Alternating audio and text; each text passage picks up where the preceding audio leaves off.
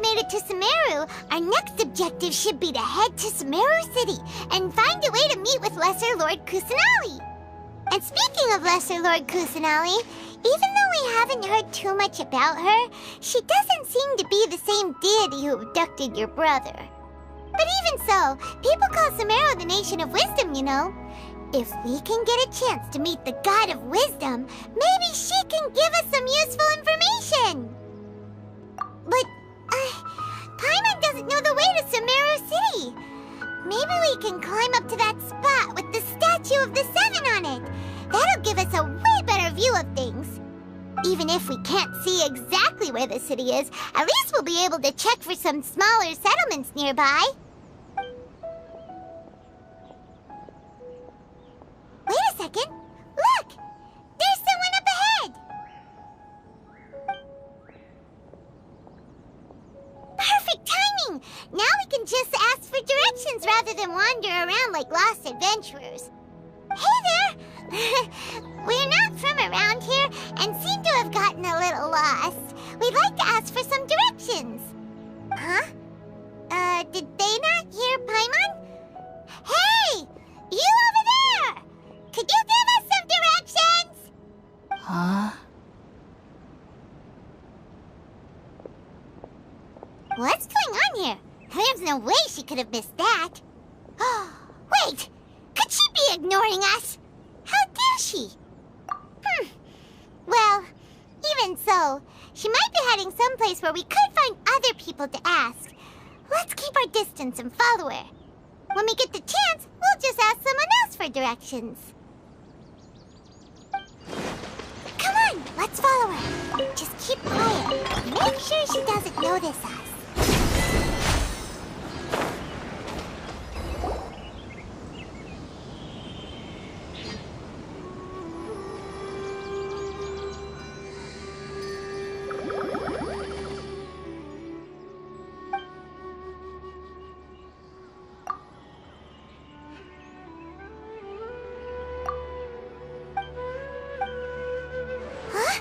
She just walked near that small waterfall and then suddenly vanished.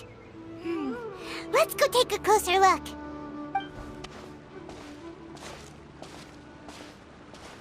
Paimon thought this cave would lead to a village or something, but it looks like that's not the case. Look, she's sitting over there. Wait, she couldn't possibly be living here, could she? What should we do now? Do we try ask? Alright then. It's not like we have anyone else we can ask. Even if she's not very friendly, we just need her to point us in the right direction. That's all. Oh. What a lovely smell. It's coming from that sensor over there. This is definitely not your typical place to call home, but at least it smells nice. Maybe living here wouldn't be too bad after all.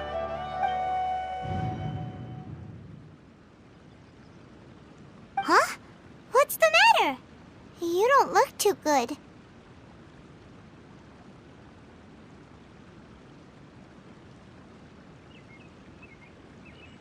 What? Is the smell making you feel sick? Strange. Paimon doesn't feel anything.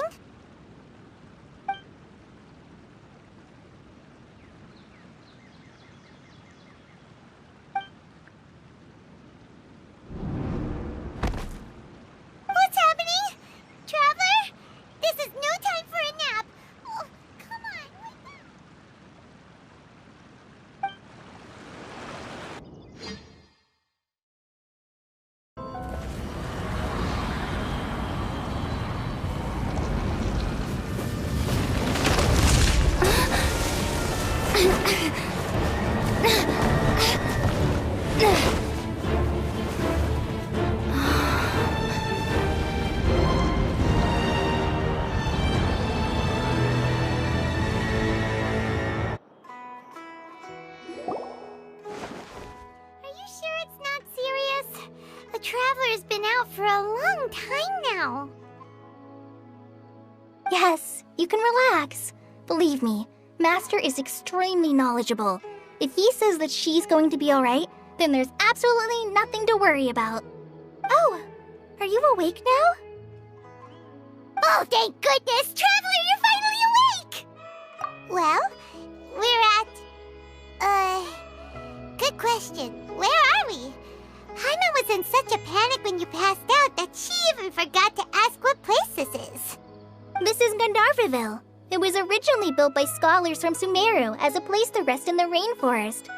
Now it's mainly used by the forest rangers as a base of operations.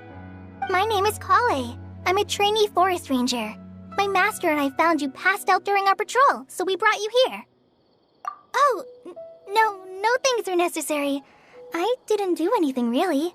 By the way, how are you feeling now? Any discomfort? Oh, that's Master's herbal medicine you're tasting. He gave you some while you were unconscious. Before I forget, Master mentioned you should take more medicine once you wake up.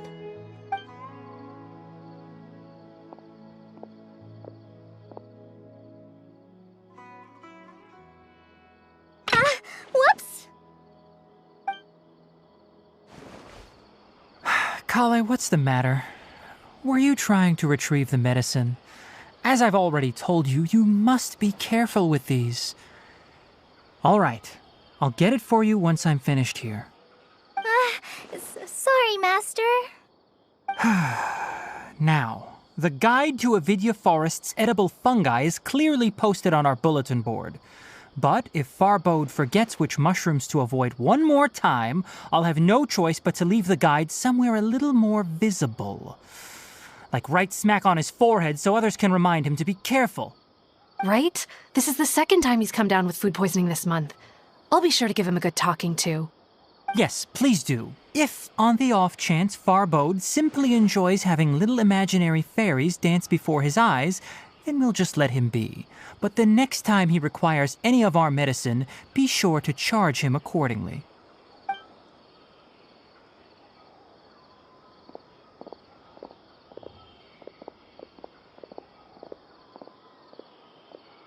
So, how are you doing?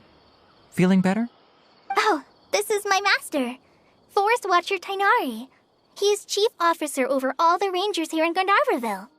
I already informed Paimon about the reason you fell unconscious earlier. But now that you're awake, let me explain it for you as well.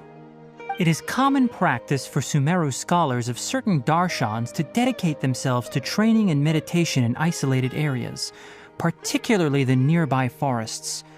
While meditating, they use a certain incense known as spirit borneol to help calm their minds as they enter a state of deep rumination.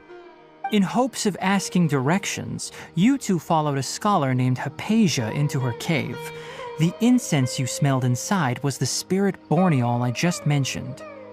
That incense typically has no effect on most people, but for a very select few, it can have profound effects on one's cognition, as you experienced firsthand. Does that make sense? Very good. Now, answer me this. Did you feel anything after passing out? Say, any out-of-body experiences? Or did you see anything while unconscious?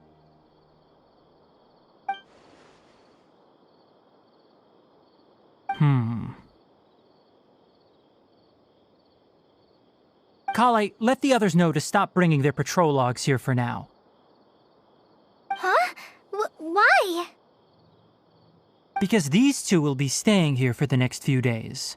They can have my room and I'll bunk with Amir. Now get a move on and be sure to do as I've said. Yes, Master Tainari.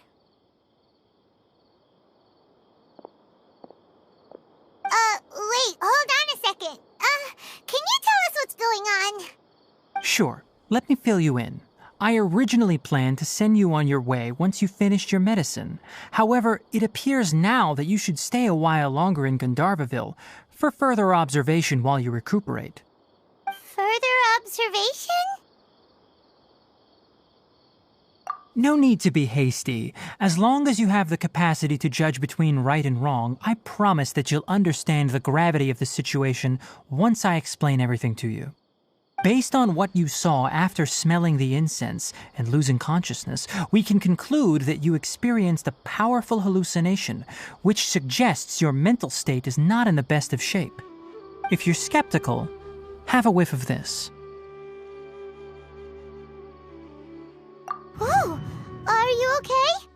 You're experiencing a similar sensation as when you passed out, aren't you? So even though your condition is stable as of now, if I were to haphazardly let you leave, it's highly likely that you'd suddenly pass out again somewhere else. The rainforest is home to many fierce animals and hazardous areas. If something were to happen to you again, I'm afraid you might not be so lucky. For now, I suggest you continue taking your medicine each day and avoid wandering off on your own. At least until you stop having adverse reactions to this kind of smell, okay? Good. Now continue resting while I fire up another bowl of medicine for you. Seriously? We just arrived in Sumeru and we're already having problems left and right! Paimon knows we're set on meeting Lesser Lord Kusanali as soon as possible, but you really don't look too good. It'd probably be best to let you recover first. Hey! Are you even listening to Paimon? Paimon's over here worrying about you, you know! What's weird? You mean how you're feeling now? You mean the vision of tree roots and red skies you saw? But if those weren't hallucinations, what could they be?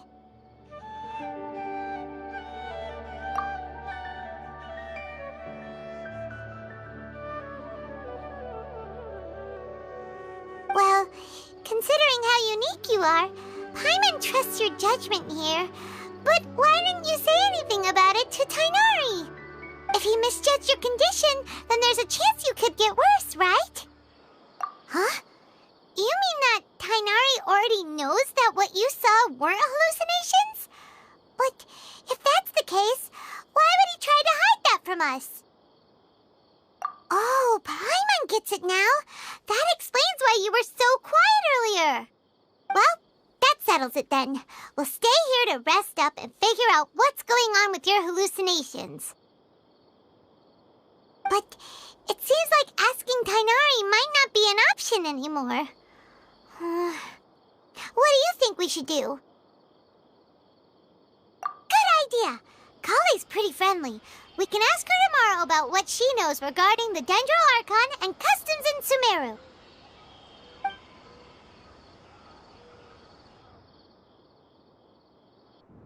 Rise and shine! Come on, it's time to go find Kale! All right, next let's see your right hand.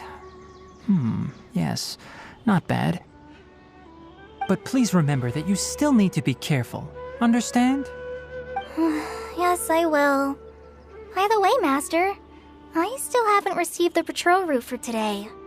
Look, Kale, today's patrol will be a long one, so you won't be coming along this time. Besides, there's a chance we may encounter... well, you understand. But I have a vision too! Am I useless to everyone now? Don't talk like that, Kale. This is not something you need to be worrying about right now. Ah, there you are. Feeling any better? Yeah, since we'll be staying here for now, we thought we might as well try lending a hand around here. Seems you're not the type to sit back and take it easy for a while, huh? In that case, perhaps Kale could take you two for a patrol south of Gandharvaville for the day. And if you're feeling up to it, you can be responsible for cleaning the Statue of the Seven. Tighnari, we're ready to head out. Roger, I'll be right there. All right, we'll be heading into the forest now. I'll leave any further details to Kale. Yes, you can count on me. So, Kale, what exactly are we going to be doing today? Tighnari mentioned cleaning the statue just now, but, that doesn't really sound like the job for a ranger. Well, a forest ranger's responsibilities can be pretty diverse. They handle a variety of tasks, like checking the condition of outlying roads, maintaining forest facilities, ensuring fire prevention standards are met, and providing assistance to travelers and locals. As for Master, well, he has to handle more dangerous areas of the rainforest. Today we can perform routine checks on the pathway lamps as we make our way to the Statue of the Seven. this way! You can leave the task of checking the lamps to me. In the meantime, you two can keep an eye out for anything unusual.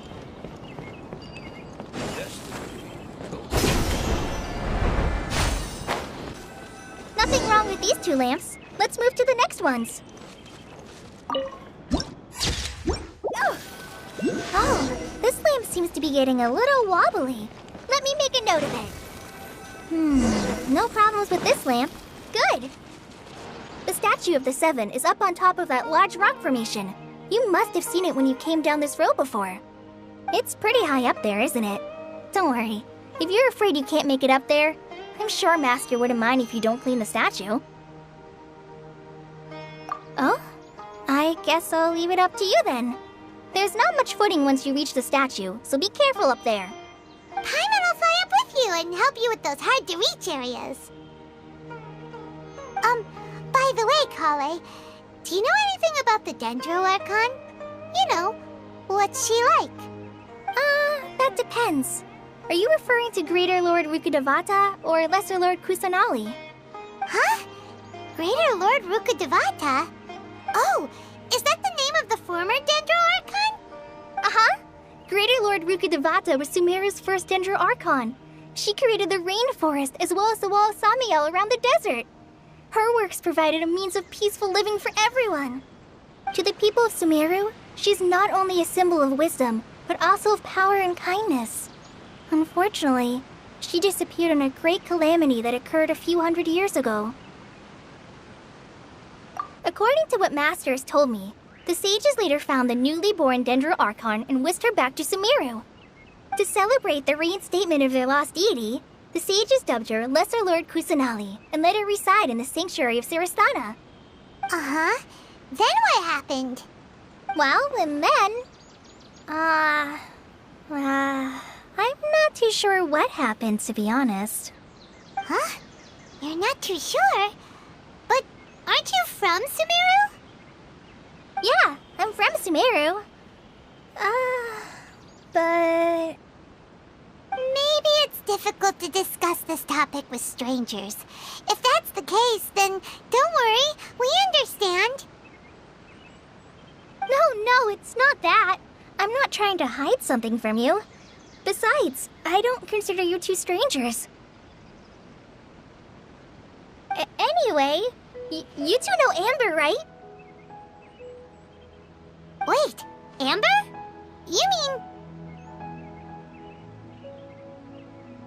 Yes, that's her. I once lived in Mondstadt for a while, and she helped me a lot during that time. You could even say that she helped me become a new person. There's no one like Amber. She lives life to the fullest while always adhering to her strong sense of justice. She's ready to answer the call for action at any moment, but is also very understanding of others. She's like the spark that lights the fire in everyone's heart around her. If you ask me, she's a prime example of a true outrider. She's the first person anyone coming to Mondstadt will meet. You can't help but be enthralled by her charm and enthusiasm, causing you to fall in love with the lands of Mondstadt and...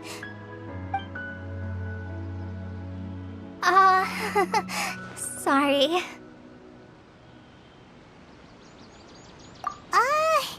Paimon thought the work of Outriders was a little different from what you just described, but one thing's for sure, you really like Amber. Sorry. I was rambling on just now. It must have sounded kind of weird. It's alright, Kale. Knowing that you're a friend of Amber somehow makes Paimon suddenly feel a lot closer to you. So, how do you know that we've met Amber? Well, after I returned to Sumeru, Amber and I have stayed in touch by writing each other letters. In one letter, she mentioned that Mondstadt was attacked by a fearsome dragon, but the city was saved by a mysterious blonde traveler and their floating companion. I knew you 2 were the ones she mentioned in the letter the moment I saw you. But, considering everything you've been through that day, I thought it'd be inappropriate to bring it up. So that's how you knew. Yep, so please know that you 2 have my complete trust, really. I wish I could tell you more about the Dendro Archon, but I have been away from Sumeru for some time, and I haven't read any books. Sorry. That's alright. You've already helped us a lot. We had never even heard of Greater Lord Rukkhadevata or the Sanctuary of Surasthana until you mentioned them. Oh, I'm happy that was helpful. There is one thing I want to ask, though. Why do you two want to know about the Danger Archon?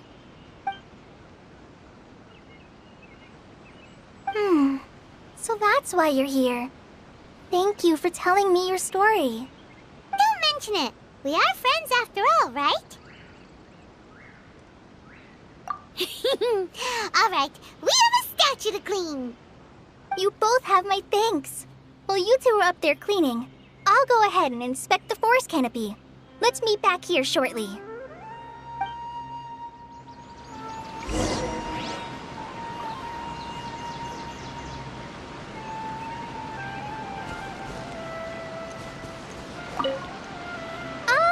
I'm not a very good climber, so I'll just let you handle the statue. I'll go check the facilities up ahead. By the way, once we're done with our work here, would you like to chat some more?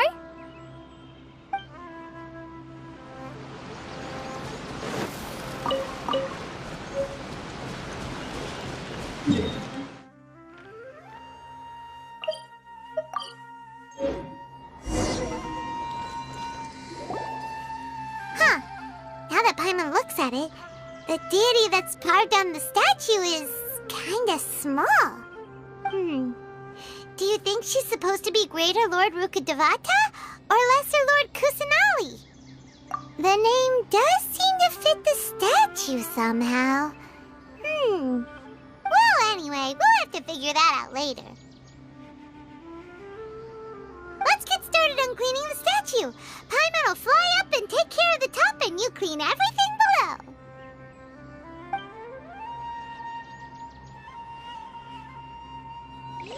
Nice work! That's one clean statue. Let's head down and meet up with Kale.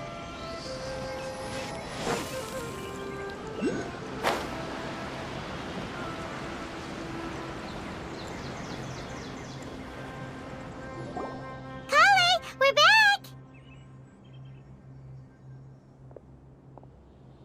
Welcome back! You must be tired after all that climbing. Let's take a little break. I brought some fruit and water for us. Yay! Food! What kind of goodies did you bring? Hey! Don't be a party pooper! It's not like Kale is a stranger or anything. Besides, the best way to compliment a chef is to show passion for their food. Xiangling taught Paimon that. I prepared a nice portable dish that forest rangers like to eat called pita pockets. I hope you'll like them. Whoops! Ah! No! You dropped it on the ground! Not to worry. I wrapped a few layers of oiled paper around each pita. They should be fine. Oh, whew. Paimon nearly had a heart attack there. Those pitas are amazing! You're quite the cook, Kale. Thank goodness you wrapped them in paper. Paimon wouldn't have been able to sleep at night knowing something so tasty had been wasted. You really know how to compliment the chef, Paimon. Since you liked it so much, I'll be sure to give you a copy of the recipe sometime. I'll even include all my personal cooking pointers, so you'll be making your own pita pockets in no time. Yay! Thanks, Kale! It's hard to believe someone as diligent as you could have clumsy moments, too. Oh, I guess it happens from time to time. So, Kale, don't you think that Tainari's a little too strict with you? He won't let you touch anything without his permission. Paimon knocks stuff over all the time flying around the Traveler, but she's never said anything. Everyone has their clumsy moments. No, you've got the wrong idea about Master. Sure, he may seem a bit harsh at first, but with some time, you'll see that he's actually very kind-hearted. I've heard the veteran rangers say that Master is from some ancient and mysterious race that is known for their cunning wit and reclusive nature. Oh, by the way, You've heard of the Academia, right? Well, there's a group called...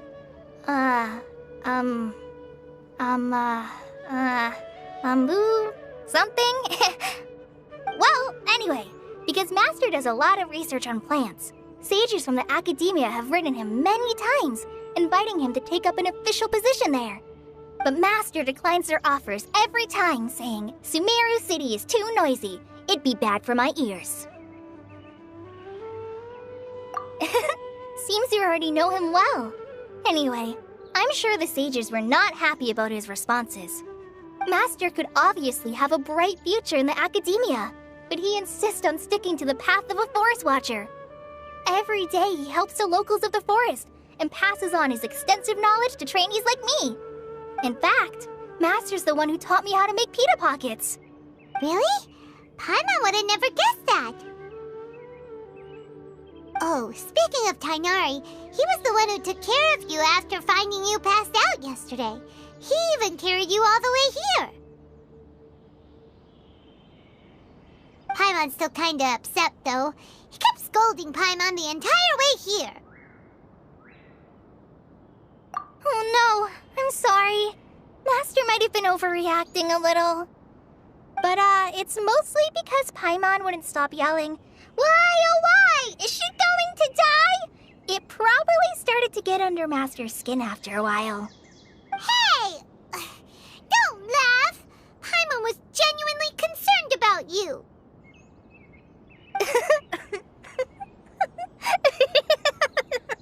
Hey! Now even Kali's starting to laugh. Ugh, that's it! Paimon won't forget this! It's time for some Paimonial wrath!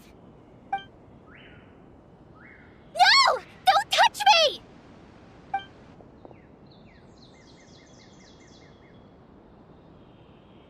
Oh, sorry, Kale. Paimon didn't mean to scare you.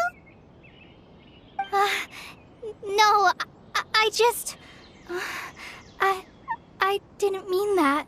Kale, are you okay? What's the matter? No, I'm... I'm fine. I'm sorry. I must have startled you both reacting like that.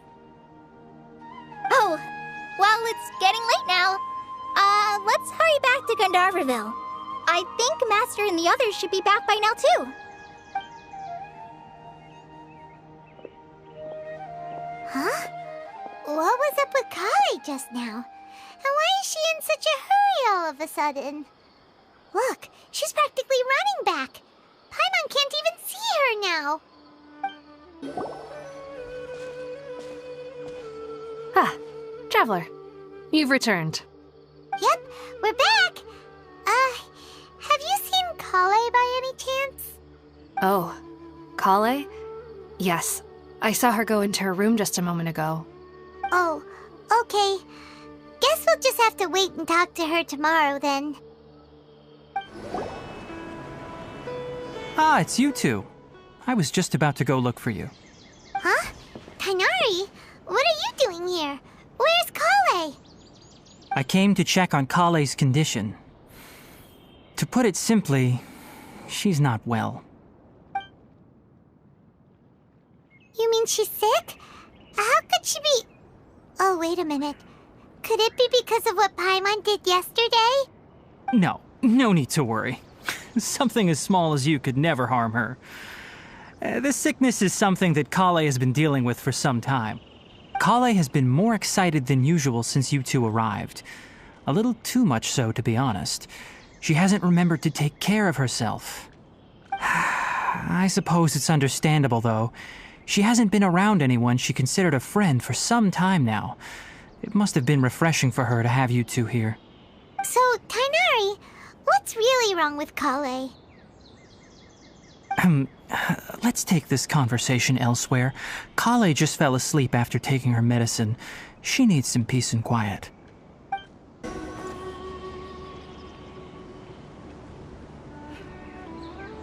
All right, let's continue our conversation here, shall we?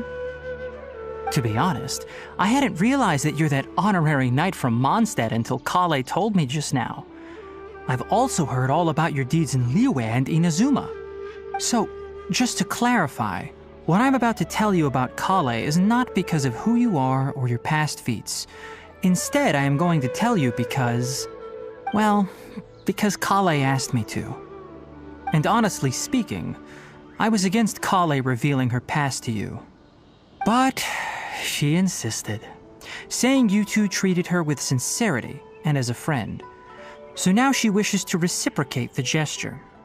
So, Tainari, what exactly is wrong with Kale? You said this is something she's been dealing with for some time. Just how serious is it? Right. Ever since she was a child, she's been afflicted with a disease called Elazar. Elazar? Yes, it's a disease unique to the lands of Sumeru.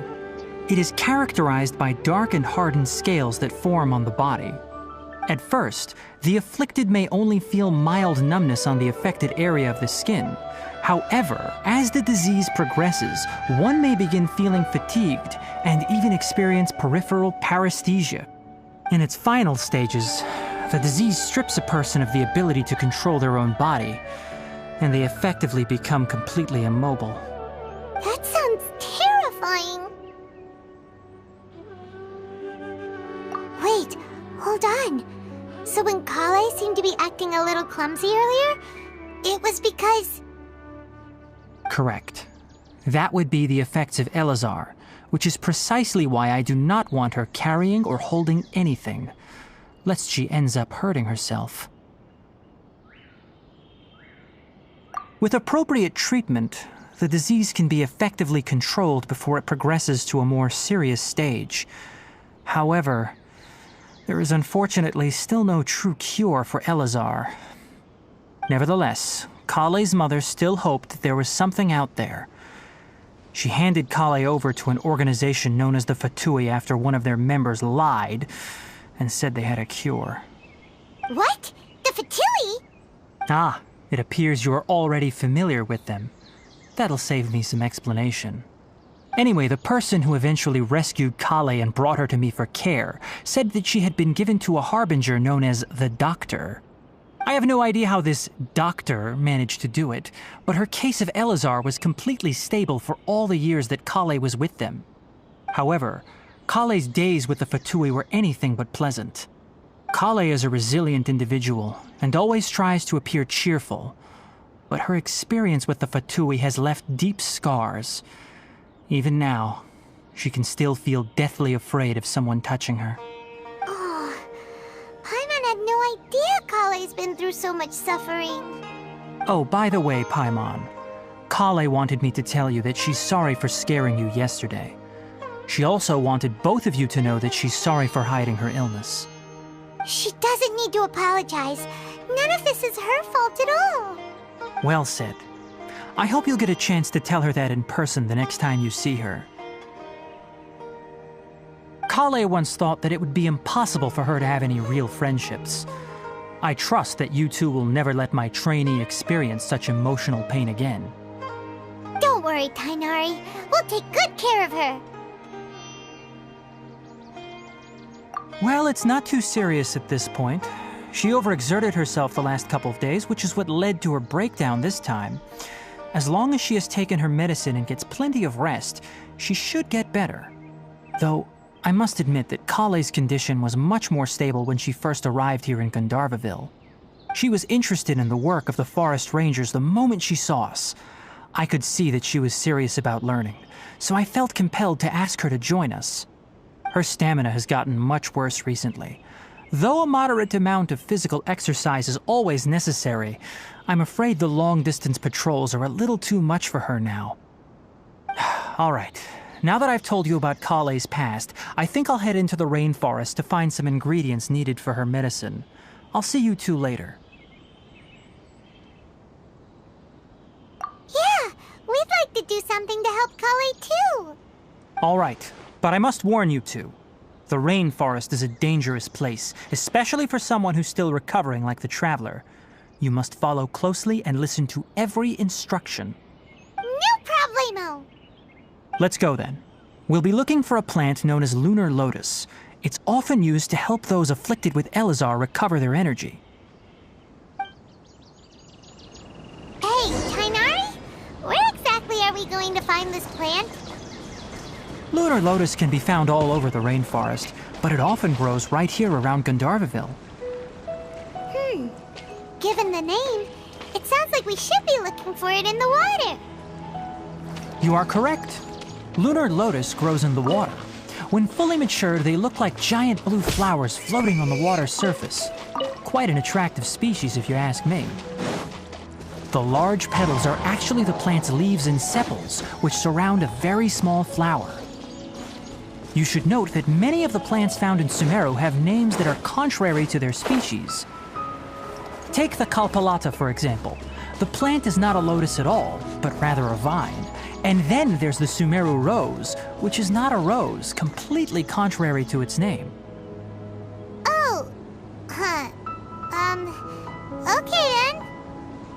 Note to Paimon, never bring up the topic of flowers with Tighnari. There should be lunar lotuses growing somewhere in this area. Let's split up and begin searching. If you could manage to gather 4 of them, that would be sufficient. We'll rendezvous here once you've gathered the needed amount. Hey, Tighnari! We found the lotuses you requested. Let me take a look. Good, very good. These are all excellent quality. I'm quite glad you two came along. Your exploration experience helped save me a lot of time here. It seems we even have enough time to stock up on some other things I need. Hey, Tighnari!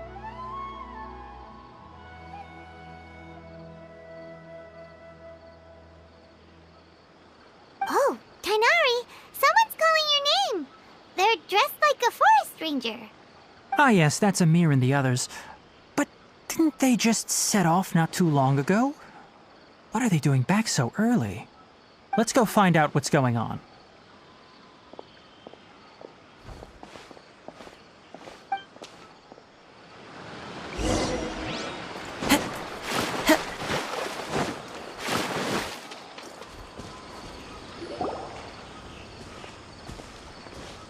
Tighnari, thank goodness we found you here. We were just about to head back and find you at Gandharvaville. What's going on? We just discovered a withering zone. The withering is back? But the patrol route you were on should have been already clear just a week ago. It reappeared so quickly. Can you tell me the exact location? It's up ahead, deep in the river valley. It's appeared in a spot that blocks nearly the entire narrow part of the valley area, so we decided to come find you as quickly as possible. And the radius of the contamination? Sorry, I couldn't get a clear enough view to tell. No one in our patrol team had a vision, and it appeared to still be spreading, so we didn't risk getting any closer. Okay, I understand. You made the right decision. I'll go deal with it right away. In the meantime, please guide these two back to Gandharvaville. Wait, Tighnari! Why don't you let us help you? You two have only just arrived in Sumeru. You're still unfamiliar with many things in these lands. There's a unique type of anomaly that occurs in the Sumeru rainforest. It's called the withering. The affected areas not only cause nearby vegetation to wither, but it's also lethal to wildlife and even people. If you don't carry a vision, then you should think twice before approaching such places. Yes, Amir is absolutely right. I wasn't kidding when I said the rainforest is a dangerous place. As Amir said, only someone with a vision, that is, the power to manipulate elements, will be able to resist the withering's corrosive effects for a time. That's right. If any of the forest rangers without a vision come across a withering zone, we first make a record of the location and then have a ranger with the proper abilities deal with it, like Tighnari here. Only someone with a vision can venture within a withering zone and find a way to deal with it. But you don't seem to carry a vision. Don't worry, she may not have a vision, but she's a real pro at using the power of the elements. It seems the rumors about you are true.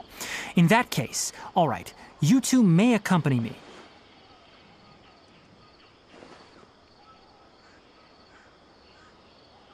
We typically only teach visitors how to identify the withering as they're about to leave Gandharvaville.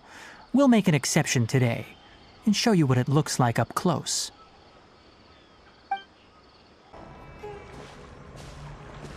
Stop. Don't move any further. Look there in the distance. Huh? Where? Oh, look! Those plants have withered! That whole area is kinda gloomy. Even the air looks like it's filled with ash. Oh, Paimon doesn't like the look of this. That is the withering. All right, traveler.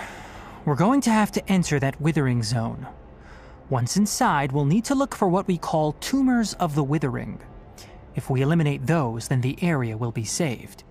Thank you, but I must warn you. Don't push yourself. This is your first time handling this sort of thing, after all.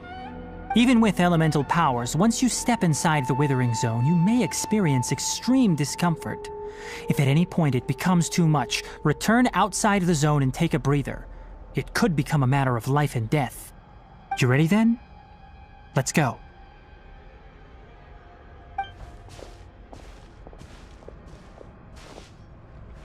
First, we must locate any branches sustaining the withering zone.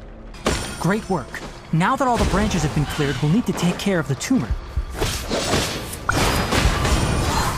As one with wind and cloud!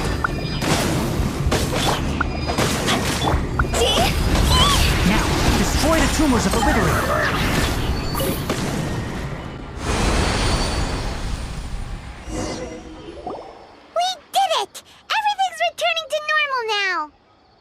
Yes, thanks to you two. We were able to quickly restore this area back to normal. Tighnari? You make it sound like we did well, but why does Paimon have the feeling you're worried about something? It's that obvious, huh? Alright, it's like this. Recently, the rate at which the withering zone appears has been increasing. Even though we were able to quickly clear that withering zone, it won't be long before another one appears. If that simply meant more work for me, then that wouldn't be an issue. But it's far more severe than that. The withering is leaving lasting effects on the rainforest itself. For instance, even though we cleared out the withering zone, many of the plants that were affected will not recover. This presents a crisis for the ecosystem itself. Many plants in the rainforest are already in decline, directly impacting the wildlife that depends on those plants. And most disturbingly, as the appearances of withering zones have started to increase, Kale's case of Elazar has also become more serious. Huh? Well, why's that? I'm still not sure of the exact reason.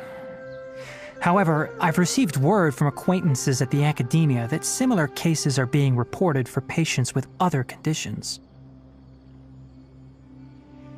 No, none that we know of. The withering has been recorded in Sumeru for millennia. It's said that it originates from the depths of the world. By the way, have you heard of Irminsul before? Irminsul is a tree located deep beneath the surface. Although it isn't like any tree we know in a biological sense, you can basically think of it as a large tree that grows downwards rather than upwards. I'm sure you've heard of ley lines, right? They're like the roots of Irminsul, spreading and extending from a massive cavern deep underground all the way up to the surface.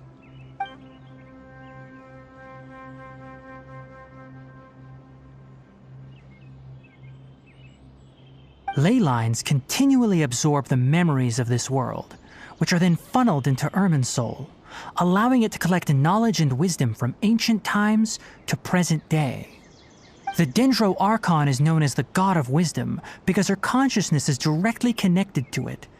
It is also said that the Dendro Archon's power is a manifestation of Irminsul. And as for the Withering, its emergence is related to a disease that's affecting it. That's right. My ancestors learned of this from Greater Lord Rukkhadevata's familiars a long time ago. But even those mysterious creatures did not know of a cure for Irminsul. I'm afraid we Rangers will be battling the Withering Zones here for a long time until a cure is found.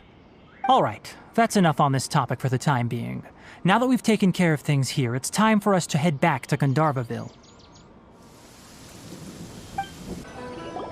Oh, Tighnari, you all made it back.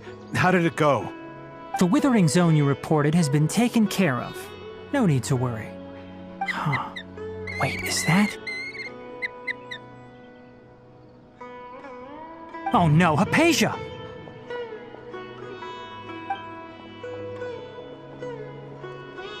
Huh? What's wrong, Tainari? This Duskbird is Hypatia's designated courier for urgent news. You do remember her, don't you? She's the scholar you and Paimon were following when you first arrived in Sumeru. Oh, her? How could we forget? So did something happen? Let me see what's written in the letter first. Oh. So what's it say? And what's with that weird expression on your face? Just let Paimon read it. Huh? All Paimon sees are 3 squiggly lines. Yes, allow me to explain. After we brought you from Hypatia's cave to Gandharvaville, Hypatia resumed her meditation. She must have just finished. It's been nearly 3 days since she's had anything to eat, and it appears she's forgotten to prepare some rations. This letter is her asking us for help. We need to go. What? You mean she's been sitting there for 3 days? Hey, wait, how did you know all that from just a few lines on the paper? Well, obviously because this has happened before. Last time she drew 5 lines, and by the time we found her... Well, I'd prefer not to remember that. Needless to say, Hypatia's been through worse, but we should still get to her as quickly as possible. I've got some emergency rations set aside for times like these. Paimon, Traveler, could you two bring these to her? Wait, you want us to bring her the rations? But will the Traveler be okay if her cave is still filled with that funny incense? Let's find out. Here, Traveler, take a smell and see. So, how do you feel? Huh? Really? You're not feeling even a little drowsy? But wait, how'd you know that she'd be okay this time, Tainari? Back when we were clearing the withering zone, I observed that she could adeptly manipulate the dendro element. I knew then that she would be fine. And if I may ask, when I was telling you two about Irminsol's ley lines, was what I described similar at all to what you saw while you were unconscious? That's correct. Those weren't hallucinations at all. Though I don't intend to apologize for deceiving you. Because what you saw is of significant importance. Not just for the nation of Sumeru, but the entire world of Tevat. My forefathers were shown much favor by Greater Lord Rukkhadevata. We took an oath to protect this nation together with her. Now that that duty has fallen to me, it was part of my responsibilities to ascertain whether you could be entrusted with the fate of Sumeru. Now, after seeing you in action with my own eyes, you have earned my confidence, and I no longer feel the need to hide any secrets from you. When you passed out, your consciousness had connected directly with Irminsol. What you witnessed were actually real memories contained within Irminsol itself. I could try to tell you more, but it would be better if you went to ask Hypatia instead. Her focus on meditation and use of Spirit Borneol are aimed at establishing a connection with Irminsol, just as you did. That sounds nice and all, but will she really help us?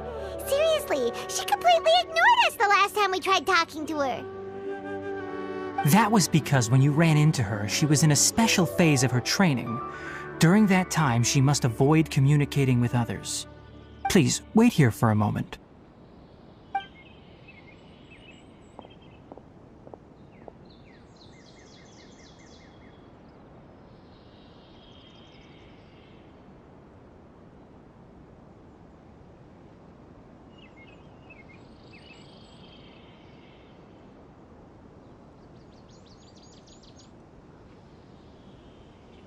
Here, take these. It's a meal I packed for Hypatia, as well as some other ingredients.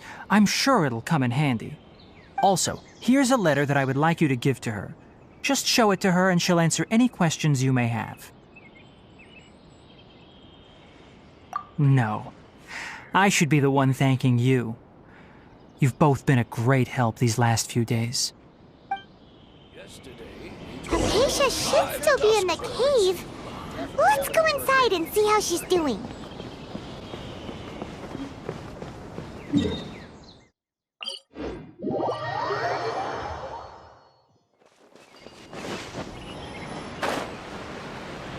Hypatia should still be in the cave. Let's go inside and see how she's doing. Hello? Hypatia? Hey, there's nobody here. Maybe she went out to look for some food. Let's try looking around the area.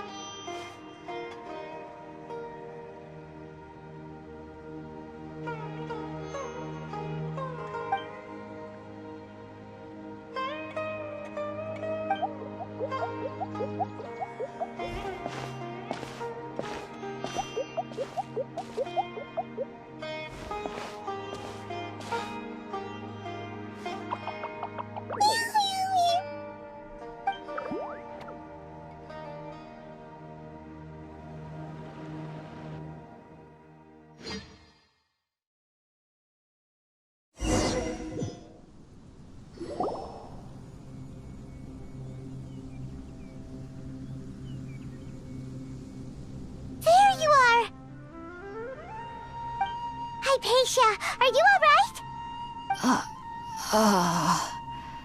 So hungry. Need water. There's no way we can get her to eat in her current condition. Let's try finding some water first. Huh? Wait, why does it look super foggy outside all of a sudden? Anyway, let's go look around.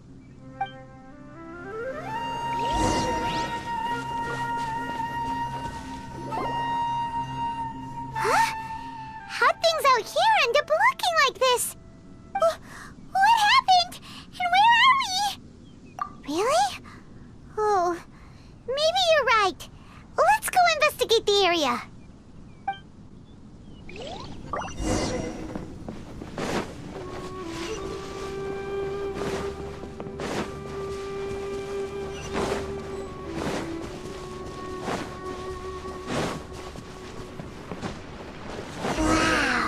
This place is huge! Paimon knew there's something off about that cave. Let's think of a way to get over there and have a closer look. Who knows? Maybe we'll find a lead of some kind.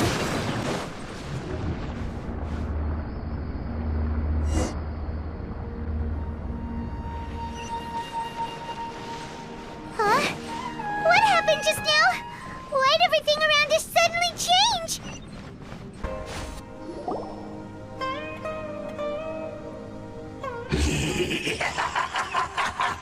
Well.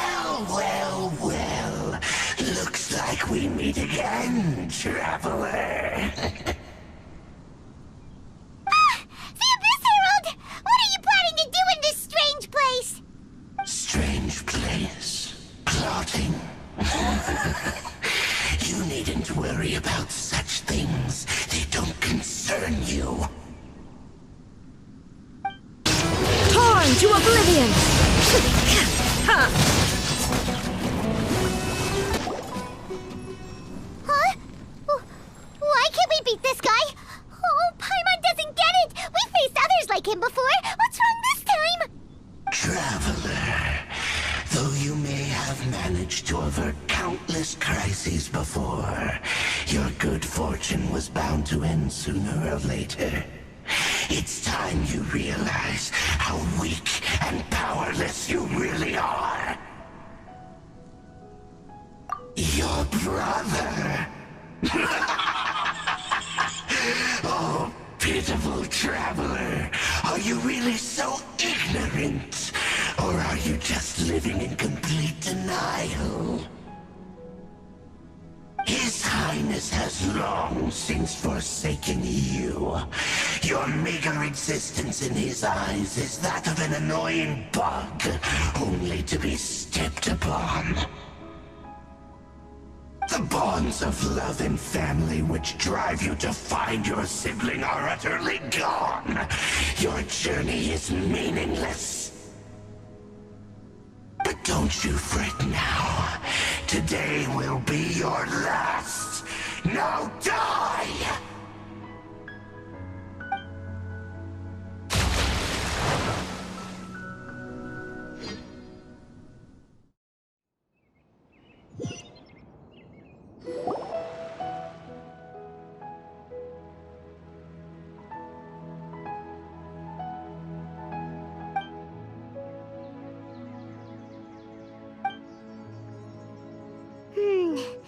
What do we do?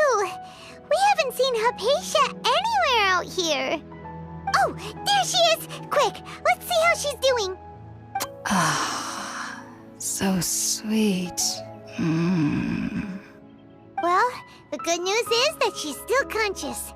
Hey, why'd you drop her food on the floor like that? Are you okay? That's really not like you. Anyways, we can talk about this later. We better make sure she's alright first.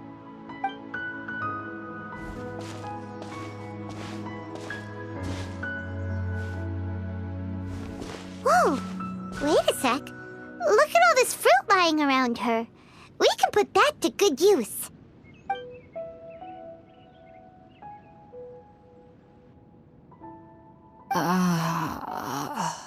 Who is there? Tighnari, is that you? Huh?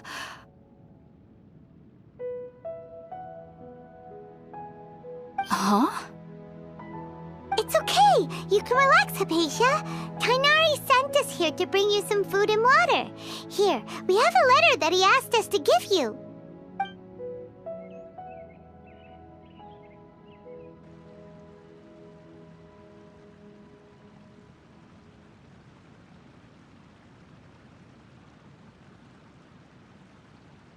I see. So, you're friends of Tighnari. I apologize for all the trouble I've caused you. I'm grateful that you came so quickly to save me. You even brought all this fruit. Well, actually, we didn't bring the fruit. It was already here when we arrived. We were kind of wondering about that, actually. When we found you here, there was all this fruit lying around and even some juice dripping from your lips. How did you end up like this anyway? Oh, really? I seem to understand now. All the fruit was likely from my, neighbor. Must have come by and saw me like this. Your neighbor? You mean there's someone else living nearby? Oh? So you're able to see them too?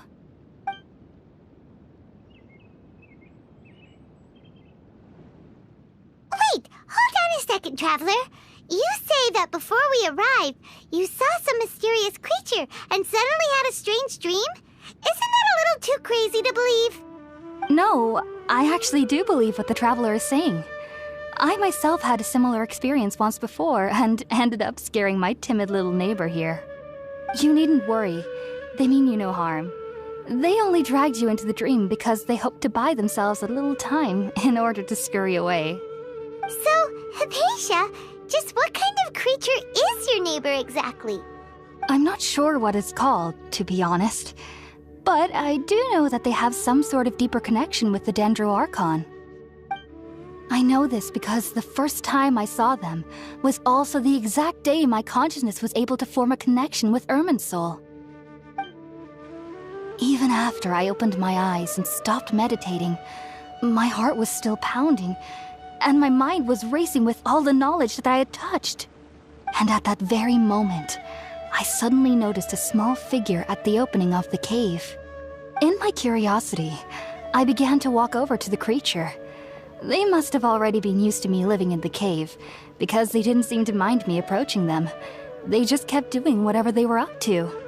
It wasn't until I crouched down next to them that they suddenly realized that I could see them. Oh! And then? And then I had a dream. By the time I came to, they were nowhere to be seen. I was convinced they'd never show up again. But sure enough, I saw them nearby a few days later. And they weren't alone. I feel like they aren't as afraid of me as the first time I approached them. But I never would have expected them to save me. Yes, no doubt about that. By the way, Tighnari mentioned in his letter that you had questions for me regarding Irminsul.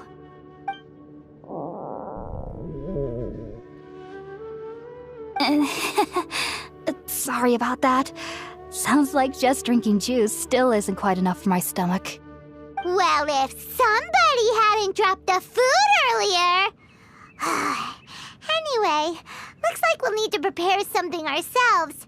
Besides, Paimon's getting hungry too. Let's eat first and talk about Irminsul later. Alright, we're up, Traveler. Today's menu will feature Sweet Madame and a radish veggie soup. You'll love them, Hypatia. They're our specialties after all. Sounds good. I've never tried any dishes from other nations before. I certainly look forward to it. It's been so long since I've had a decent meal, too.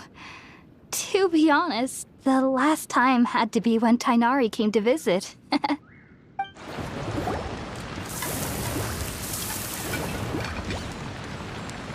All done!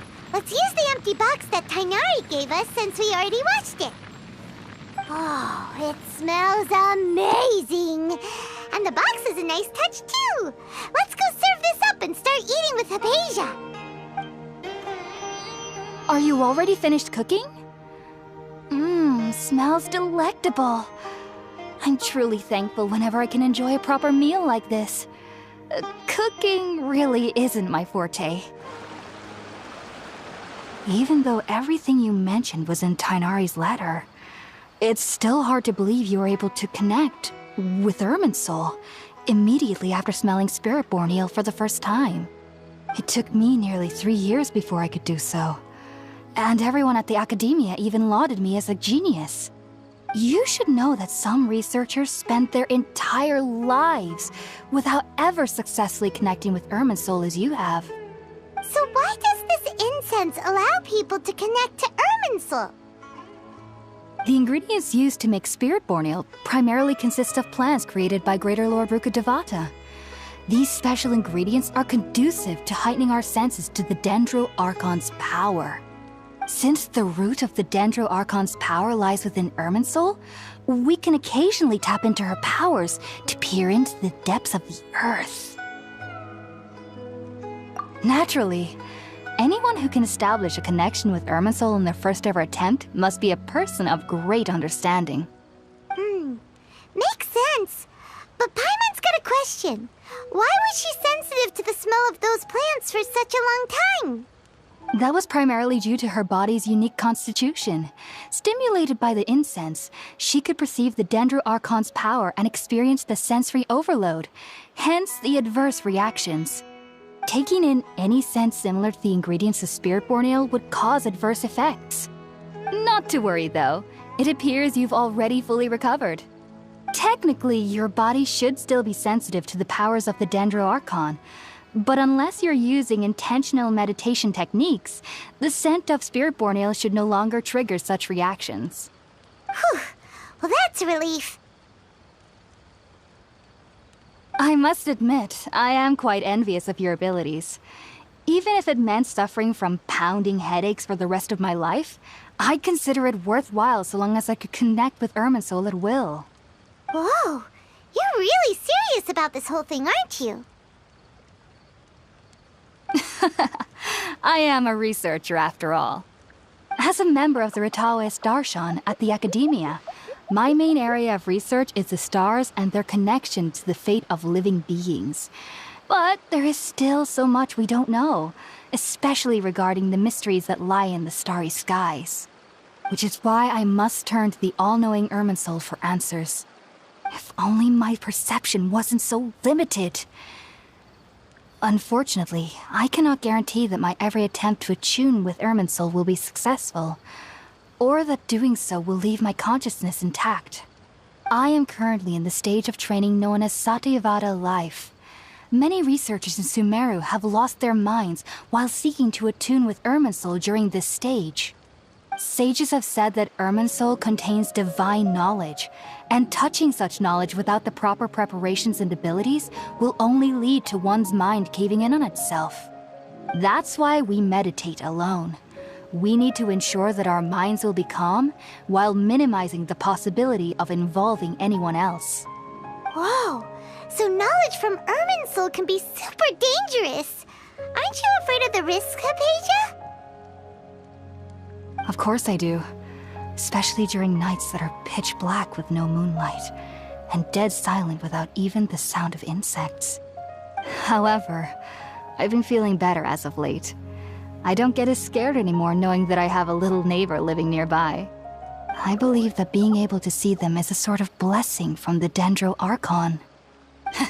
But what's strangest of all is that they're clearly an envoy of the God of Wisdom herself, and they have the curious power to make people dream. What's so strange about that? It doesn't sound so out of place for a divine being, does it? Well, it's strange because nearly nobody in Sumeru can ever dream. Huh. Is that true? Yes, well, to an extent. Only children can dream in Sumeru. Adults, however, never do. The sages say that wisdom implies rationality, but that which occurs in dreams is often neither rational nor logical. Yes, if one struggles with anxieties, those emotions could influence their dreams. The fact that the people of Sumeru do not have dreams is seen as a blessing by the sages. They believe that Greater Lord Rukkhadevata, the God of Wisdom, is keeping us away from the foolish delusions you encounter in your sleep. I was born into a family of scholars in Sumeru City. Ever since I was a child, my parents would always tell me that I'll know I've grown up once I stop dreaming. I studied hard, enrolled as a student in the academia, and went on to become a researcher. Sure enough, I never dreamed again. But then, on the day I scared the little Aranara, I suddenly saw a dream again. It was incredible. Though I don't exactly remember what I saw, I clearly recall the feeling. I suddenly felt like I was a child again. Back then, I was foolish and ignorant as any youth would be, but I was free of fear. Maybe dreaming isn't as bad as we've made it out to be. Just be sure not to speak of this if you travel to Sumeru City. They'll look at you as if you've lost your mind. So, do you have any thoughts about the things she saw when she connected with Irminsul? Sorry. I'm afraid I don't have any answers as of now. All I can say is that what you saw is a memory contained within Irminsul itself. World forget me. What could that possibly mean?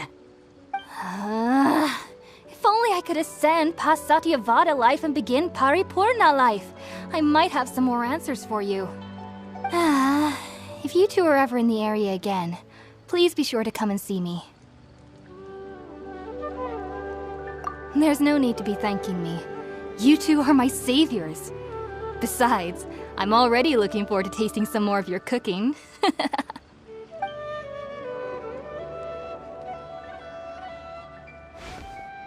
Now that we know Hypatia is alright and had the chance to ask her some questions, Paimon thinks it's about time to head back to Gandharvaville. Think about it, Tainari. Refusing to join is tantamount to burying your head in the sand. I understand that you're a forest watcher and that it's your duty to combat the effects of withering zones, but isn't it evident that such work is not a lasting solution to the problem? As Sage Kage clearly stated, your presence and guidance in Sumeru City is pivotal in finding a cure for Irminsul. How could you possibly refuse? Keep your emotions in check, Ghulam. Let's at least listen to Tainari's reason for declining. We're here to invite him to the Academia, not to cause a scene. Sage Kage, I am truly honored that you came here in person, but I'm afraid I must still decline your invitation. I am merely a forest watcher.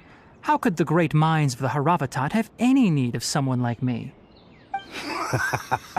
Well, it turns out that your refusal letter had some implications on your master's reputation. He is a renowned sage of the Immorta, after all.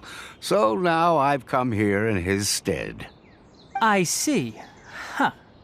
And I figured that given his temper, he would come here and berate me personally.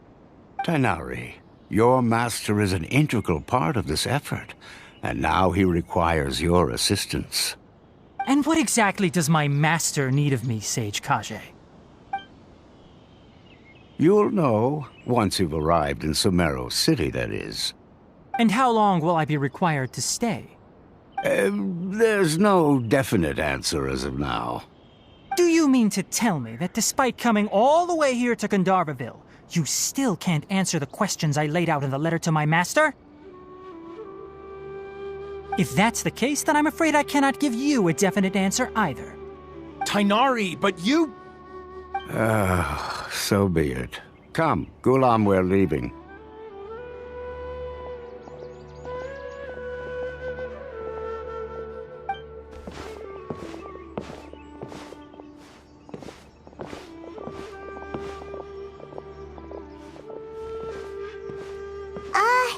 Tighnari, what was that all about?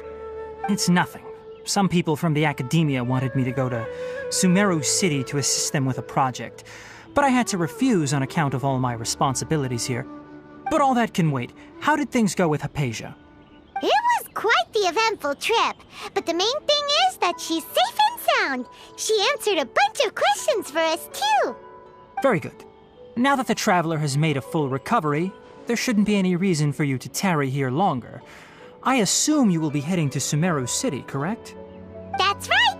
We want to meet Lesser Lord Kusanali and ask her for advice. Do you have any idea on how we can find her? Sorry, I'm afraid I don't have any advice for you there. Well, do you at least know anyone we can try asking in Sumeru City? Let me think. My trips to Sumeru City have been fairly short, and most of my acquaintances are researchers. How about this? I'll write you a letter of introduction that you can give to a researcher I know. He's from the Amurta Darshan and is adept at gathering information. Asking him might prove worthwhile. Also, when you enter Sumeru City, you'll probably end up receiving something like this item here. I'm not sure if it will ever come in handy for you, but maybe you can give it a try. Oh? What is it? It's called an Akasha Terminal. It's a tool produced by the Academia that utilizes the legacy of Greater Lord Rukkhadevata. Some say that this very item is the basis of Sumeru's reputation as the City of Wisdom. Needless to say, this device and its usage fall under the Academia's expertise, so I'll leave it to them to show you how to use it. Great! Next up, Sumeru City! But wait, before that... That's right! Tighnari, we have something important to say to Kale before we leave. Is she doing better now? Yes, she's doing much better. After being confined to her bed all this time, I thought a little walk would do her some good. Last I saw her, she was taking the path towards the North Crossing. She knew you two would be leaving soon, so she must have wanted to see you off. Thanks, Tighnari. All right, let's go! Farewell, and good luck to you both. I've been waiting for you two.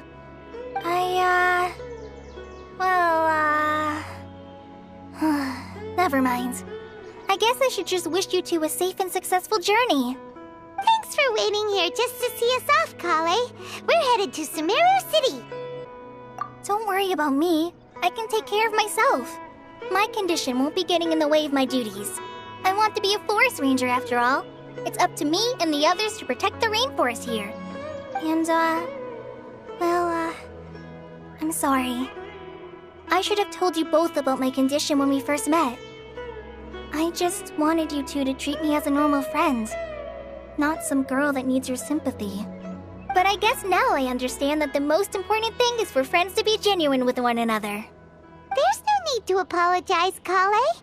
We should be thanking you for trusting us enough to be your friends and sharing your past with us. We're probably still gonna worry about your condition, but that's because we're friends and we care about you. Thank you. That means a lot. Before you leave, I have something for you. Oh? What is it? It's my recipe for pita pockets. I told you that I'd give you a copy, remember? My handwriting is a little, messy, so please don't laugh. Yay! Thanks, Kale. Now we can eat those scrumptious little pitas whenever and wherever we like. I hope that whenever you eat them, you'll both remember your time here in Gandharvaville.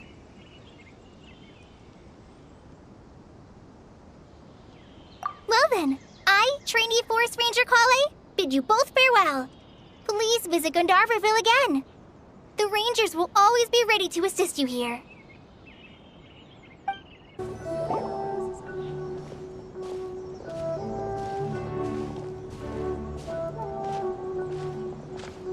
Sumeru City! We finally made it. Oh, did you see that? When those people entered the city, something on their heads lit up. One moment, please, you two. It appears this is your first time visiting Sumeru City. Oh, yeah, that's right. But how did you know that? Because there's currently no information on either of you in the Akasha. But no need to worry, that won't prevent you from entering the city. In fact, the Academia conveniently provides each traveler to Sumeru City with a device. Perhaps you two have heard of the Akasha before. It's our beloved Greater Lord Rukkhadevata's lasting legacy, a treasure trove of collected knowledge. After centuries of tireless research on the Akasha, the Academia created one of its most ingenious inventions, the Akasha Terminal. As long as you are within Sumeru's borders, you may use an Akasha terminal to connect directly to the Akasha and access any knowledge you need. I should mention that due to technical limitations, the operation of Akasha terminals will be much smoother and more effective in large cities such as Sumeru City and Port Ormos. Oh, so this is the thing that Tainari was telling us about. It sounds pretty amazing. You two are quite fortunate. Until recently, it was standard practice to only issue Akasha terminals to outlanders who spent an extended amount of time in Sumeru. However, this policy was recently changed, and now all travelers are issued one upon arrival. Here are your Akasha terminals. Please handle them with care. It kinda looks like a leaf. To activate it, simply hold it in your hand and say the following phrase to yourself. May the mighty God bless us with their voice of wisdom. Oh, since this little doodad lets you access knowledge, maybe we can use it to find a way to meet Lesser Lord Kusanali. Let's give it a try. Ahem. May the mighty God bless us with their voice of wisdom.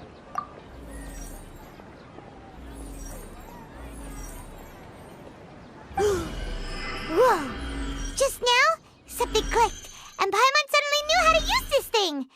It seems all we need to do is concentrate on what we want to know, and bam! You get it. Oh, that'll come in real handy. Exactly. That is the power of the Akasha. And with that, let me officially welcome you both to Sumeru City. May the wisdom of the Dendro Archon always be your guide. Okay, now that we're in, we can check the Akasha about Lesser Lord Kusanali. Let Paimon try. 500 years ago, the sages found a newly born deity from within some scorched ruins. The deity now resides in the sanctuary of Suristana. Seems pretty similar to what Kale was telling us. Okay, next, let's concentrate on asking how to meet her.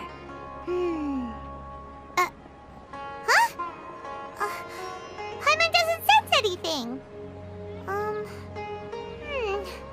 The Akasha didn't respond to Paimon's question. Oh, come on! Focusing on this question feels like when you have something you're trying to remember and it's on the tip of your tongue, but you just can't think of it. Paimon's brain is exhausted. Oh, smart idea. But what are you going to ask it?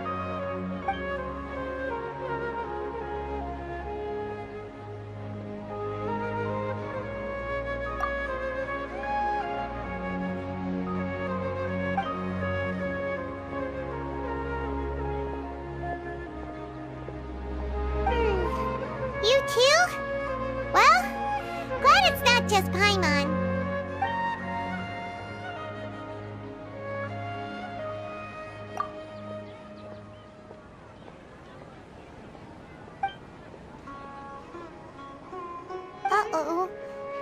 just getting all teary-eyed all of a sudden. It feels like the people of Sumeru really miss their Archon.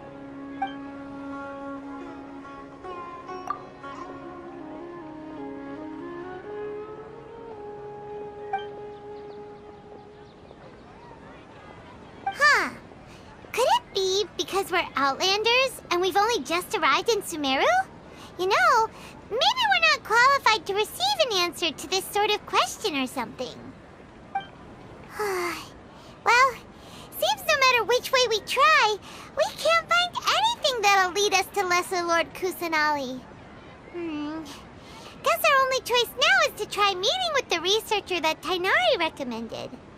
He's from Sumeru and even has a position in the Academia. Maybe he'll be able to access more info from the Akasha. Let's see. Tainari wrote an address on the letter's envelope. Oh, it's not far from the city's gate. Let's head over and have a look. Hopefully he's at home. Hello, are you Rohawi? Yes, that's me. Can I help you? Great! You see, Tainari sent us here and... What? Tainari? Please, there's no need to say anything, really. Sure, I admit that the article I published last month wasn't my best work, and maybe the data didn't produce the most convincing results, but... Here! This is a letter from Tainari! Oh, let me see... Oh! Ooh, what a relief. You two nearly scared the life out of me. So you two just have some questions for me? Seems even Tainari acknowledges my innate ability for procuring information.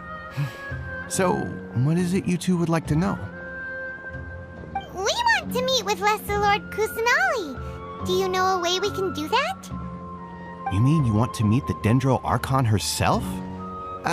This isn't exactly my area of expertise, but let me see what I can find in the Akasha.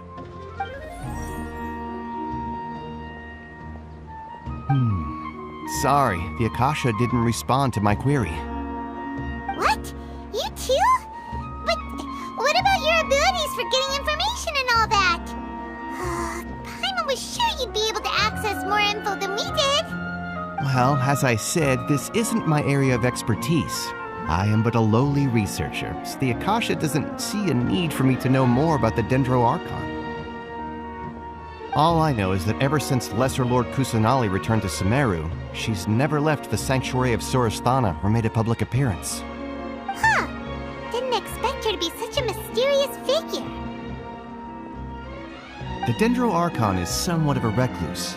Perhaps she just doesn't want to entertain visitors, which would explain the lack of information in the Akasha. But then what can we do? No need to worry just yet. I'm only hypothesizing here. You could certainly try asking around and see if anyone else has ideas. And besides, you two should consider the bright side of things. Not being able to see Lesser Lord Kusanali may not be a bad thing. In this world, there will always be information you cannot obtain from the Akasha and things you can never accomplish. Knowing when to yield is a form of wisdom. Take me, for example. It's a miracle if my brain cells can spit out one paper every 3 years. But Tainari? That guy can publish 3 papers in just a single year. Okay. Thanks for your advice. Don't mention it. If you two ever want information about things like who's been promoted within the Academia or relations between the 6 great sages, come find me. Hey, come on! This is a survival skill at the Academia. Oh, Paimon's expectations were pretty low, but this is so low it's like digging holes in the dirt. So what do we do now?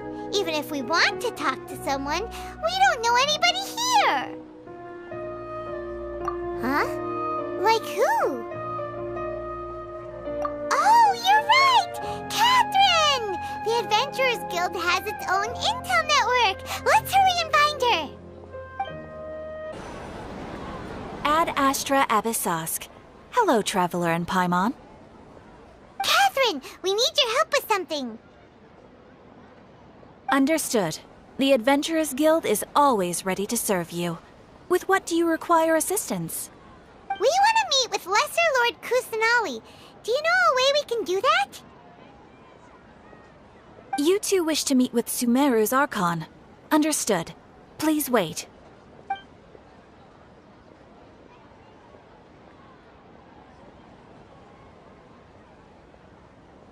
I apologize, but I am unable to call up any relevant information in the Akasha. I'm also unable to locate any pertinent information in my personal memory. Aww, another dead end. Well, if Catherine can't help us, then we really don't know anyone else to ask now. Please do not worry. I may know of someone who can help you two. In Sumeru, the Adventurers Guild does not serve as the vanguard of information. Rather, there are numerous active mercenary groups collectively known as the Eremites. They take on various contracts and work all across Sumeru, so they naturally accrue intelligence. An Eremite brigade called the Corps of 30 is in charge of Sumeru City's defenses.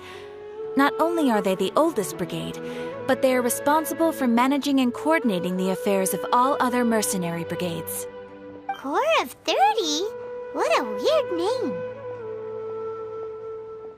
Supposedly, they are named as such because their ranks numbered 30 at their inception. Asfand, an advisor with the Corps of 30, maintains good relations with the Adventurers Guild. Though he's already retired, he and his words carry great weight within mercenary circles. If you'd like to get in contact with him, you can find him at the Corps of 30's headquarters, the Citadel of Rexar. You're welcome. I wish you two the best of luck. We look forward to your exploits in Sumeru. Alright, off to the Citadel of Rexar we go!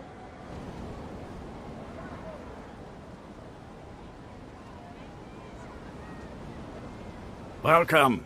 The Adventurers Guild told me to expect you two. It's nice to meet you, Asfand. We'd like to ask you about something.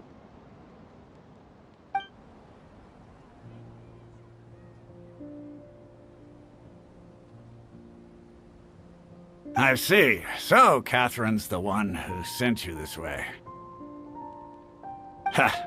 It's true that the Eremites' network is vast, but even I can't help you meet the Dendro Archon. Wait, seriously? That's it? Afraid so. The Eremites aren't terribly religious, so we don't know much about divinities. As far as the Akasha goes, we can access even less than you. We originally came from the desert. The gods there died off long ago. Since those days, we've used our own two hands to carve out a living. We don't beg gods for their aid. It isn't just us, though. If you ask me, I think most in Sumeru aren't interested in Lesser Lord Kusanali. Oh? Why's that? Just take the Academia, for example. They're the ones who truly rule Sumeru. Although they believe in gods, most of them only care for the late Greater Lord Rugudevada. In their eyes, she was the one who founded Sumeru and gifted us with the Akasha. Lesser Lord Kusanali just happened to inherit her legacy.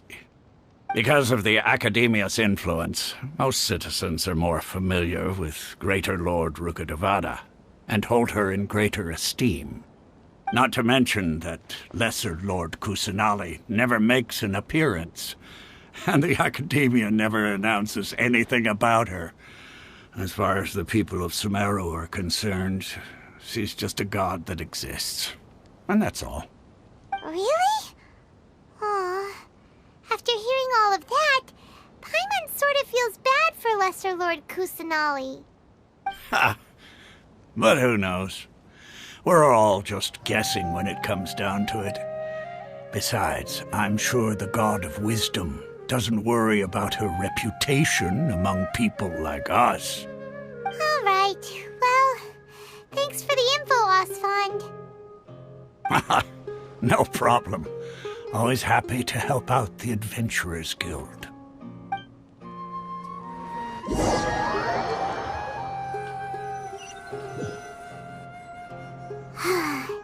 Seems Osfond was right about most people's attitudes here. Not only are they not interested in the Dendro Archon, they even say stuff like, if the Akasha doesn't think I should know, then I don't need to know about it. We've been asking for information non-stop ever since we got to Sumeru. But the harder we try, the more helpless everything seems. Isn't there at least one person in this entire city who cares about Lesser Lord Kusanali? Oh, you two are interested in Lesser Lord Kusanali? Huh? Who are you? From the sound of it, you two are Outlanders who recently arrived here. You've been asking around for information on Lesser Lord Kusanali, right? Oh, I'm sorry. I forgot to introduce myself. I'm Dunyarzad, one of Lesser Lord Kusanali's faithful followers. Whoa, really? Then do you know how we can meet with her? I'm afraid I can't help you with that. But your conversation earlier did happen to remind me of a legend about the Dendro Archon. Sure. It goes like this. Long, long ago, there was a man who heard a prophecy. It predicted that a great calamity was about to befall him. Panicked by what he heard, the man sought out the Dendro Archon in hopes that she would bless him with the wisdom to help him escape his predicament. The man journeyed across deserts and through rainforests and experienced tribulations of every kind. However, he still couldn't find any trace of the Dendro Archon. In despair, he thought, alas, the Archon has abandoned me. He then had no choice but to sorrowfully resign to his fate. Okay, and then what happened? And then, the calamity came. But to his own surprise, the man felt somehow emboldened by the trials of his journey. By relying on his own strength, he managed to overcome the adversity. At that moment, a bird perched upon his shoulder. This bird was, in fact, an avatar of the Dendro Archon. She said, "O Archon Seeker, do you now understand? She and her wisdom have long been found by you. Along your journey, we were in every flower and blade of grass, every ray of sparkling sun, and every breath of dancing wind. So long as you continue to think and ponder, we'll be wherever you go." Yeah, thanks for the story! Paimon feels all warm and fuzzy inside after that. In a way. It seems like this story is also one of the Dendro Archon's avatars. Dunyarzad, since you worship Lesser Lord Kusanali, can you tell us anything else about her? Of course. So did you two know that, I'm terribly sorry, but it seems something's come up now. Let's chat another day.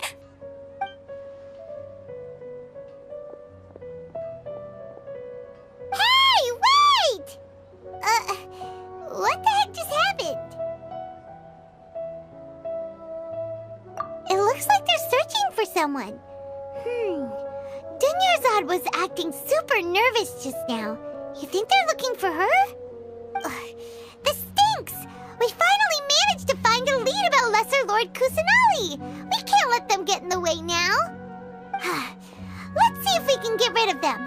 Then we can catch up with Dunyarzad. Hey, have you two seen a brown-haired girl wearing a purple top and a long blue dress? We're looking for her. Did she have bandages wrapped around her wrists? Yes, that's her. Did you see which direction she went? Yeah, she went that way. Quick, after her!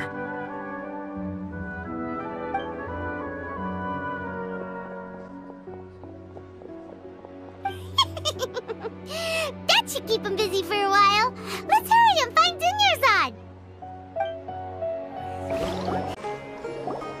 There you are, Dunyarzad. We thought you might have been long gone by now. Oh, it's you two. Oh, you startled me there. You can relax now. We threw those people looking for you off the trail. Really? Thank you so much. Unfortunately, I believe there's still more of them out there looking for me. Uh-oh, looks like there are some coming this way. Huh? More of them? Then what are we standing here for? Run! No, wait, my body isn't in the best shape. It's difficult for me to run. Okay, sounds good. There's a tavern on the other side of the port we can go to. They probably wouldn't expect me to hide in a place like that. All right, let's move out. Stay behind us. We'll keep an eye out for anyone looking for you.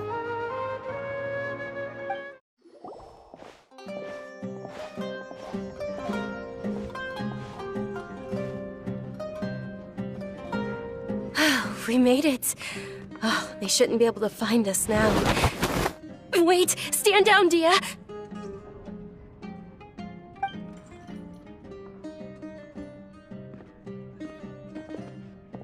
My lady, who are these two? They're travelers that I met on the street just a moment ago. They happened to notice that you were all searching for me, so they helped me hide. I see. In that case, you two should scram. There's nothing here for you. Wait a sec! Who the heck are you? And why are you shooing us away? I'm Miss Dunyarzad's bodyguard, here to see that she returns home safe and sound. My lady, let's get going. You've been gone for so long that your parents are worrying themselves sick. And if I refuse to go with you? It'd be easier for the both of us if you cooperated. But if you insist on not going, then I'll have to carry you like a sack of potatoes. Hey! Dunyarzad already said she doesn't want to go back. Why are you still pushing her? Stay out of this. You don't understand the situation. Sorry, my lady. Even though I'm your bodyguard, your parents are my employers. I have to answer to them. How much? Wait, what? How much more do I have to pay you to become your employer? So you never listen to my parents ever again. Double? A triple? Give me some time and I'll get that much. My lady, this isn't about Mora. I don't know what you think of us Eremites, but let me say this. I like Mora, but I'll never go against my principles. That's why I'm here looking for you. Sure, it's an order from my employer, but my conscience was also telling me it's the right thing to do. And knowing your health, carelessly running around like this is gonna hurt ya. For the sake of those who love you, don't be stubborn. No, you're wrong. I'm aware of my limits and I know what I'm doing. Honestly, the only people being stubborn right now are my parents. And they know perfectly well that it makes no difference if I'm at home or not. They still won't accept reality. And every time I bring this up, they just change the subject. Dia, you've been living with us a long time already. This should be old news to you.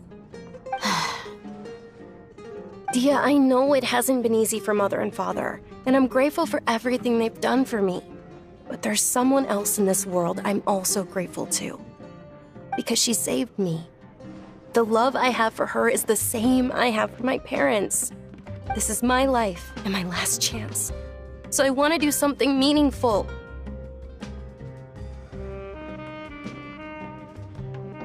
My lady, are you sure what you're doing now is meaningful? Yes, I'm sure. At least, it is to me. Fine, I won't ask you to return home anymore. But let me make something very clear.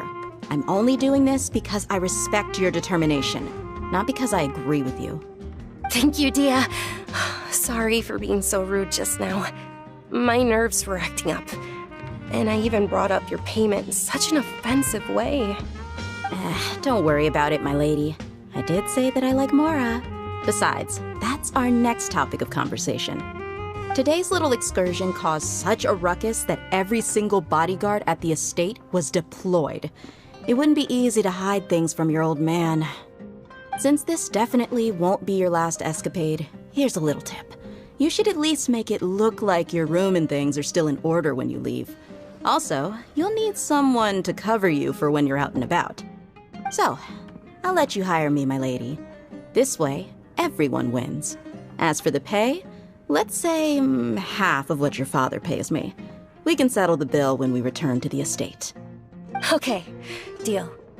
Yay! Looks like they've reached an understanding.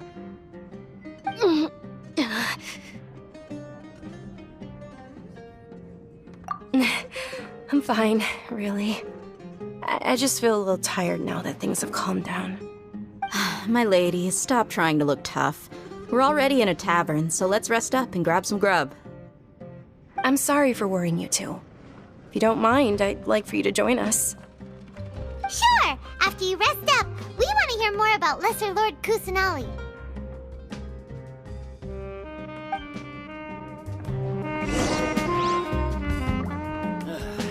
You just can't beat the atmosphere here. Ha! Well, if it isn't Dia, haven't seen you in nearly half a year. Word on the street is that you're a bodyguard for the Homayani family now. Ha! Don't you find that kind of work boring? Nah, you get used to it. How about a menu over here? You got it. Huh? Isn't this little Miss Homayani herself? We don't get to serve personages like you very often. We'll be sure to prepare our very best. Thank you, sir, but there's no need. I don't have a lot of Mora on me, and I really ought to save as much as I can. But please bring these two the best food you have. They're my new friends, so I want to be a good host for them. Wait, we're paying for ourselves now? Aw, Paimon kinda wanted to try something fancy, but we aren't exactly loaded. Guess Paimon will settle for something ordinary. How about our coconut charcoal cakes? They're our signature snack, and they run cheap. Look, other customers over there are eating some now. They look kind of burnt and dry. Paimon will pass. Hey, come on! Paimon has personal preferences too, you know. Dunyarzad, we asked a lot of people when we first arrived, and almost nobody was interested in Lesser Lord Kusanali. So, what made you want to follow her? Well, remember when you asked me if I knew how to meet the Dendro Archon? Even though I don't know how, I think I've actually seen her before. Huh? Really? Yes, it was when I was a child. At the time, my illness had kept me bedridden for the better part of a year. I was stuck inside and couldn't make any friends, and my parents did their best to find treatments for me. But even then, the Akasha didn't have any helpful information. My younger self no longer had any hopes or dreams. One flare-up was so bad that I was in a semi-conscious state for several days. Then one night, I woke up alone in my room. I was terrified. My body was paralyzed. Even if I cried, there was no sound. At that moment, an ethereal voice spoke in my mind. Dunyarzad, don't be scared. You don't have to cry. Dunyarzad, don't be scared. You don't have to cry. Who are you? How do you know my name? How do I explain this? You might not be able to understand, but actually, I know everything about you. Really? Of course. I know that you're scared of thunder, that you hate taking medicine every morning, and that you love counting the petals on your mom's skirt. Wow, you really do know everything. Dunyarzad, is there anything you want? Want? Not really. I can't go anywhere or do anything. Huh? But aren't you a child? All children have wishes. Tell me what you want, and maybe I can make it happen. But can you make my illness go away? Oh. I'm sorry, but I'm not powerful enough to do that right now. Then, can you be my friend? After that, the voice said, "Okay, I'll be your friend."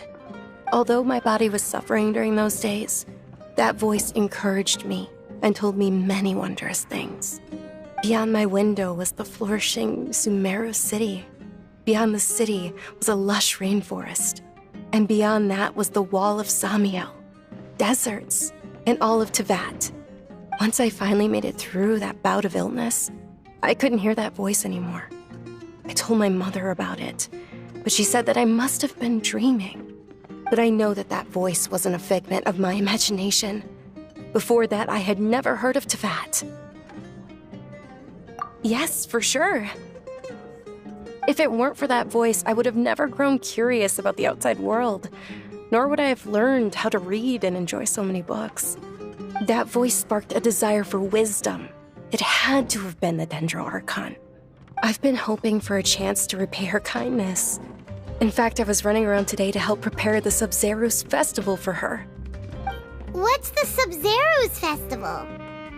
It's Lesser Lord Kusanali's birthday, which was the day that she was found by the sages. It's actually an old holiday that originally celebrated Greater Lord Rukkhadevata's birthday. When she passed away, the holiday eventually became a celebration of the Lesser Lord's birthday. I heard everyone was overjoyed when they welcomed her back to Sumeru. In those days, the festival was a huge deal.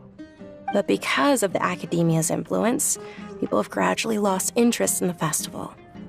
The Academia actively participates in Sumeru's many holidays dedicated to Greater Lord Rukkhadevata. But when it comes to the Sub-Zerus festival, forget any funding. They practically act like it doesn't exist. Maybe they see Lesser Lord Kusanali's birth as confirmation of Greater Lord Rukkhadevata's death, so they're reluctant to celebrate it. Aw, but that's awful. It is. It's absolutely terrible. Sure, the Greater Lord founded Sumeru, but hasn't Lesser Lord Kusanali been the one quietly protecting us for the past few hundred years? Just remember that we're still out in public. Don't get too carried away now. I know that people over by the Grand Bazaar still hold the Sub-Zerus festival to this day. But I hadn't met any of them before, so I was never able to contribute. But recently, I made a friend there who also follows Lesser Lord Kusanali.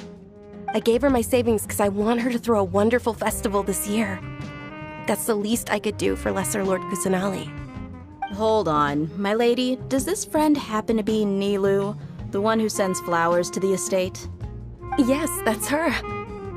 I saw her leaving the other day with a nervous look on her face. It seemed like she was hiding something in her arms. Did you give her something? Yes. Initially, I didn't have much more prepared, so I had Nilu sell one of my skirts. I've agreed with Nilu to meet up at the Grand Bazaar today and see how things are coming along. Dia, would you accompany me?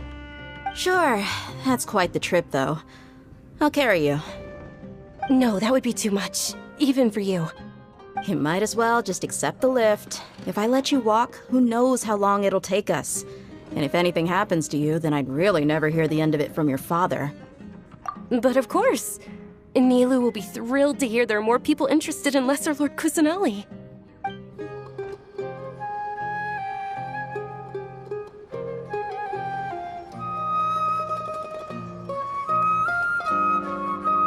Sorry I'm late, Nilu. Oh, Dunyarzad.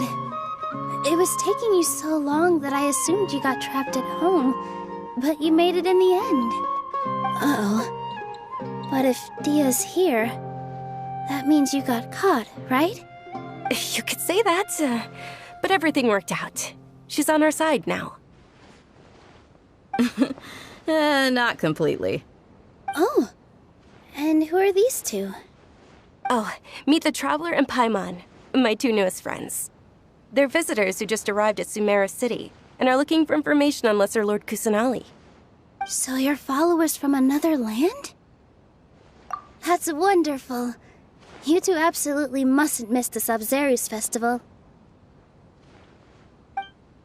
By the way, Dunyarzad, we've already started decorating the Grand Bazaar. It looks spectacular. Thanks to your generous contribution. You're very welcome. It's the only thing I could do. Do you still have enough Mora? Probably? But don't sweat it. We've already finished renovating the stage. Come on, I'll show you.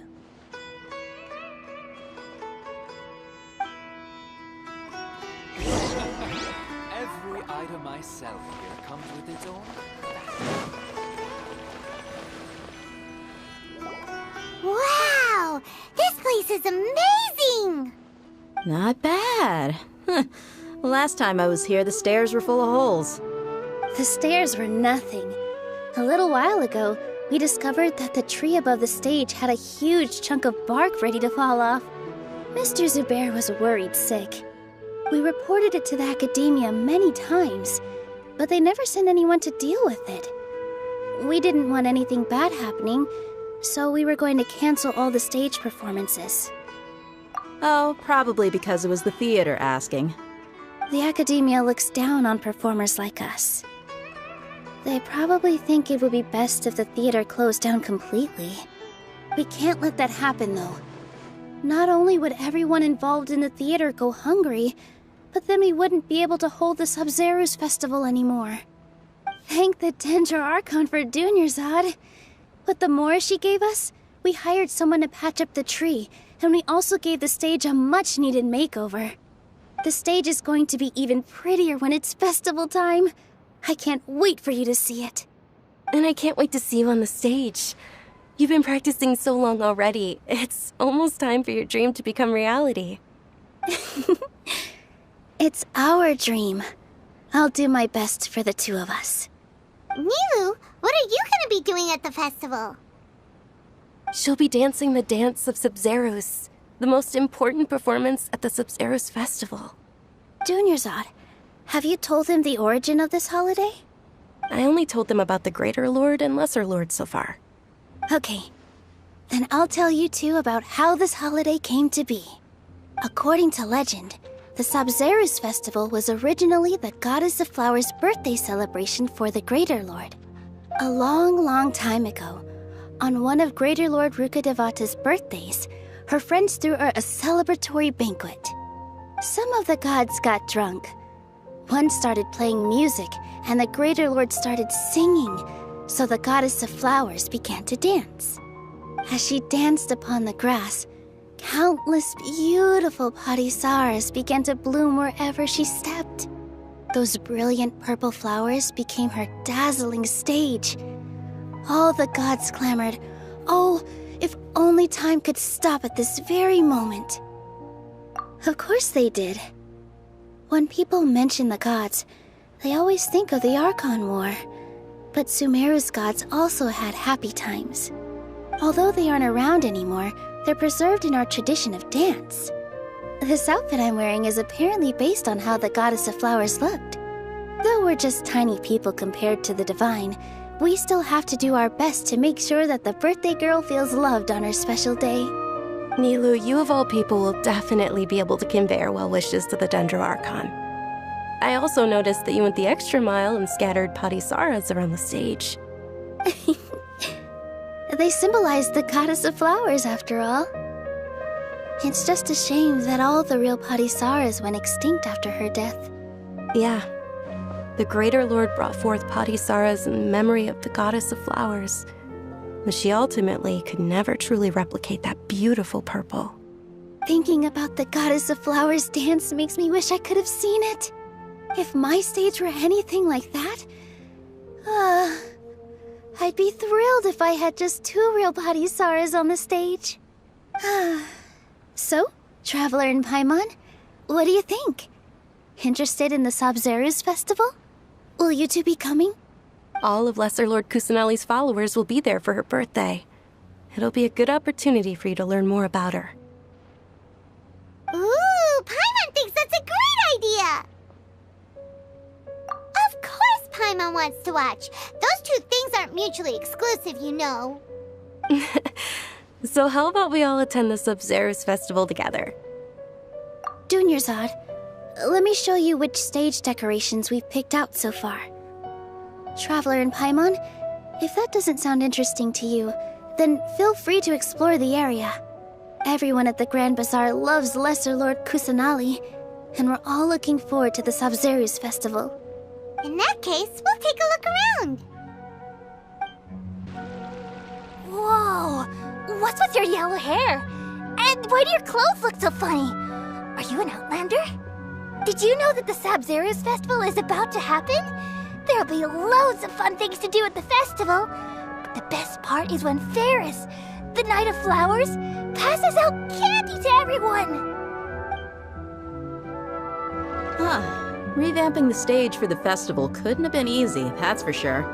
I bet this year's festival will be one to remember. I don't know much about the Grand Bazaar, but I do know that the residents here have a penchant for song and dance. Two things that the Academia doesn't particularly approve of. Oh, and the perfume sold around here is a lot better than what you'll find elsewhere. The fragrances are longer lasting and they're gentler on your skin and... I mean, that's what I've heard at least. Dancing at the Sabzeruz festival. You know, I also danced when I was younger. As a child, I even asked my grandmother why we performed the dance for the Lesser Lord when it was originally done to honor the Greater Lord. My grandmother said that Greater Lord Rukkhadevata is a beloved deity and honored by all. And Lesser Lord Kusanali is too. If the Goddess of Flowers ever knew Lesser Lord Kusanali, then she would certainly have wished to be her friend and hold celebrations for her too. The Sabzeruz festival has been losing its appeal over the years. That is, until a wealthy benefactor stepped in this year and brought the festival back to life. I heard she forked out a lot of mora to make it all happen. Things are really shaping up, and there's a buzz around the festival this year. We're expecting people from all over to come by this year and buy things during the festivities. Don't be fooled into thinking that Sumeru City has the best of everything. Some festival snacks are only offered here in the Grand Bazaar. And when it comes to musicians, dancers, or singers, the Grand Bazaar's got the best of the best. Sure, those folks at the Academia might not like it, but what's a festival without song and dance? Milu, your outfit looks amazing. There's also something different about you from when we first met up. I thought I'd add a little extra pizzazz to my dress for the festival. See? Wow, did you sew all that yourself? Uh-huh. Sewing is a fundamental skill for everyone in the theater company because we make all our own costumes. Did you know that Mr. Zubair not only can make costumes, but props too? I've noticed that you can't keep your eyes off that crown over there. Would you like to try it on? May I? Of course. The legends say that the Goddess of Flowers had beautiful horns on her head, so this crown was made to reflect that. Dunyarzad, you look absolutely stunning with it on. It's like I'm looking at the Goddess of Flowers herself.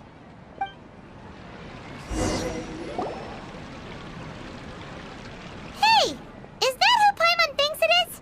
It looks like Catherine.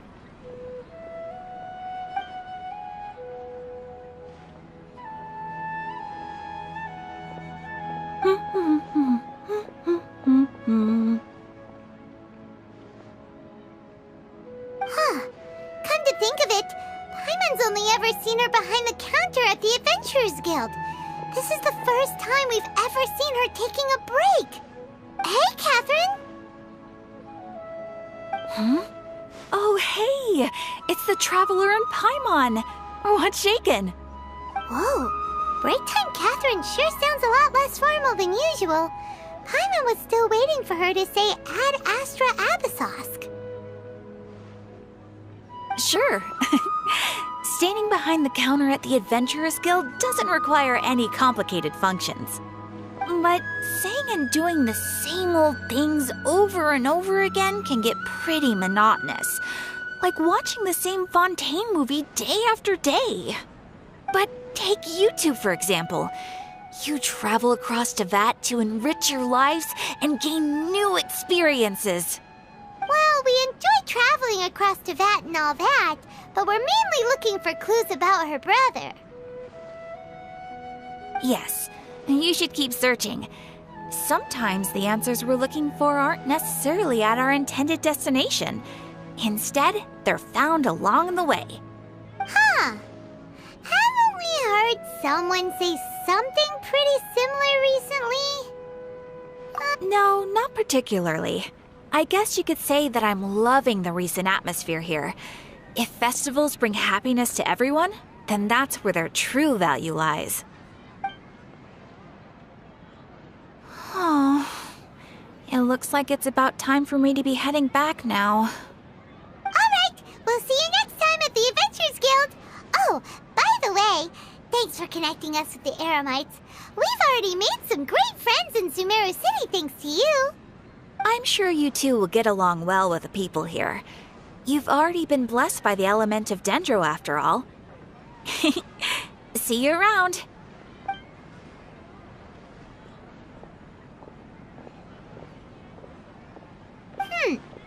There's something really different about Catherine today.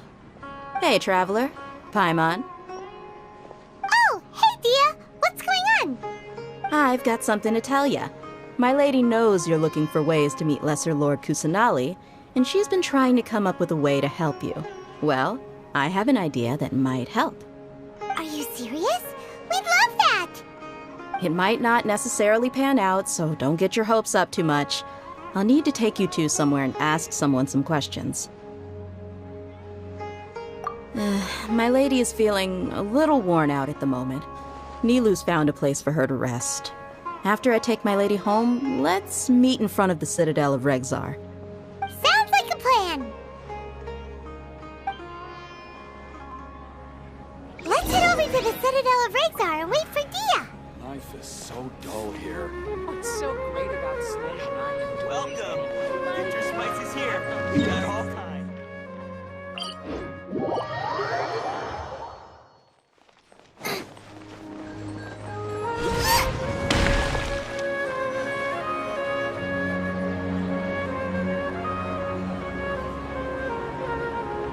Sorry, I'm late.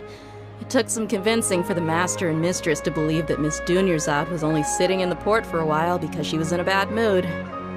Anyway, I guess I should be thanking you. I haven't seen Miss Dunyarzad that happy in a long time. If it wasn't for you two, she probably would have been caught and dragged back much earlier. You sure sound a whole lot nicer than when we first met, Dia. Who would have thought you had such a soft spot for Dunyarzad?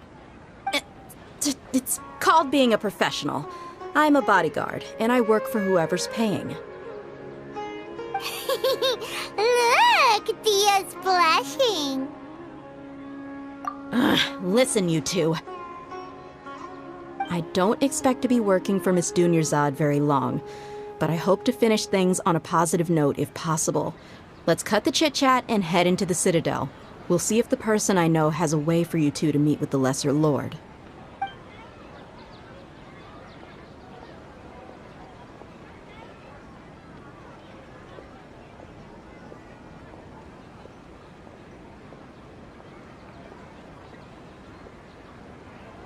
Oh, hey, Chief.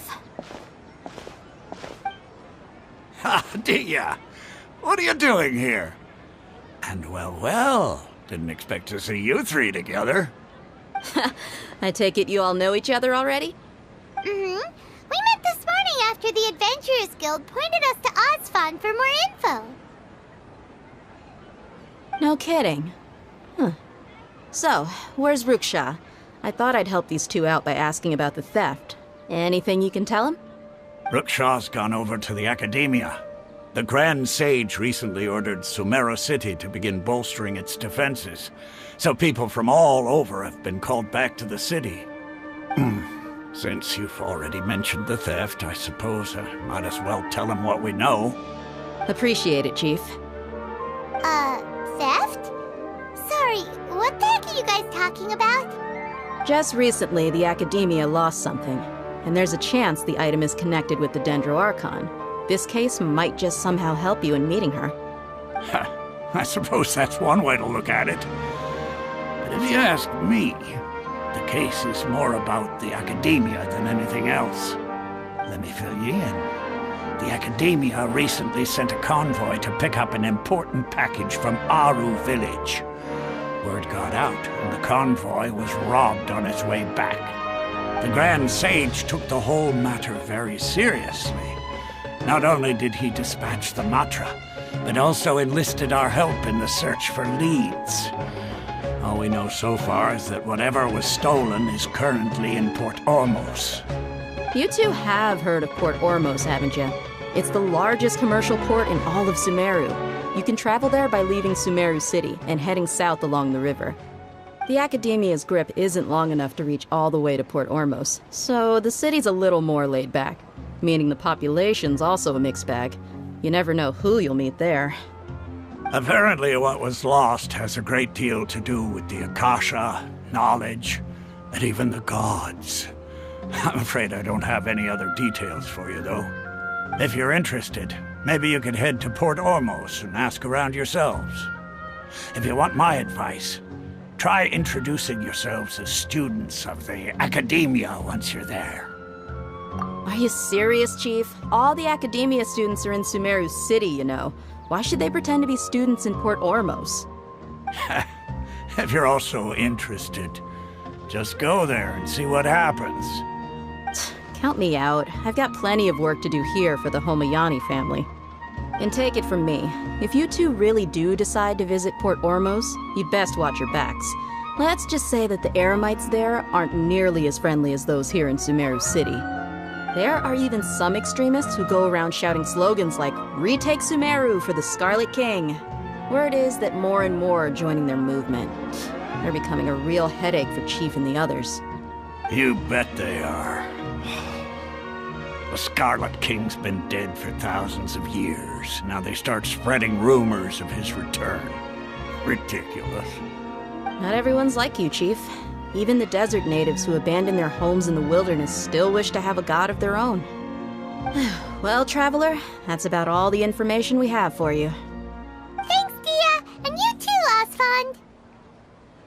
Since we've gathered all we could for the moment in Sumeru City, let's head to Port Ormos and see what we can find next. Miss Dunyarzad is looking forward to seeing you both at the Sub-Zeru's festival, so be sure to get yourselves back here in time for that. Good. Then we'll see you both at the Sub-Zeru's festival.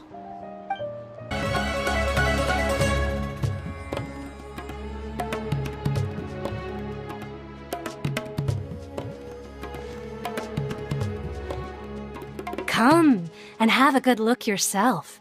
Traditional spices of the highest quality, made with pride and experience. You've got a deal. I can't thank you enough for always looking after my business. Believe me, I'm not making this up. Several Eremite mercenary groups are nearly in open conflict, but does the core of 30 care? And that's not all. Did you know that... Wow! Talk about hurly-burly! This place is busy! Guess that's only to be expected for the largest port in Sumeru.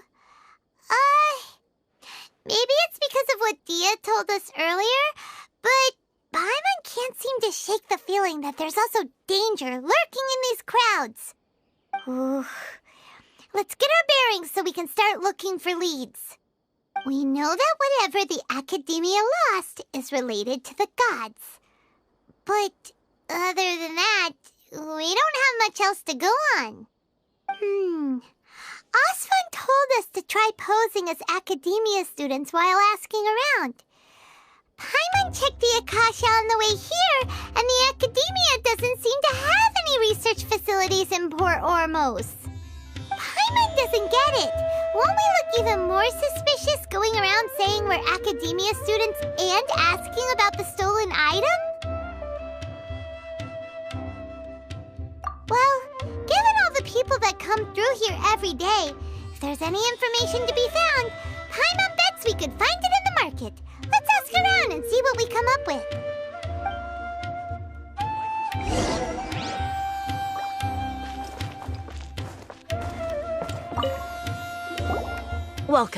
welcome. How can I help you two? Hi there.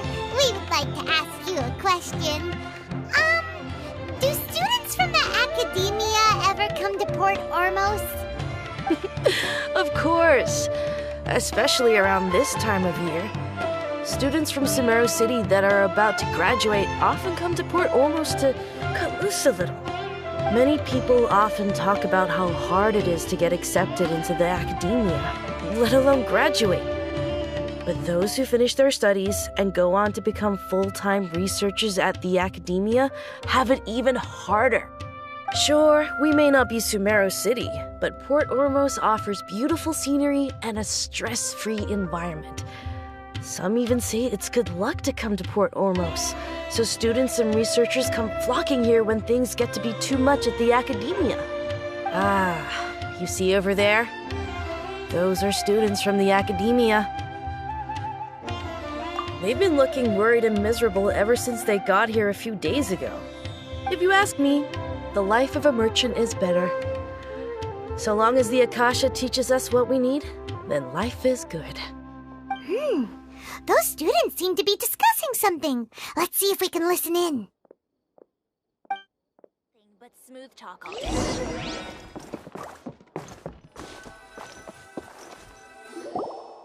It's no good. I've tried asking around, but I haven't been able to learn anything useful. Not to mention that a bunch of scary-looking Eremite mercenaries have been posted along the streets now.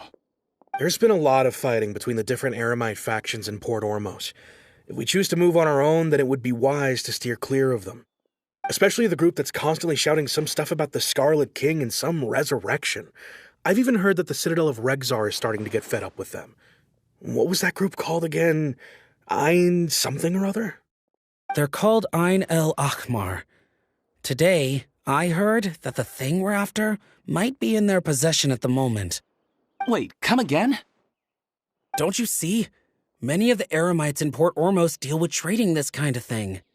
They're usually pretty wary of outsiders, but not so with students of the Academia. It's because the kind of goods that students are looking for aren't the kind of goods that Eremites are after. As long as they know you're a student, then deals can be made. I've heard that Ein al-Hakmar likes to set up shop at the Jafar Tavern. Supposedly, if you're willing to part with 500,000 Mora, they'll give you info on anything. Wait, did you say 500,000? If information alone costs that much, then how could we ever afford to buy what we're looking for? I guess we might as well give up on trying to graduate this way. I wouldn't worry too much. Our field of research is very niche. Who else could possibly be after that kind of shady knowledge? I bet it's practically worthless to anyone aside from us. Well, I guess that makes sense. And the only thing left for us now is to find a way in. Why don't we all just pool our money together and pay for the information? Whoa! Did you hear that?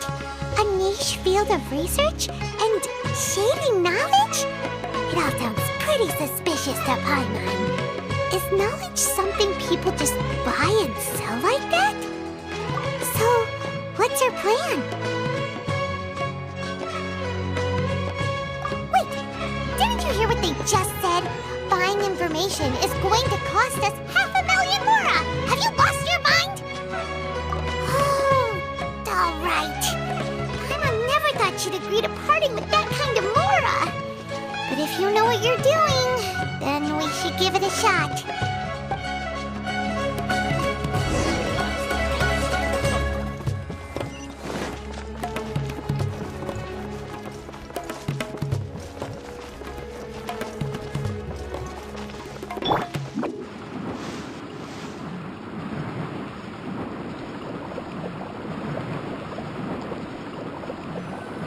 This is the place we heard those students talking about. Oh, you've arrived. Please, take a seat. So, they think that they can go toe-to-toe with the boss? Ha! Once we reclaim the power of the Scarlet King, they'll be the first that the boss punishes. They're nothing to be afraid of. Our main rival now is the Caracal Battalion. They've also amassed a significant amount of Mora this time, so we mustn't underestimate them. How can the Caracal Battalion compete with the boss when they're nothing but a bunch of money-grubbing opportunists out for a quick mora? Yeah, with Boss's fervent devotion, he'll be able to use this power to bring our god back this time. Huh. All these guys talk about is the Scarlet King, so they're probably the ones we're looking for. Greater Lord Ruka Devata. That traitor and her followers must not be spared. The day will come when the Scarlet King exacts vengeance on Sumeru, and all of them shall be punished. Yeah, Paimon was wondering what they meant too. We should ask about that if we get the chance later. How can there be Kairagi here? Huh? Who are you? What do you want? A student? What's a student from Sumeru City doing in Port Ormos? Ah, well, if it's info you want, you've come to the right place. The question is, can you afford it?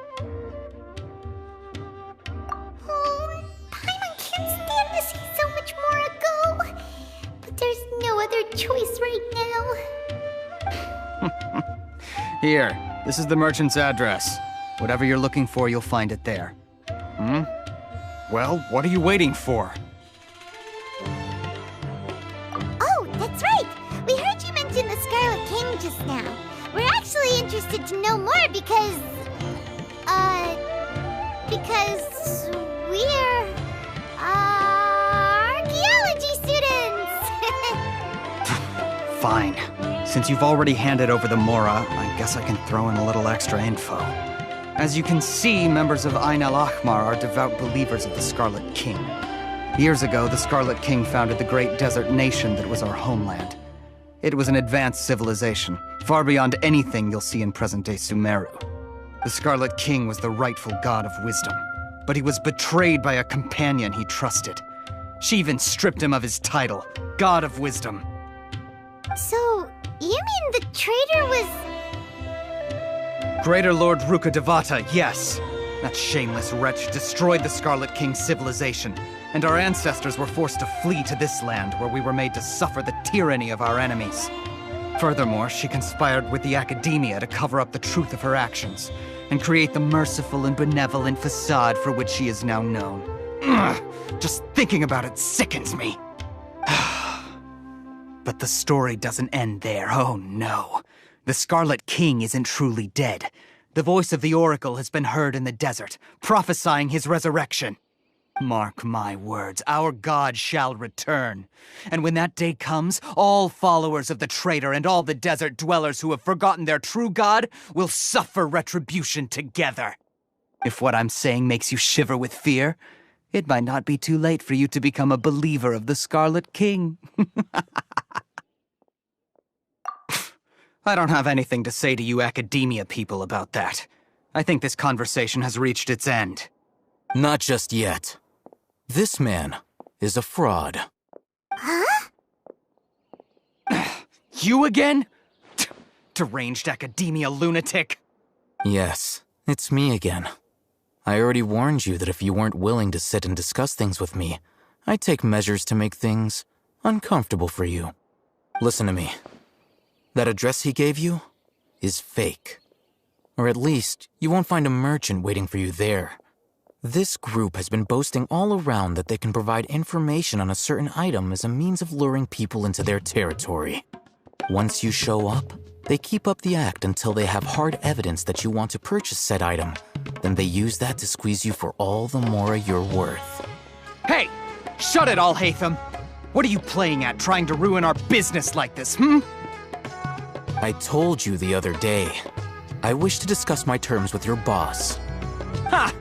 The boss made it perfectly clear that he won't negotiate with you. Yes, and in no uncertain terms. But that was then. It does not preclude him from changing his mind in the future. I'm warning you. Don't push us, or this could get ugly.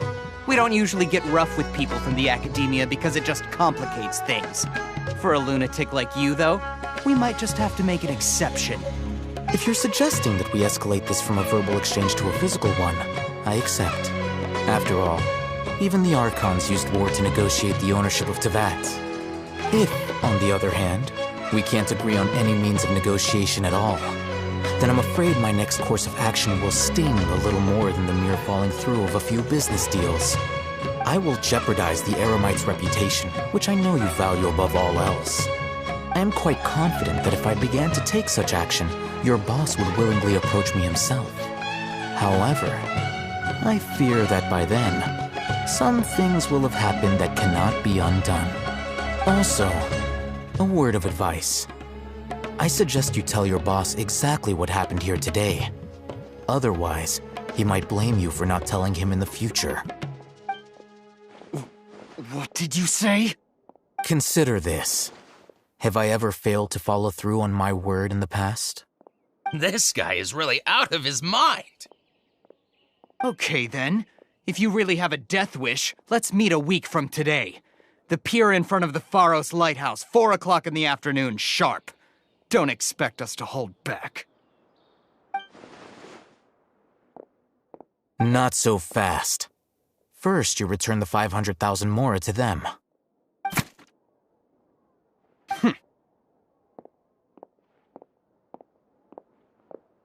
Please, I beg you, don't provoke them. We can't afford any trouble with this crowd. They haven't even paid for their food yet. Ah, Mr. Iman.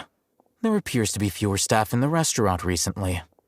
This wouldn't happen to be because they're all busy spreading the word to the students, would it? Well... Someone who chooses to do business with a group like that really can't afford to get so flustered the instant someone confronts them about it. Consider the meal compensation for our silence. I'd say you're getting an excellent deal. Whoa, did you see that? He not only got us our Mora back, but sent the Emirites running too! Plus, he seems to know a lot about what's going on around here. Let's catch up with him and ask some questions! He went that way! After him! Just the shipping schedule.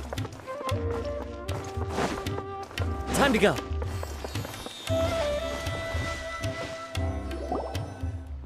Wait up! It's Al-Haytham, right? What do you want? No need for thanks. My goal was to get to them, and you two gave me just the opportunity I needed. We're even. Oh, I advise you to keep your distance from them.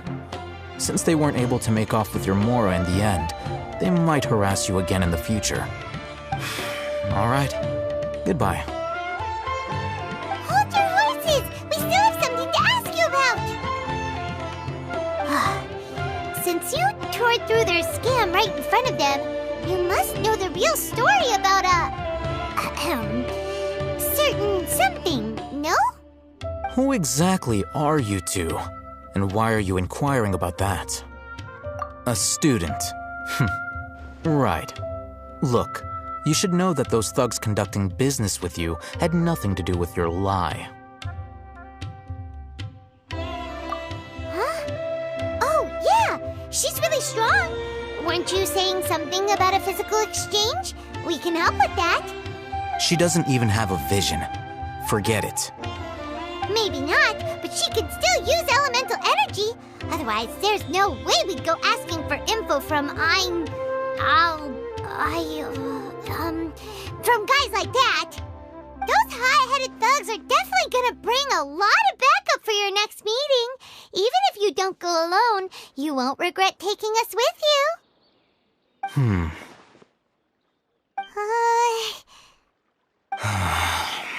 All right, I accept. Got a pen and paper? If you're searching for someone who sells that kind of merchandise, I'll give you one of their addresses, and you can try your luck. We'll reconvene at the appointed time by the pier. It doesn't matter if you show up or not. So, since you were happy to give us this merchant's information, does that mean you can tell us exactly what we're after? You were willing to part with 500,000 mora for something and you didn't even know what it was? Okay. Well, if you truly are as skilled as you claim, then you can beat the answer out of them when they become hostile. Look, if you've been making inquiries, then you have to know something by now. Tell me what you know so far, so I don't waste time repeating information. We know it's connected to the academia somehow, and that not only do the Eremites deal in it, but some students want to get a hold of it too. What else? You know almost everything there is to know, but you're unable to compile this information because you've never seen the object before. This is what you've been looking for. Huh? Paimon can't tell what it is. It looks like some kind of ornament. This is a knowledge capsule. To put it simply, it's a vessel that can store a fixed quantity of canned knowledge. It's like a miniature Akasha. Anyone who links it to their personal Akasha terminal instantly becomes privy to its contents. Correct. Anyone. Unlike the Akasha, which heavily regulates who can access what information, knowledge capsules confer their contents without any requisites. That's amazing! It's essentially a convenient and harmless vestibule for knowledge. Unfortunately, it's illegal in Sumeru to privately possess or trade them. They were created as a means for scholars to transfer knowledge gained from Irminsul into the Akasha, and are intended to be destroyed immediately after use. But despite strict regulations, some of these knowledge capsules will always escape destruction. After all, there will always be those in this world who are dissatisfied with life as designed for them by the Akasha and wish to change their fate. Over the past century, a wide variety of canned knowledge has been leaked from the academia. Now, in Port Ormos, the valuable ones are a means to Mora for the Eremites. Meanwhile, those which the Eremites deem to be useless to them occasionally prove useful to the common citizens and hapless academia students. Well, I think that about sums it up. Oh, so that's your true objective. With our current arrangement, I don't believe I can offer an answer. You're still resolved. Fine. Let's talk somewhere with fewer people. Fruits and veggies. Quantity and quality.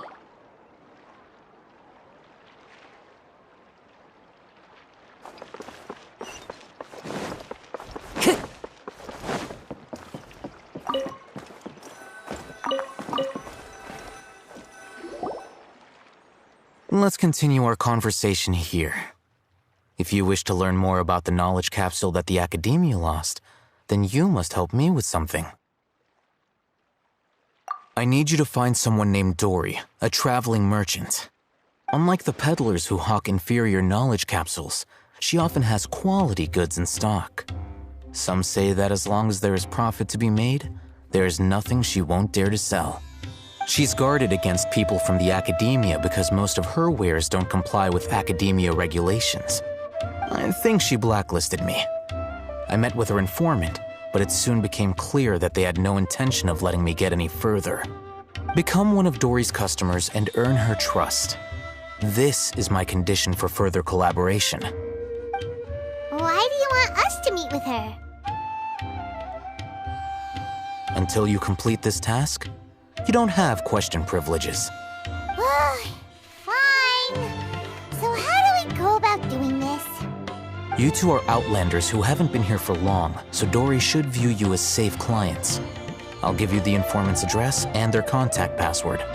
Beyond the password, though, I have no way of knowing what other tricks she might have up her sleeve. You'll have to improvise. This is kind of nerve-wracking. The true challenge begins after you meet her. She has a keen nose for Mora and a shrewd eye for wares, and she only likes customers who she deems to have good taste. I'll prepare some funds for you. Buy her highest quality wares and earn her approval. What? We only just saw a knowledge capsule for the first time! We don't know how to tell which ones are good and which ones are bad. Is that something we can learn quickly? That's true. Have you two heard of elemental sight? Oh, that's a surprise. Guess I'll have to hold you in higher regard. Anyway, that ability should resolve your issue.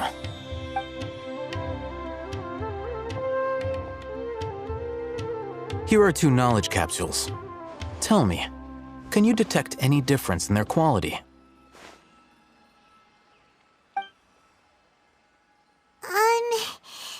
They look the same to Paimon. Try inspecting them with elemental sight. How'd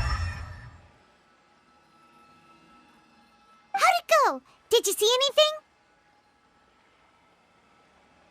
Rumor has it that higher quality knowledge capsules generally appear brighter when viewed through elemental sight. That's because knowledge originates from Irminsul, the root of Dendro power itself. The more powerful the knowledge, the richer it is in Dendro energy. However, some canned knowledge with a high concentration of elemental energy is of little use in contemporary times, so those capsules are of little value. Using elemental sight is merely a stopgap measure, but it should suffice for earning Dory's trust. That sounds pretty impressive. Here's a sheet with the informant's location and contact password, and here is the mora for purchasing canned knowledge. Don't be cheap. You'll need to spend to catch Dory's eye. If there's any mora left over, just keep it. Oh, and be sure to exercise some caution. There have been Matra present in Port Ormos lately. Your efforts will be for naught if they catch you. Matra? They belong to the Academia's regulatory body. They also handle cases of illegal canned knowledge transactions. Like I said, the Academia has banned both their trade and possession. The Matra are razor sharp. You're in for nothing good if they lock their sights onto you. If you 2 want to back out, now's the time. Okay, then we have a deal. If you succeed in your dealings with Dory, come find me at the Wikela Funduk. We'll have an open discussion then.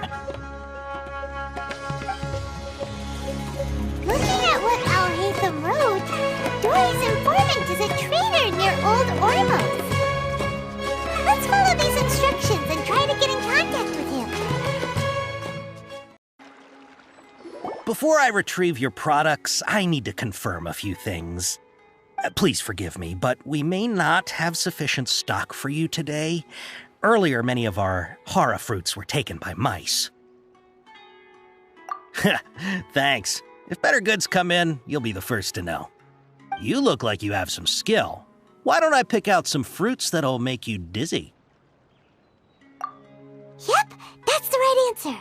But eating hara fruit that makes your head and ears ring sounds like a bad life decision. Would you like your hara fruits to be packaged in the Sumeru City or Port Ormos style? Wow, you 2 sure are generous customers. We'll be sure to package your products beautifully. Okay, everything has been confirmed. Miss Dory is waiting for you up at... Shoot, it's the Matra! Run! What? The Matra? Where?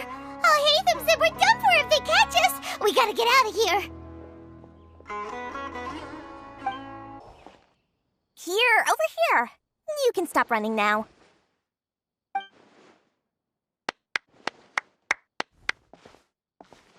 So you were the one who was calling out to us just now. But, are we definitely gonna be safe here? These 2 good customers wish to buy some hara fruit, Miss Dory. And if there's nothing else, I'll just excuse myself. Oh, very good. Thank you. Huh? Wait, you're Dory? Paimon sure thought you'd look a whole lot scarier. Hey, what are you trying to say, Princess Pea-Brain? I can be scary enough when I need to be, believe you me. If you don't watch what you say, then you can forget about doing any business. But it seems you 2 have actually done pretty well so far. Not only did you manage to find the informant, your reactions were also pretty sharp. You don't really look like criminals or anything, but I bet my Mora that you've been involved in some shady dealings, haven't you? Paimon's not sure if that's supposed to be a compliment, but we'll take it. I can't risk doing business with people who start huffing and puffing after just a few paces, no matter how much Mora they might have. Not only will they get caught by the Matra, but they'll also get us into trouble. as decent folks trying to run an honest business. We don't need any of that. Wouldn't you agree? So that's why I prefer to have customers like you. It's your first time here, but don't worry, I won't ask too many questions. Even if you wish to buy enough knowledge capsules to decorate your house with, please, knock yourself out. As long as you have lots of round, shiny Mora, then we're all good. Ah, yes, of course, of course. Go ahead, help yourselves. Voila! Wow, she has a trove of canned knowledge. Whew. She'd probably be in serious trouble if the Matra caught her with all this. What kind of products do you seek, my dear customers? Don't worry, I'm not interested in your reasons for buying.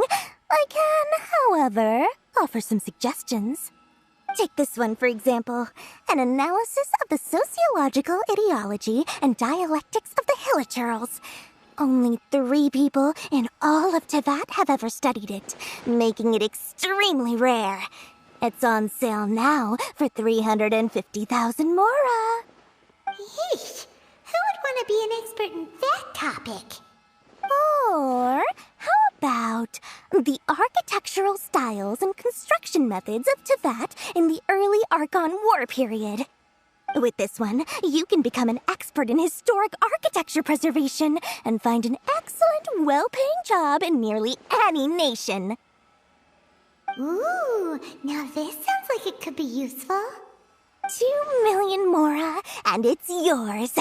No discounts. Whoa! That's a lot of Mora! Of course, you are free to pick whatever your heart's desire. The contents and price of each knowledge capsule are indicated in small text on the body of each one, down at the bottom. Alright, let's try the method that Al-Haytham mentioned.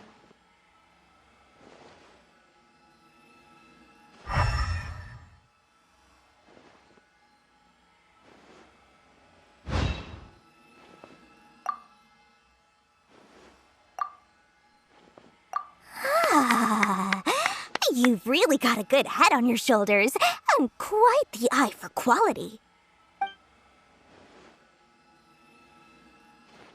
We'll take these, please and thank you. My oh my, you are blessed with a taste for both the exquisite and the extravagant. Customers like you are a rare breed. 1 in 100. No, 1 in 1,000 even. Listen, I have a special offer for you two. If you spend just 100,000 more, you can pick any knowledge capsule of your choice up to a value of 1 million Mora. Say what now? Hey, did you hear that? Spend another 100K and we get a capsule worth a whole million! But all the canned knowledge we just bought is easily worth 500,000 Mora. If we spend just a little more, we can get something worth 1 million Mora. Isn't that a fantastic deal? Think about it. We've gone to all this trouble to get this canned knowledge. And so far, everything we bought belongs to Al-Haytham. Aren't you even the least bit curious about how this whole canned knowledge thing works? We're talking instant knowledge here. Don't you want to try it yourself? Come on, come on! We still have around 100,000 of Al-Haytham's Mora left, so let's put it to good use by finding something useful for you. Ahem, you've got a deal, Dory! We'd like to spend an extra 100,000 Mora. Excellent! Then please, select from this fine collection of canned knowledge over here. Hold on a second. Paimon thought we could choose whatever we wanted. Why can't we choose the ones from over there? Oh, but my dear customer, the knowledge capsules over here are worth 1 million Mora each. I'm sure discerning customers like yourselves will be able to find something to your liking. Please, take your time. Uh-oh, Paimon has a bad feeling about this. Let's use Elemental Sight again to check these.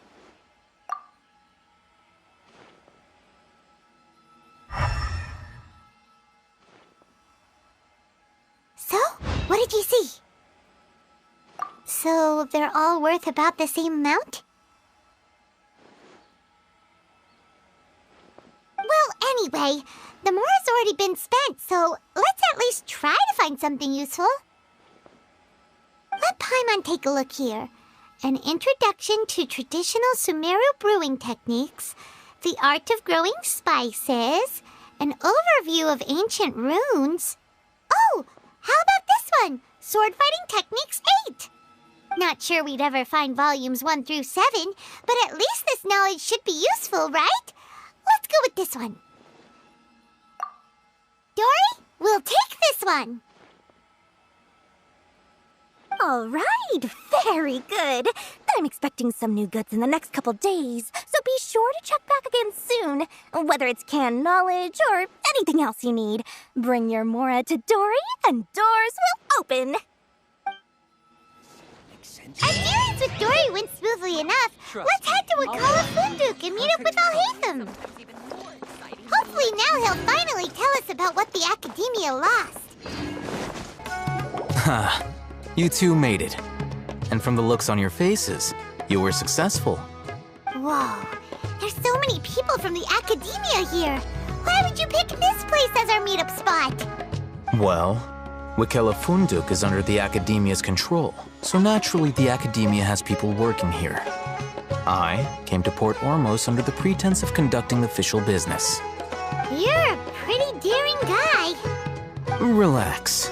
No one here is interested in anything we say, and the Matcher won't come here. Okay now, tell me how your encounter with Dory went. Okay, we did what you asked. So, can you tell us about the knowledge capsule that the Academia lost now? Before that, I have to ask, why are you two so intent on tracking it down?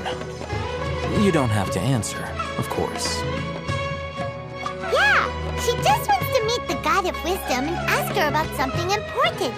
We've been in Sumeru for a while now, but we still haven't found a way. When we heard that the Academia had lost something that might be related to the gods, we came here in case it turned out to be our lucky break. In that case, you're on the right track. A short while ago, the Academia lost a knowledge capsule in the desert. It's supposedly a divine knowledge capsule.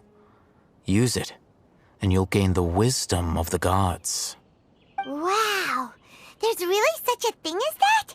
Hey, if we find it, do you think we could learn how to meet the Dendro Archon? Ooh, or even how to find your brother? I highly doubt it has any mystical properties, but it does indeed exist. And it's right here, in Port Ormos. So, where exactly? That's what we need to find out next. I won't deny that. I am investigating because I'm curious as to what the divine knowledge capsule truly is. As you know, the Eremites in Port Ormos also have their eyes on it. It is an extremely precious item. The knowledge contained within may bring great power or wealth to whoever has it in their possession. Several brigades have been vying for ownership of it as of late, but there is still no victor. My personal finances and connections cannot compete with those of the Eremites. After attempting various methods, I finally managed to reach a tentative agreement with several brigades. I agreed to forego ownership of the divine knowledge capsule in exchange for the opportunity to study it. After all, there's no harm in understanding what it is.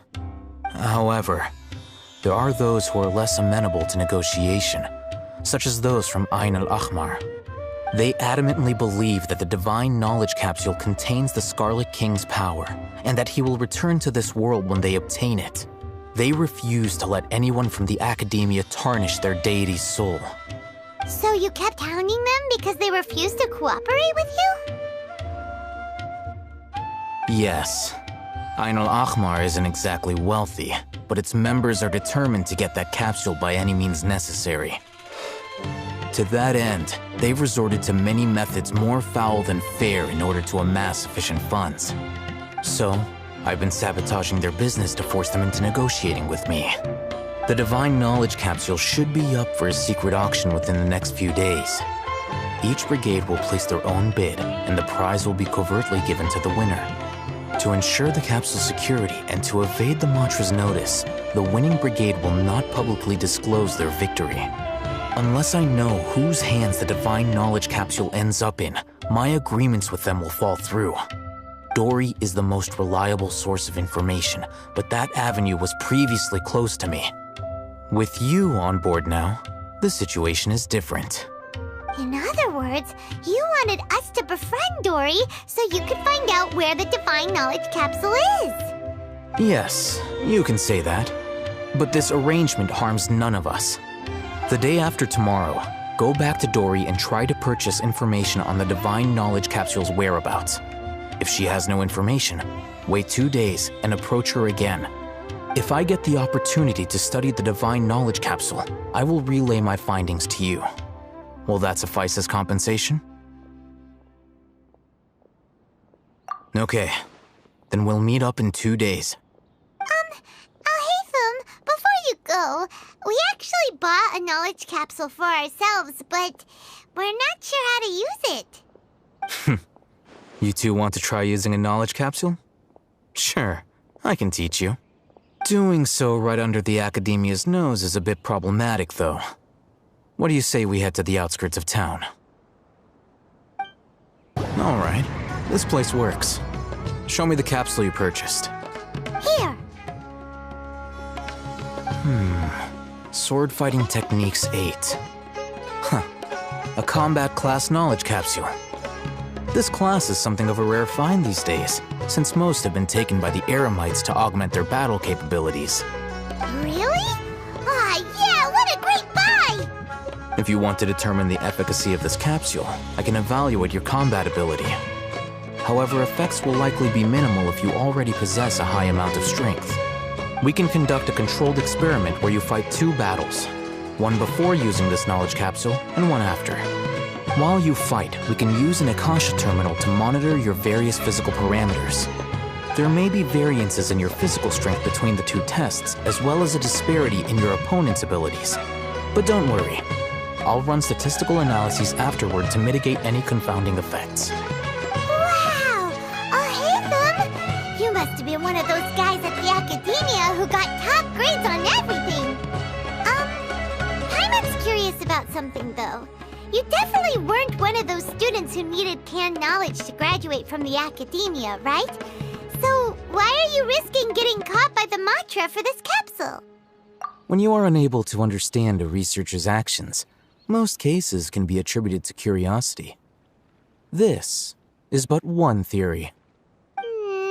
Sounds like you're trying to avoid the question. All right, let's begin the test. Just fight as you normally do.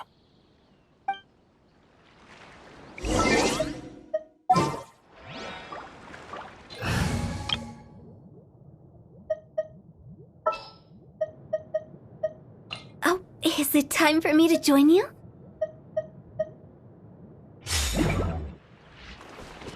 Time to go. I'm going in! Into the wind!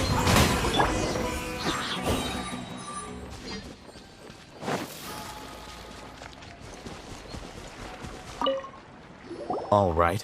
I'll link your Akasha terminal to record data. The next step is to use this knowledge capsule. Hold it in your hand. I'll help you establish a connection with it so you can activate its power.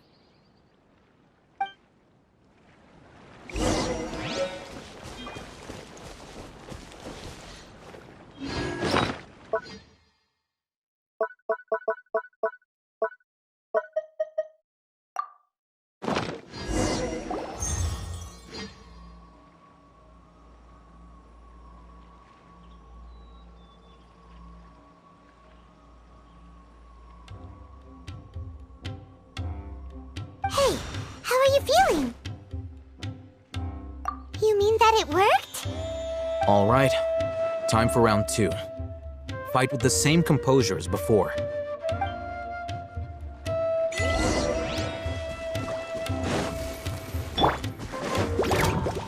One with nature!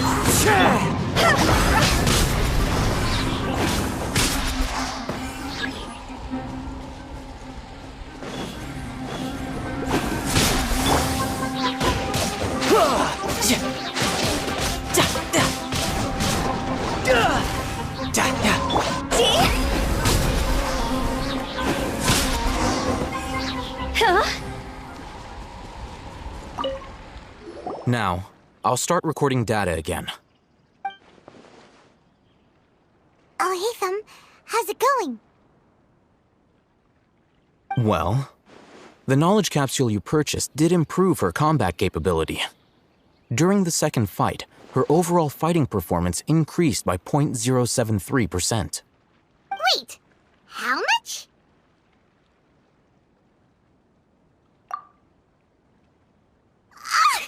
Dory's such a jerk! She totally scammed us! 1 million mora? This thing isn't worth a tenth of that amount!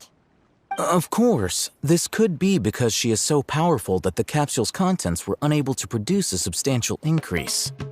At the very least, this test allowed me to gain more insight into you two. Our deal seems increasingly worth my investment. I'm heading back to Akela Funduk. I await your response in 2 days' time. This is Mora for when you ask Dory for information. Pay her as much as she requests. Here, over here! Oh, welcome back, my loyal patrons. What can I do for you this time? You name it. Canned knowledge, supplies, or anything else you need. I'll find a way to get it. Where there's a waterfall of Mora, there's a way. Can you really get us anything we want? Anything at all? Aha! So it appears that canned knowledge alone is no longer sufficient for your opulent appetite. Then please oblige me. Tell me what you have in mind. Oh! I knew customers with pockets as deep as yours would undoubtedly crave something more profound than ordinary canned knowledge. But you know, that kind of information isn't going to be cheap. After all, I had to work really hard to weasel my way into the auction site. Not to mention that if anyone found out that I was the leaker, I would be in big, big trouble. But how can we be sure your information is accurate? Paimon's curious how you just happen to have this kind of info the moment we need it. Because to me, anything of value is what I consider to be my supply. Therefore, I must always be aware of what's hot on the market in order to secure more sales. As for the information's authenticity, well, you've no need to worry about that. I used a camera to take a picture of the transaction. That way, no one can dispute it. It's always a pleasure doing business with such sterling patrons. Now that you've paid in full, here's the scoop. The Divine Knowledge Capsule was purchased yesterday by a certain Misery, the leader of Ain el-Ahmar. Ain el-Ahmar? You mean the Eremites who worship the Scarlet King? Ah, so you're already familiar with them. The group has done everything in their power to obtain the Divine Knowledge Capsule. After all, they believe it contains the power of the Scarlet King. That Divine Knowledge Capsule is unlike any other canned knowledge I've seen before. It was glowing bright red. The capsule is clearly visible in the picture I took. You can look for yourself. Thanks for the info, Dory. Please, it's my pleasure. It's all thanks to discerning customers such as yourselves that my efforts yesterday were not in vain. Please, don't hesitate to contact me if you ever need anything else in the future. Mora for Dory opens doors. Perfect color. Well, we figured out where the Divine Knowledge Capsule is. Turns out, it ended up in the hands of Ain el-Ahmar. Let's head back and talk to Al-Haytham. Al-Haytham, we got the info you wanted. Really? All right. Let's hear it. Dory even gave us evidence to verify the intel. Have a look. Huh, look at that. Clear as day. It must have taken some guts just to infiltrate the scene of the Eremites' transaction. But then to get close enough to take a picture like this. Bold move, Dory. Very bold move. All right. The person in this picture is indeed Misery, the leader of Ain el-Ahmar. And the glowing red capsule he's holding appears to be the Divine Knowledge Capsule. In which case, if we play our cards right, when we confront them next week, we should be able to force them to show their hand. At first, Paimon Paimon didn't get why you were provoking these Ein El Achmar guys. But now, it sort of makes sense. Everything's playing right into your hands. After we defeat them, we can finally have a serious talk with their boss and get them to lend us the Divine Knowledge Capsule. Thank you for your time and efforts. Take a few days off while I make some preparations. Let's meet up again on the afternoon of the arranged date, 3 o'clock sharp. See you then.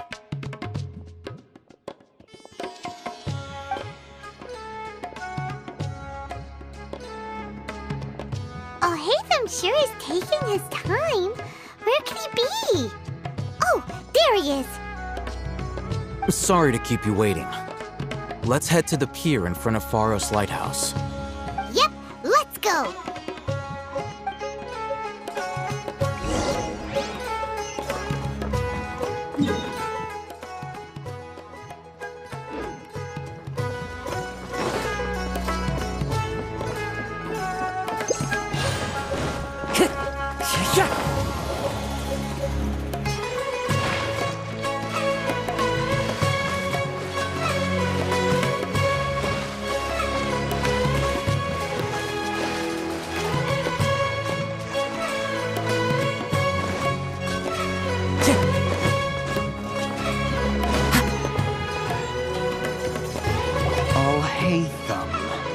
I knew you were crazy, but I didn't know you were crazy enough to actually show up. It was I who demanded that these negotiations take place. I was more worried that you might go back on your promise. But to your credit, it appears that you're sticking to your word. This is turning into quite an occasion. I also brought some backup. I assume you don't mind. Backup? Aren't you the brat from the restaurant the other day? You've come to support this lunatic because he helped you out? Fine, your funeral. I'm not going to mince my words. Once we're done with you, you'll be nothing more than fish food. Get 'em, boys!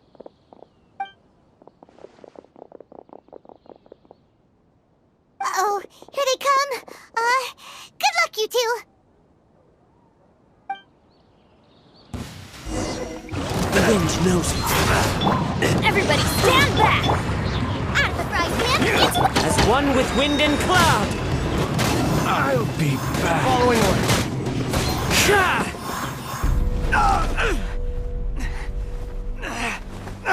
Academia scum!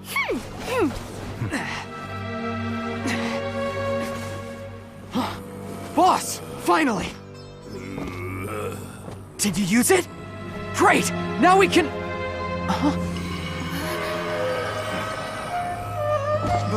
Boss?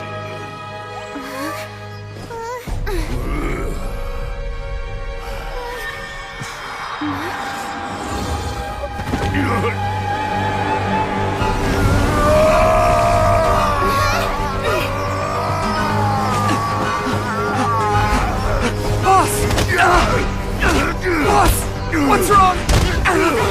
What happened to him? We have to cut his Akasha connection, now.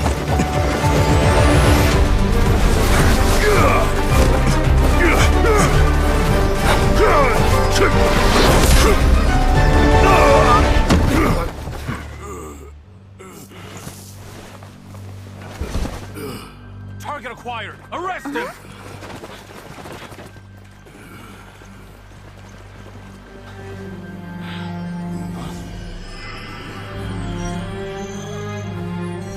Do not impede our work. Is that understood, Al-Haytham? Of course. I was only trying to help. Take him away!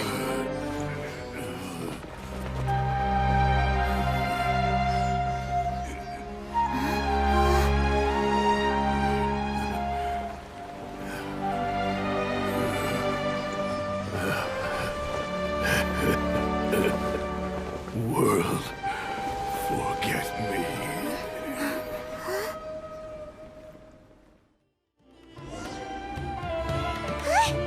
What in Tibet just happened?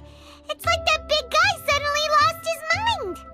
It looks like he used the Divine Knowledge Capsule. You mean the Divine Knowledge Capsule did that to him? Oh, yeah. You mean how some researchers go insane after getting knowledge from Irminsul? I've heard of numerous incidents of researchers in Satyavada life going insane. The state that man is now in suggests that this is a similar situation. This divine knowledge capsule does appear to be linked to the gods, but beyond that, it doesn't seem anything like the rumors suggest.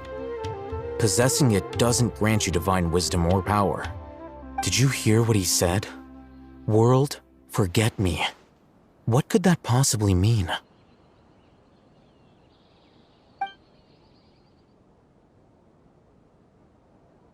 If the mantra took him away, then that means the Academia got the divine knowledge capsule back too. What a shame. We were so close.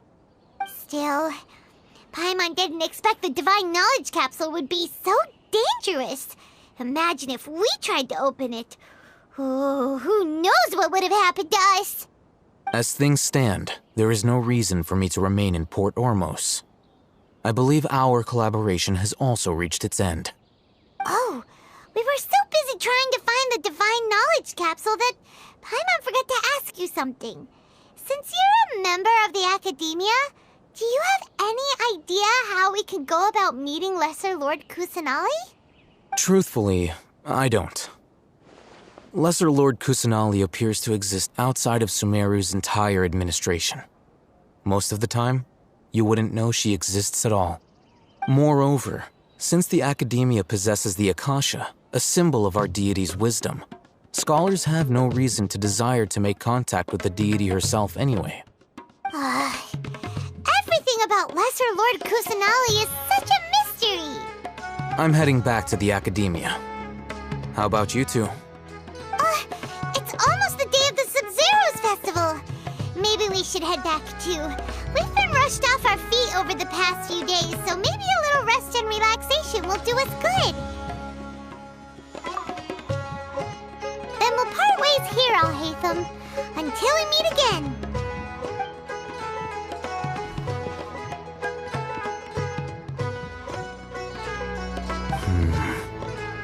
Now, do I deal with this thing first? Or should I produce the report that the higher-ups require? We didn't miss the Sub-Zero's festival, right? Let's hurry and find Dunyarzad. Paimon thinks she must be around the Grand Bazaar, since she showed us around there last time. There she is! Dunyarzad, we're back! Just as promised, Traveler and Paimon. I'm so glad that you two came back to celebrate Lesser Lord Kusanali's birthday. Indeed. The festival's tomorrow. We've been preparing for so long that I can't help but feel a little nervous. There's no need to be nervous. Paimon's sure that Lesser Lord Kusanali will feel everyone's gratitude. Thanks, Paimon. I hope that everyone who comes to the festival will also have a good time. Speaking of which, did you manage to make your way to Port Ormos? Discover anything over there? Of course we went! A lot of things happened there. I see. Sounds like you two had another exciting adventure. If there is another chance, I would love to join. My lady, if you went to Port Ormos in your current state, we'd both be in for a lifetime of trouble. Dia! You were eavesdropping! It's called covert protection. Keeping an ear out for what's going on around my employer is part of the job. It's all right, Dia. I merely said I would like to go. I know better than to think my body could handle it. The festival's tomorrow. I've been doing nothing but causing trouble for you. So, Dia, please take some time to relax. I'll be fine. Even when you put it that way, it still doesn't feel right. Don't worry, my guardian knight. Okay, fine, but only tonight. Tomorrow's a big day, and many no-good scumbags are gonna try to take advantage of that. Oh, you two must be exhausted from your long journey back to the city. My apologies for not realizing this sooner. I've already prepared a room for you to rest. Please follow me. Whoa, you're so thoughtful. Paimon's so ready. Here we are. It's also fairly close to where I've been staying. It looks really nice.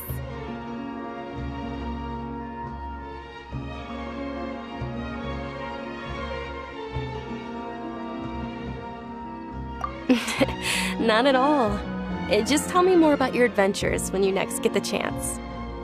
That's Paimon's specialty. Paimon can tell you stories next time. Oh, if you don't mind, how about we all walk around together tomorrow? All of my friends will be working the festival, and Dia's still insisting on her covert protection. Yeah, it'll be pretty hard to relax and enjoy the festival if Dia's constantly hovering over you, right? Then let's meet at the nearby bazaar first thing tomorrow morning. Have a great night. It's a deal. Good night, Dunyarzad. I may be too excited to fall asleep tonight. See you tomorrow. Paimon's starting to really look forward to the Sub-Zero festival too. Will there be lots of yummy food? Oh no. Thinking about food is just gonna keep Paimon up all night. The earlier we sleep, the better. Let's go inside, Traveler.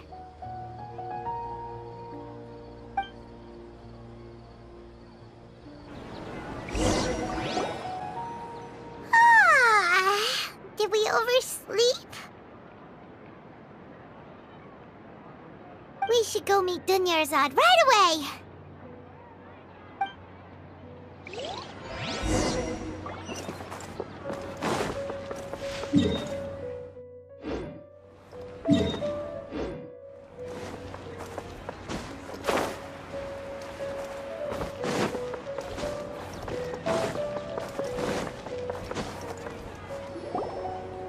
Traveler, Paimon, I've been waiting for you two. Good morning, Dunyarzad. We must have overslept a little bit. Not at all. I arrived early. Today is finally here. I must cherish every moment as if it were gold. You've worked so hard for this day. You gotta enjoy it to the fullest.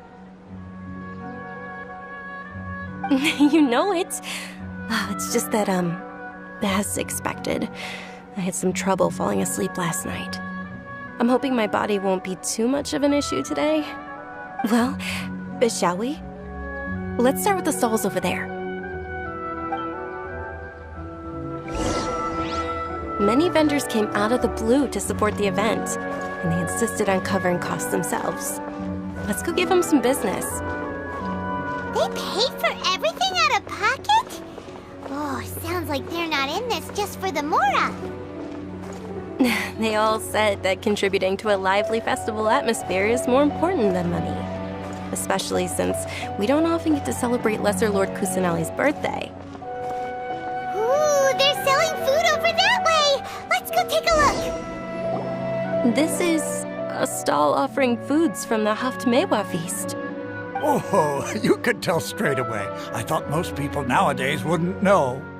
Mushrooms, flowers, and all kind of fruit? It's all vegetarian stuff. Oh, Paimon's a little disappointed. So, what's the Haftmewa feast you mentioned just now? It's another Sub-Zero's festival tradition. People used to set their tables with 7 different foods.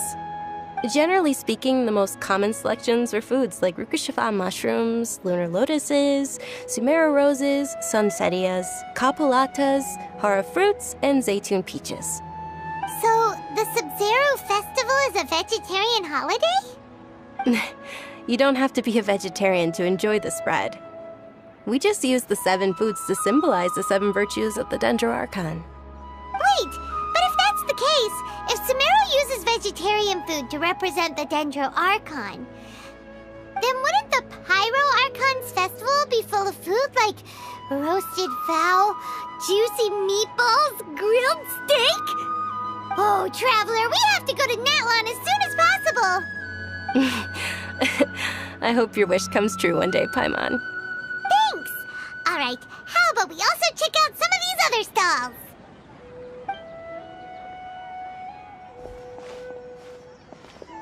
Dear customers, would you like to try your hand at alchemical divination? What's alchemical divination? Those two things sound like they'd be fun to try together. Right? I thought the same when I first heard about it. It is said to be a mysterious craft invented by none other than Lesser Lord Kusanali herself. So, how does it work? It's quite simple. After you give me any 2 alchemical reagents, I'll use them to perform a random transmutation. Sure sounds random. So random that it will probably fail. That is precisely what we need. After the transmutation fails, your one and only diviner here will interpret the remnants. Well, according to Lesser Lord Kusanali, everything is interconnected, and all that occurs can be traced back to fate. You could say this is a pearl of old wisdom.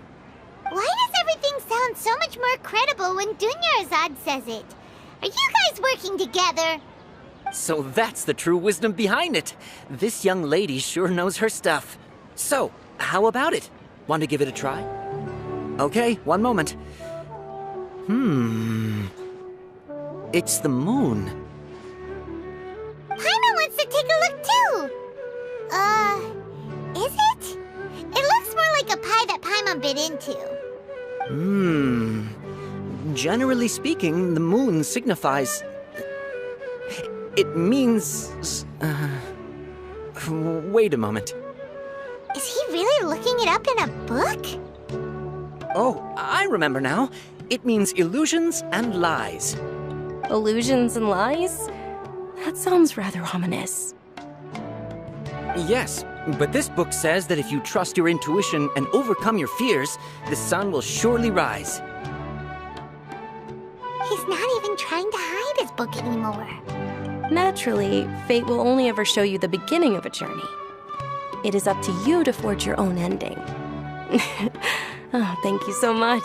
I'll keep that in mind. Oh, it's nothing. I'm just learning as I go.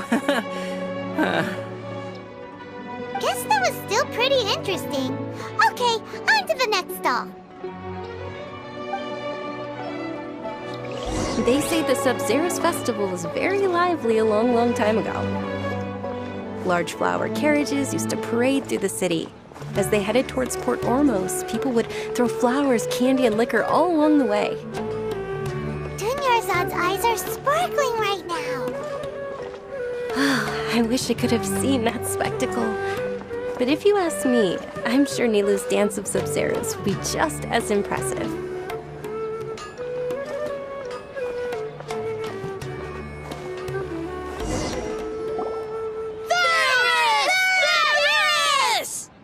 Attention! Soldiers, fall into formation if you want any Yalda candies.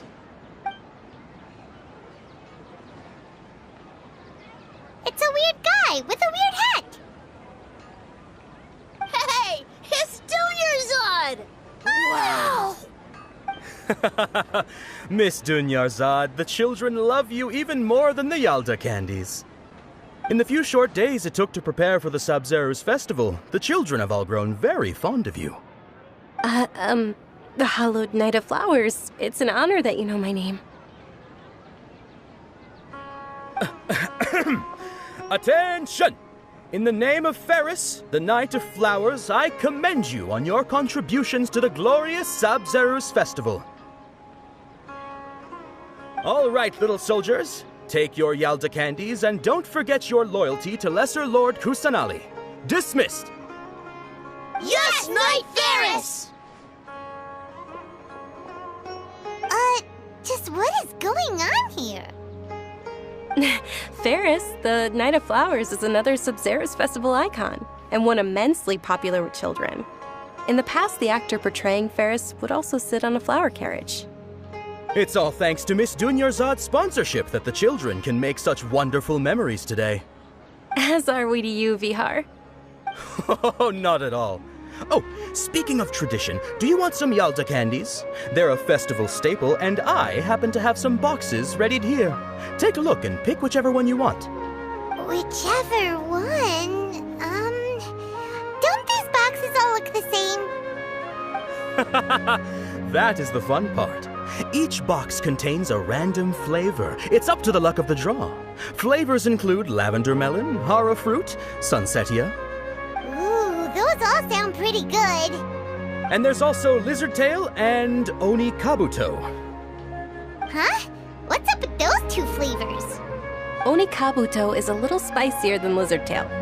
Dunyarzad, you tried them before?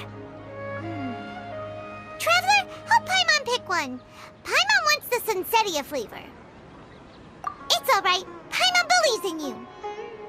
I also believe in your intuition. Great! These boxes of candy are numbered 1 to 5 from left to right. Which one do you want? Attention!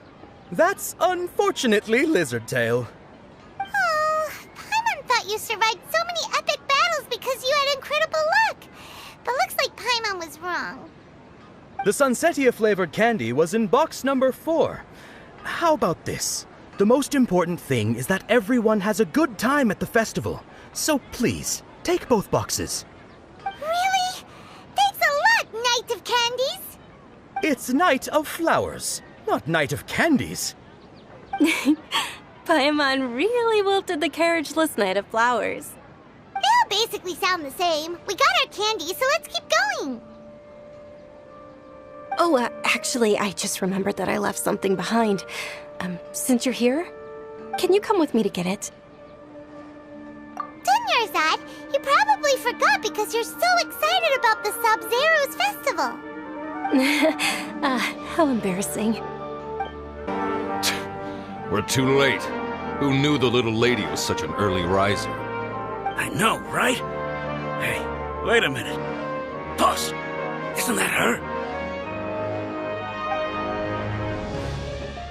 Oh, that most certainly is. We're in luck. She's walking right into our clutches. Those Eremites don't look like they're up to any good. Who are you? I don't believe the Homayanis hired you. That's right. We haven't received any of their mora, but I wonder how much the Humayanis would shell out to get you back. They're a gang of kidnappers! Traveler, hurry and protect Dunyarzad! Hey, did you scumbags even consider that the Homayanis might have hired a merc that outclasses you? You're Dia! Dia the Flame Mane! No wonder we mercs haven't heard anything about you for so long. You sold your unruly mane to the highest bidder. Don't speak so disrespectfully. My family started working with her as gratitude for her past kindness to us. Don't worry about it, my lady. Just some friendly banter between mercs. One punch and those rabid dogs will expose themselves for what they really are. Aren't your claws all dull by now? Don't get too cocky!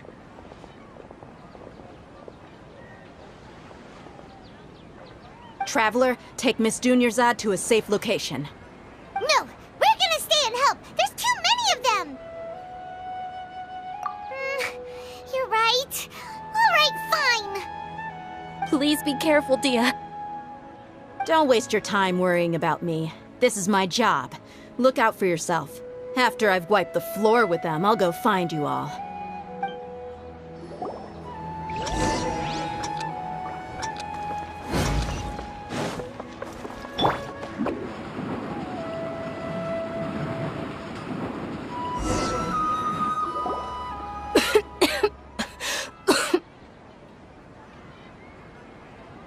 Dunyarzad, are you okay? You look a little pale. Are you in shock? I'm fine. My body always reacts like this whenever I exert myself too much. You sure you're okay? I'll be fine after some rest. I'm more worried about Dia. After all, none of this would have happened if I hadn't insisted on coming out today. Yeah, don't worry.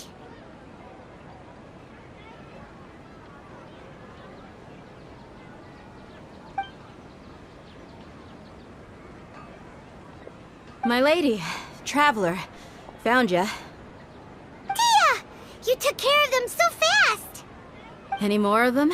Or rather, Did anyone follow you? Dia, your arm. Oh, this? I'm fine. It's just a scratch. Normally, they wouldn't have been able to land a hit on me at all, but I'm still getting used to this new greatsword. Please, let me take a closer look. Come on, it's nothing. Us mercs aren't as fragile as you think. Hold on, you said something about a new greatsword. What happened to the one you were using before? About that. Well, I sold it, because I was low on Mora. Stuff like this happens every now and then. It can't be. The anonymous donation that was used for the venue's final round of preparations?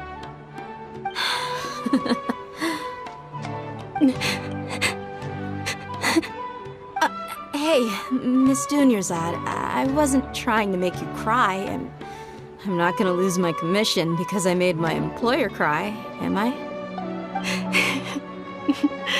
Okay, making your employer cry won't affect your commission, but selling your weapon without permission and getting hurt? I'll have to reevaluate your performance. You're so unreasonable, my lady. Thank you very much, Dia. Don't be like that. I get embarrassed really easily.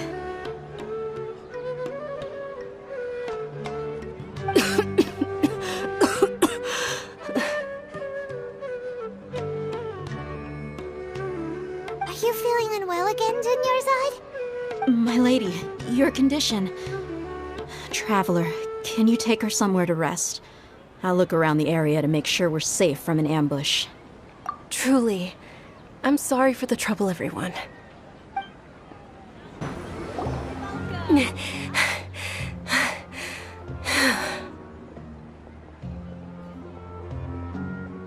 Are you feeling better, Dunyarzad? Yes, much better. Just give me a few moments and I'll be good to go. I didn't realize you were concerned about it. I guess I shouldn't continue to keep it a secret. I was actually born with Elazar. It's terminal now. Can't believe it's Elazar! Oh, you've already heard of Elazar. In that case, you probably know about its severity. Sumeru's current medical advancements still haven't been able to find a cure. The disease's progression can only be delayed through environmental therapy. Dunyarzad. There's no need to be sad.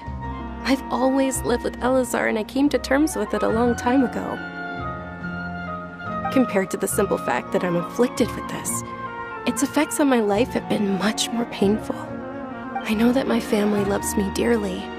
They've done all they can to provide the best environment for me so that I can live for that much longer. However, I know I will one day succumb to this. Did you know? Before I ran away from home this time, the world outside of my home didn't even know that I existed. Since I was a child, all I could do was sit on my bed and stare at everything outside of my window. I'm sure my family's worried and disappointed in me for running away, but I just didn't want to have any regrets. I wanted to meet other people. To me, there's nothing more beautiful than being able to meet and speak with others. Not to mention the incredible time spent preparing for the festival, the joy on everyone's faces here, and all the support I've received from friends like Dia. This way, when my final day does arrive, it will be less sorrowful. At the very least, many people will remember that I once existed in this world, right? As long as you don't forget Paimon. Paimon also won't forget about you. No, even if you forget Paimon, Paimon will still remember you. Thank you two so much. I apologize for the depressing conversation.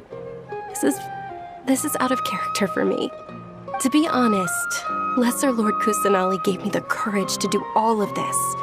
If it weren't for her encouragement, I wouldn't have taken that first step. Thanks. There will always be frustrations in life, but I know that the point of living is not to leave behind any regrets. Oh, right. Isn't it almost time? Huh? Almost time for what?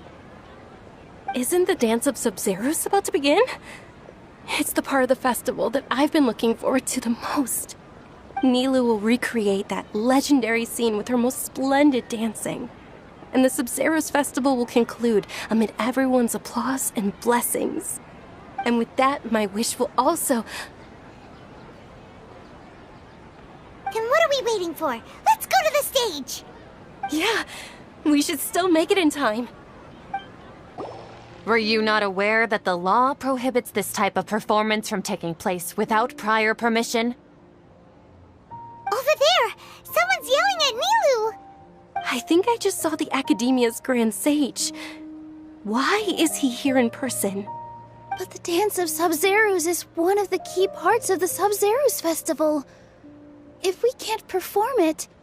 The Sub-Zeros Festival. The law also prohibits the private hosting of large-scale religious festivals. Only the Academia can host such an event. If you continue to resist, we will have to order an investigation into every single event organizer. The Grand Sage has already granted you much leniency. I advise that you exercise tact. How did things turn out like this? The Academia was originally responsible for the Sub-Zeros Festival, but they failed this responsibility for many years. I need to speak with them. This is a hard pill to swallow, but you're right. Things would only get worse. Art, dance. Aren't you ashamed of pursuing such frivolous and meaningless activities in this land of knowledge and reason? Our Archon created the utopia that is Sumeru City for all scholars who sought validity, verity, and truth, while people like you wish to defile it. No. I believe that our Archon never rejected the arts. Even the goddess of flowers dedicated a dance to her.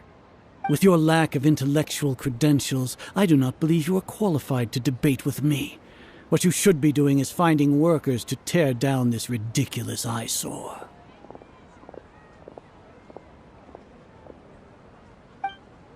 When we return, have the scribe draft an ordinance before the next Nyagarbha Day that prohibits public art performances. We will announce it to the public later via the Akasha. Understood. I will inform him when I return.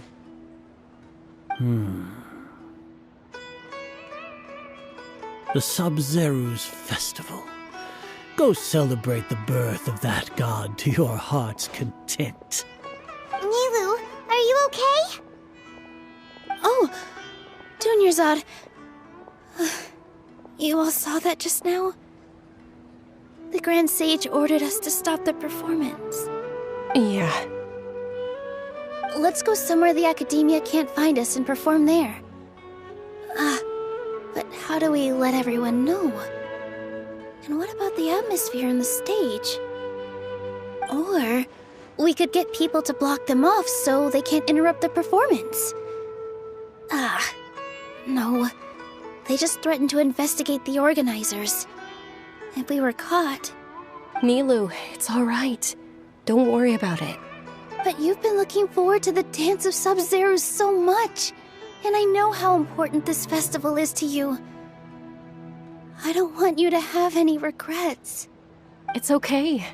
Seeing you care this much about my feelings is more than enough. It would be too risky to continue the Sub-Zeros festival at this point. I don't want to get everyone in trouble. If you say so. But you can sneak out for the next Sub-Zeros festival, right? We'll make sure the next one is a smashing success. The next one. Yes. Okay. It's a promise. It will be a smashing success. I can't believe this is how things turned out. Those heartless geezers. It really is okay. There's nothing we can do about it. Still, I'd be lying if I said I had no regrets. I would have loved to see Nilou's dance.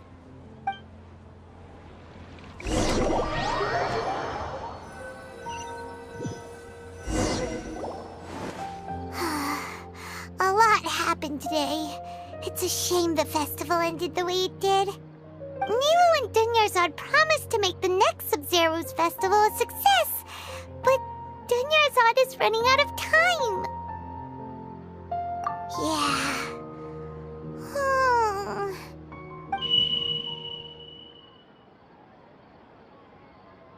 All connections have been secured to construct the most stable framework possible. The project has entered its most critical phase. Power has begun to flow from...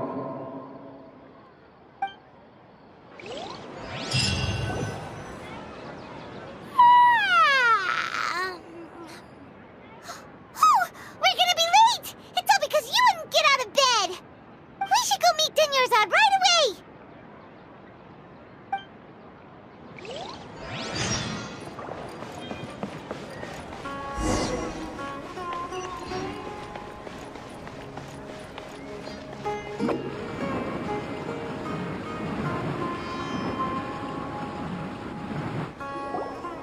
Good morning, Dunyarzad. Sorry we're late. Not at all. I arrived early. You seem kinda tired. Did you not get enough sleep? I'm doing well. There's no need to worry. Shall we go? Let's start with the stalls over there. Sure! Traveler? Why are you just standing there? Let's get going!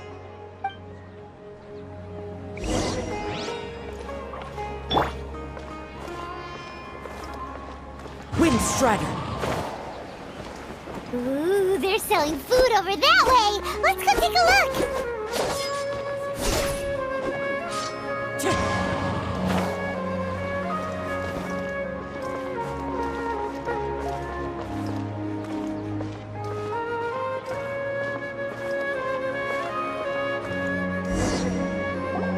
This is a stall offering foods from the Haftmewa feast.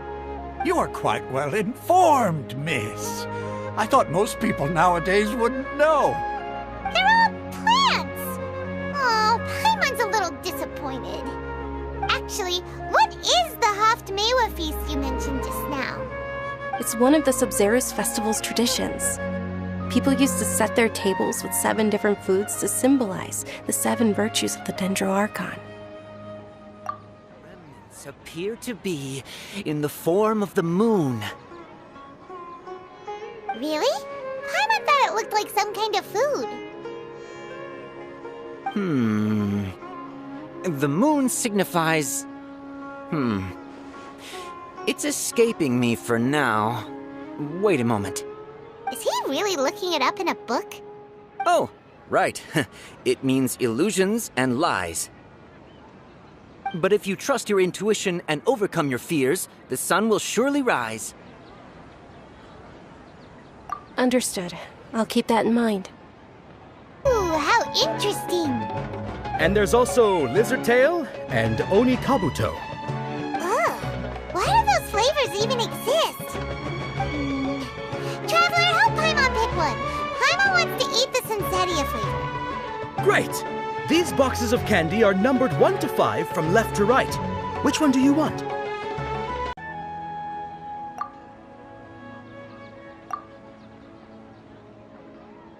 Ah, excellently chosen. Number 4 is indeed Sunsetia. Ha-ha! Paimon bet you had incredible luck, and Paimon was right!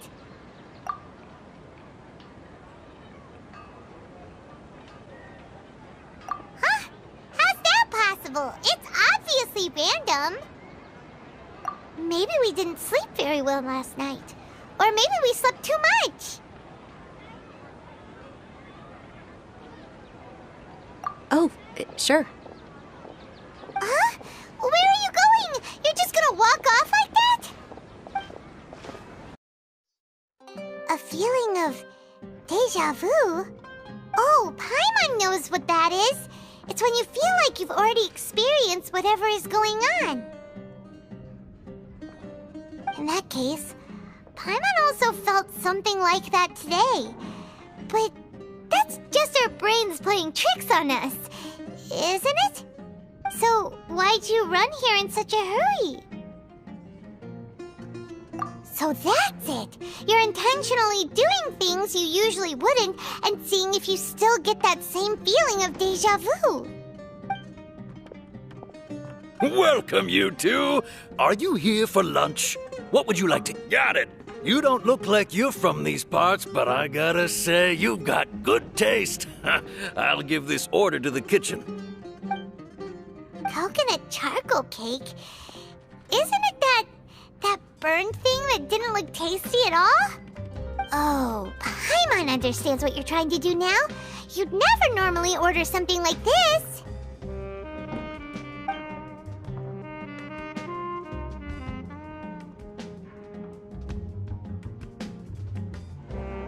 That thing?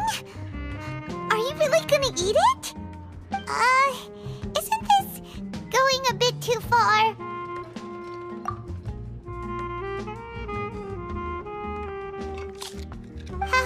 How was it? The look on your face is telling Paimon that it tasted awful. Then, you mean... That's impossible! We were just talking about how gross it looked! So, would this be a case of taste bud déjà vu? Paimon also gets the impression that we've been here many times, even though we aren't regulars. How about we go out again and try something else?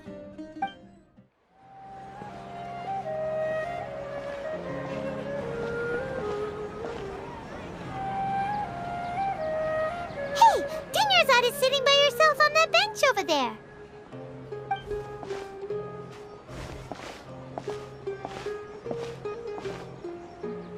What a coincidence, Dunyarzad. We meet again.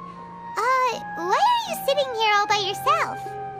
Oh, I ran into some kidnappers just now, but thankfully Dia came to my rescue. I started to feel unwell after that, so I sat down here. Kidnappers? Oh my goodness, are you hurt? I'm okay. Dia's arm got scratched, but it isn't serious. Whew, that's a big relief.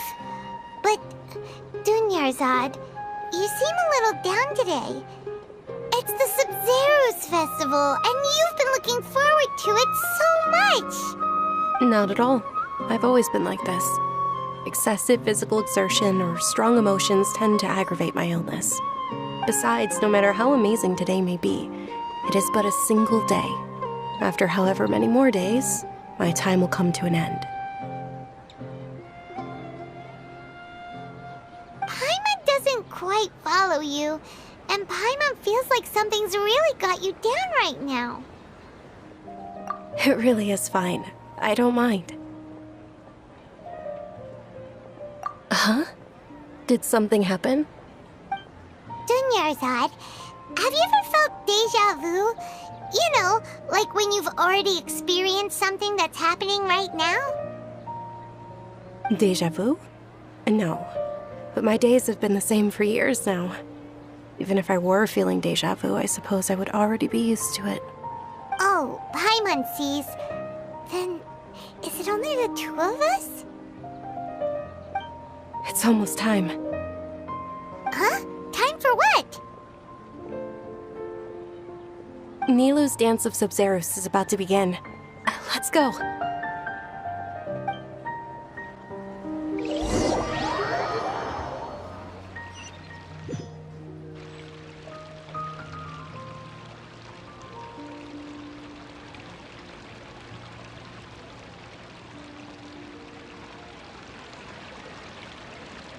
With your lack of intellectual credentials, I do not believe you are qualified to debate with me.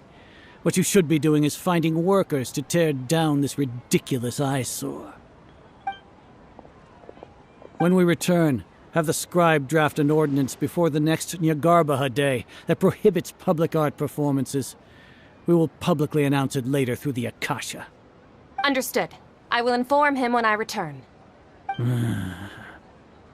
The Sub-Zero's festival. Go celebrate the birth of that god to your heart's content.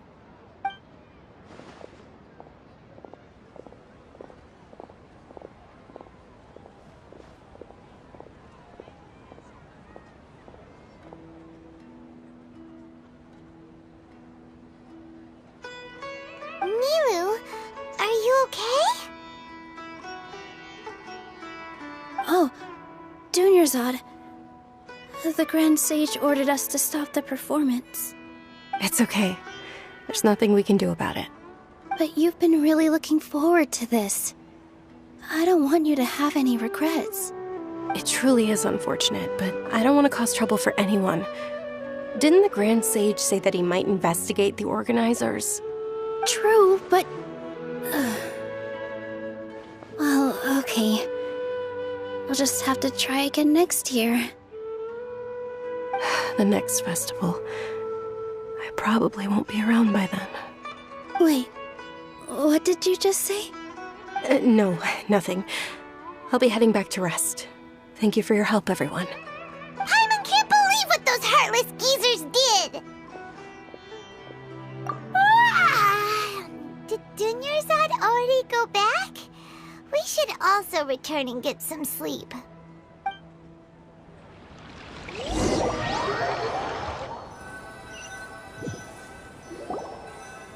So, in the end, you still couldn't figure out what that deja vu feeling was all about? Maybe it really was because of exhaustion. Same here. That's why Paimon stopped thinking about it halfway through the day. Then, how about we settle in and get a good night's sleep? For now, we can chalk things up to exhaustion. We can do more thinking tomorrow.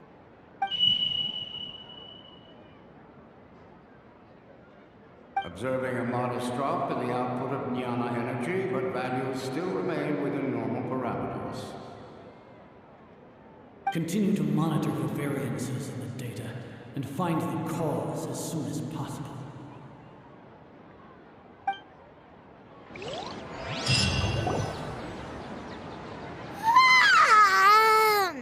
Why does Paimon feel so tired after so much sleep?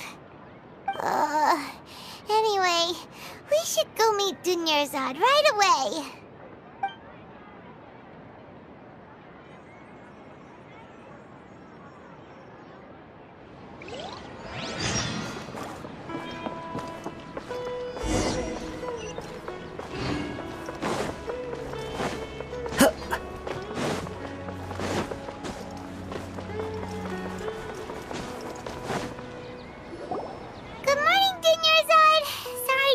Waiting.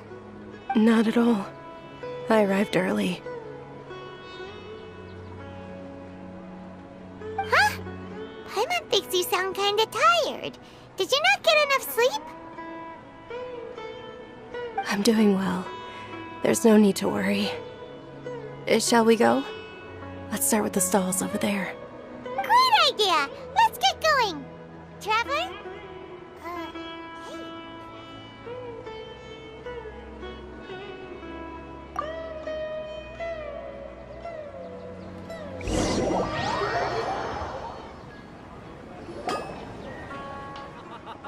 It's all thanks to Miss Dunyarzad's sponsorship that the children can enjoy the Sub-Zero's festival.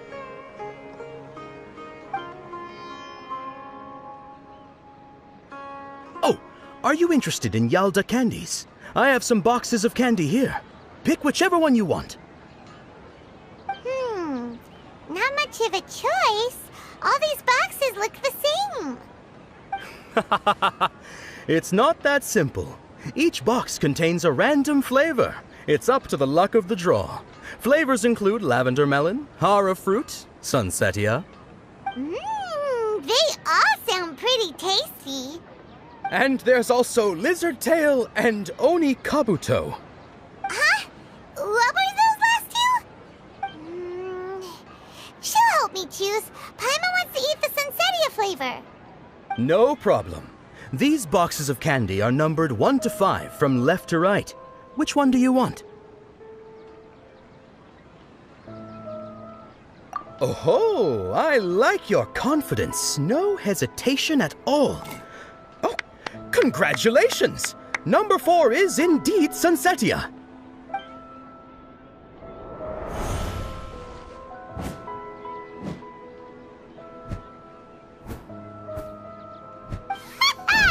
Paimon knew she always had incredible luck.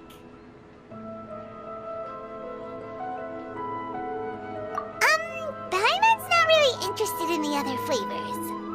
Oh! Wait. How did you know?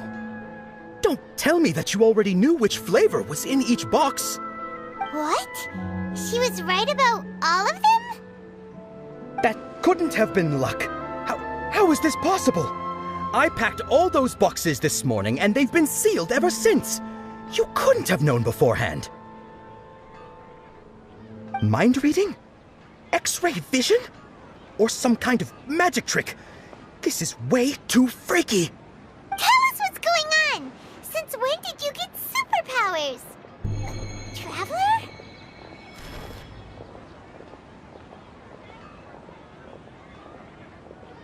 Hey, where are you going?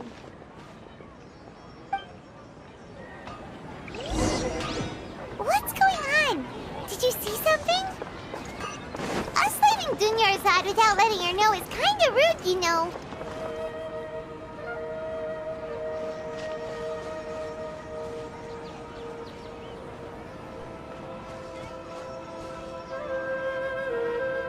What are you looking for? Why did we come here?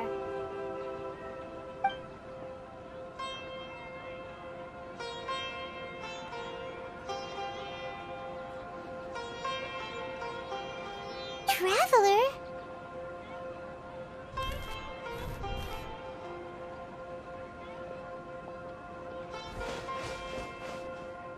That's...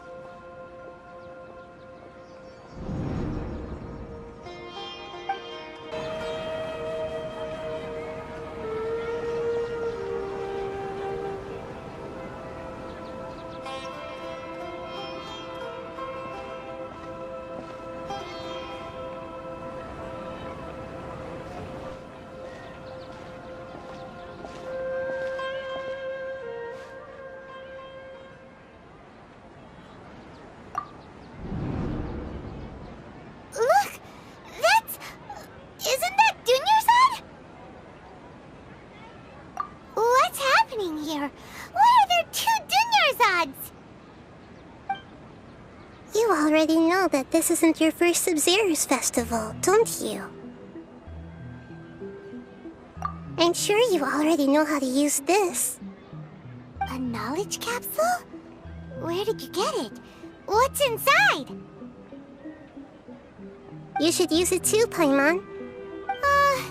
You know Paimon? Well, this seems kinda sketchy, but Paimon feels like this is what we should do.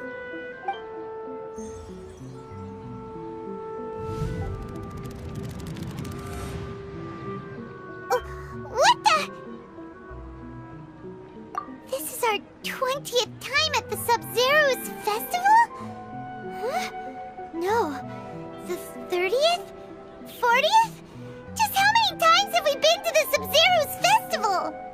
Have we been trapped in a single day? If it weren't for you, we wouldn't have even realized. What the heck was inside that knowledge capsule? Your memories are still scrambled? Try your best to remember. This isn't the first time we've met, and I answered that question a long time ago. Let Paimon think. Oh, it's coming back. Meeting you was the real catalyst for restoring our memories, and the knowledge capsule was just your means of showing our minds the way. What about everyone else? Why are you only helping the two of us? Your sense of déjà vu is stronger than everyone else's, yes? As for an explanation, you two received the blessing of Dendro, and you also have special, sensitive constitutions. It was as if a single sheet of paper was separating those memories from your consciousness. A familiar question. I think this is the 7th time you asked that. As you can see, she isn't doing well. You probably sensed it too. The Dunyarzad you were just with is different from the first Dunyarzad you met. That first Dunyarzad is in front of you right now, and she doesn't have a lot of time left. Looks like you're almost done sorting out your brain. Oh yeah, I'm Nahida. Good, you passed the test. What's happening? You can awaken our memories, and you seem like you know what's going on. Oh, wait, please don't tell Paimon even you don't know. Everything in this world runs in a loop. This cycle is called a samsara. You, me, and everyone else are all stuck inside a one-day samsara. As for the truth, that's on you to find out. If you were told the truth instead of discovering it yourselves, it would literally blow your minds. I don't know how you'd be after that. I can only give you surface-level help, like bits of information and subtle hints. For the rest of the time, I'll be doing all I can to slow down Dunyarzad's illness. She looks like she isn't doing well at all. Her illness gets worse after each Sub-Zero's festival.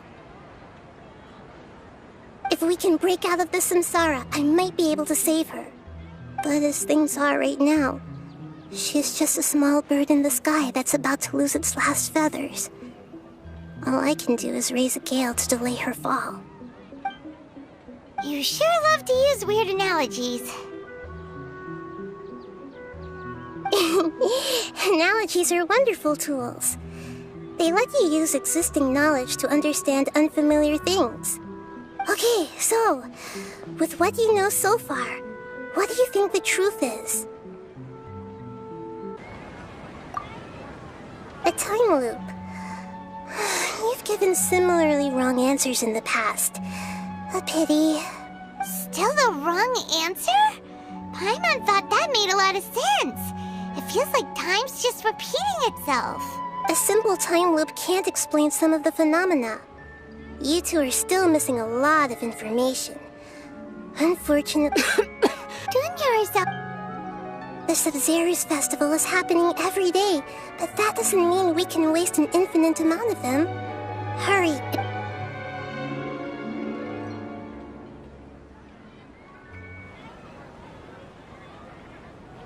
Let's think about our current situation. To save Dunyarzad, we have to escape the samsara of the Sub-Zero's festival. And to do that, we need to figure out what's happening. The truth. Nahida rejected the idea of a time loop, so we must have missed something, right? Paimon's memories say that we've already done this many times, but let's go talk to people again. It's more productive than sitting here and scratching our heads. Why don't we start with those stall owners? Hey there! Hey, it's you guys again. Where's your cultured friend? She's feeling a little unwell. I see. Did you come back to buy something? I guarantee the freshness of my products. I harvested them from the forest just yesterday. Huh? What brought this about? I hurried back from the forest yesterday, and I'm selling produce here today. I haven't felt anything strange. To put it another way, if you really think about it, was yesterday truly yesterday? Did you actually come back from the forest yesterday? What kind of philosophical nonsense is this? Are you two daydreaming? Didn't you know that no one dreams in Sumeru? Go somewhere else if you want to find someone to daydream with.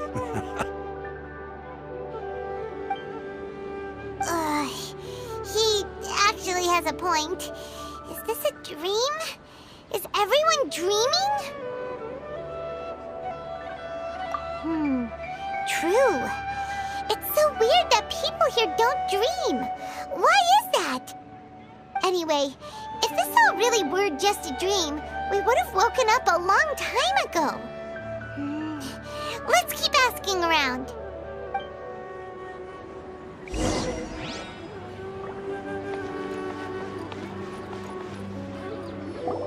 Oh, it's you two. Was my divination so accurate that you felt compelled to compliment me in person? Ooh, I knew it!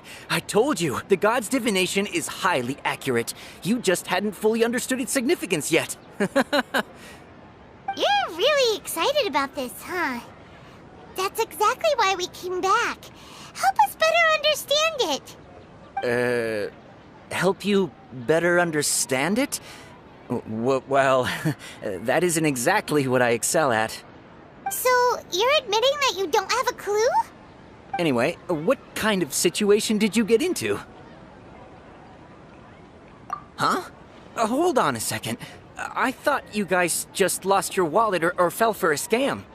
What you just said, are you serious? Does that kind of thing actually happen in real life? Paimon knew you weren't going to believe it. Marvelous. Truly marvelous. I believe you. Recall the interpretation of your divination, the moon, illusions, and lies. It really felt like an omen. When you say it like that, the divination does sound like it's related to what's going on. Can you read any more into it? I believe that the Archon's revelations are never more than vague hints. Anything more specific is beyond the reach of mere mortals. The book only says, if you trust your instincts and overcome your fears, the sun will surely rise. So that's how it is.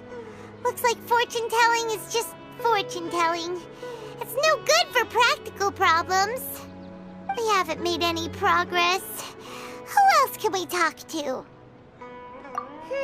Paimon remembers that we tried talking to her a couple of times, but she always thinks we're playing pranks on her.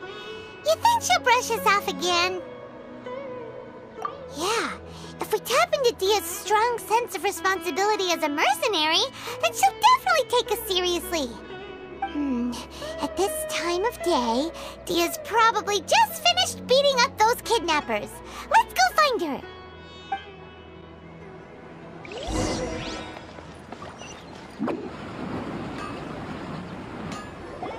I'm fine, my lady. It's just a scratch. Perfect timing. Both of you are here. Paimon, Traveler, you came at just the right time. Listen, there was a dangerous Huh? You saw? Then why didn't you jump in earlier? If someone was protecting Miss Dunyarzad, I could have went all out. Anyway, can you do something for me? You want the Traveler to take Dunyarzad somewhere to rest up while you check to see if there's still any kidnappers around. Did Paimon get that right? How did you know what I was going to say?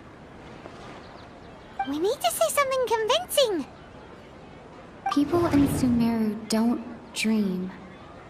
What a strange phenomenon. Dia sold her greatsword to raise additional funds. And then she was injured because she wasn't used to her new weapon. Tell her, Traveler! I didn't tell anyone about that. Including Miss Dunyarzad. You couldn't have known. And just now, you literally took the words right out of my mouth. What's going on? All right, so this is the situation.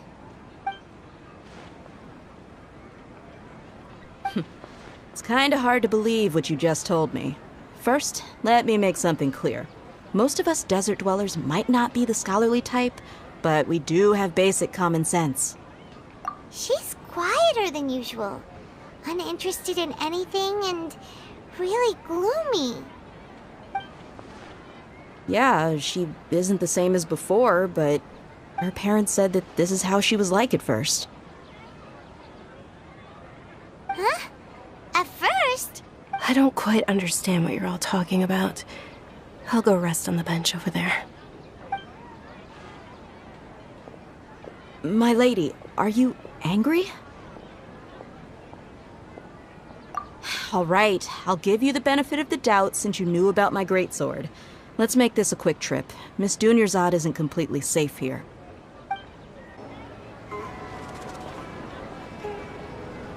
Nahida! We brought a friend! Are you busy? I thought I told you that it won't help to bring anyone here. We just wanted her to see the real Dunyarzad's condition. The real Dunyarzad? Where and Who are you talking to?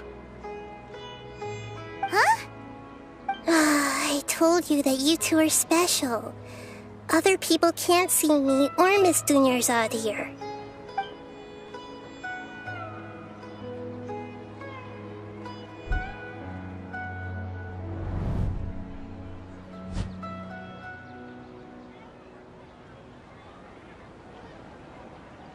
Hold on.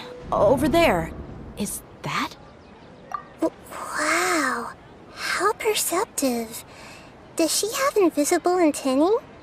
Miss Dunyarzad, she's lying down here, isn't she? How's she doing? Her condition's really bad, and she's basically in a coma. How did you know she was here? I can sense her aura. There are also lingering feelings of something like regret or disappointment. What happened? Do you believe us now? The Sub-Zero's festival has been repeating itself. So, you think the sages are behind this? Yeah, they've always been against us. Wouldn't surprise me if they're using the Akasha to intentionally repeat the Sub-Zero's festival as a sick joke. You have a point. Aside from the Dendro Archon, the Academia's sages are the only ones in Sumeru who could pull off something like this. Maybe there's more to the Akasha than we know. Right! Didn't you awaken our memories using something that looked like a knowledge capsule? That means you must know something about the Akasha! The Akasha relies on the power of a gnosis to operate, as it is the manifestation of the God of Wisdom's power. It compiles the wisdom of the entire populace, and it grants knowledge to the people. A gnosis could do that? No wonder the Akasha is so magical. It's being powered by the gnosis of Sumeru's Archon. So, this Nahida you mentioned, what did she say? She said, and Paimon quotes, "The Akasha relies on the power of a gnosis to operate, as it is the manifestation of the God of Wisdom's power. It compiles the wisdom of the entire populace, and it grants knowledge to the people." Compiles the wisdom of the entire populace and grants knowledge to the people. Wait. I get the grants knowledge part. That's what people have always used the Akasha for. But compiling the entire populace's wisdom? How does that work? Did she mean that the sages enter new knowledge into the Akasha? Oh, yeah. That sounds about right. What do you think?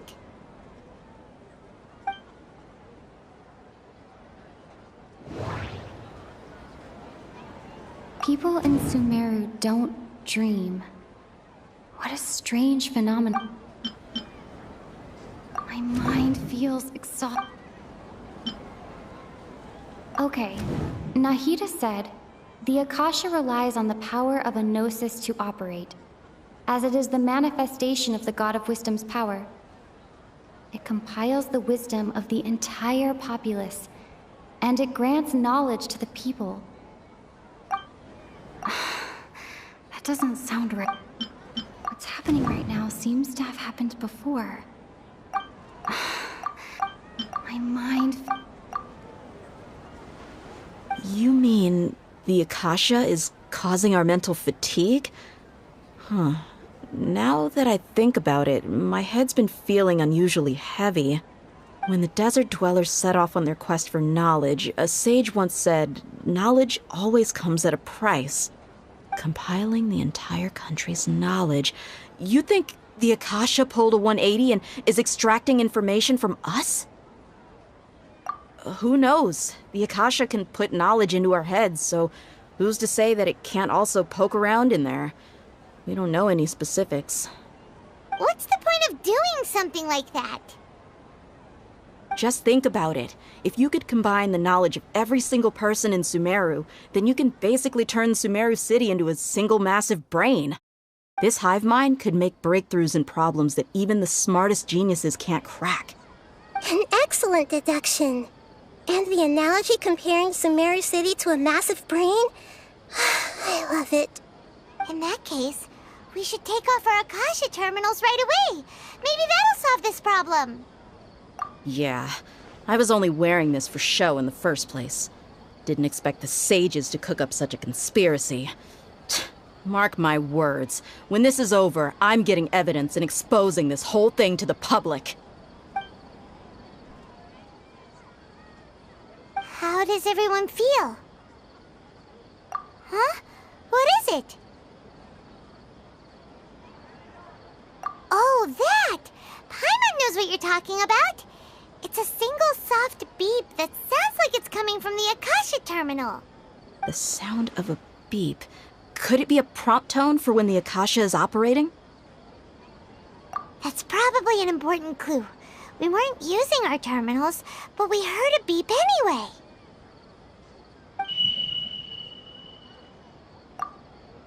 Traveler, did you hear that? I heard it too. Our ears aren't messing with us. There was definitely a beep, but it sounded like it was coming from inside my head. We took off our Akasha terminals.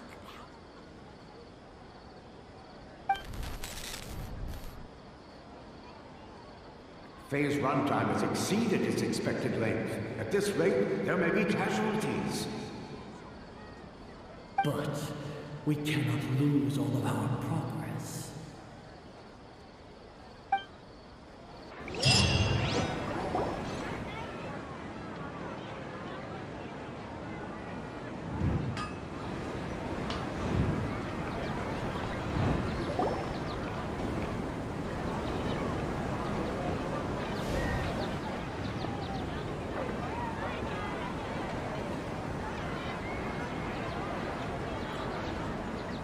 Remembers everything!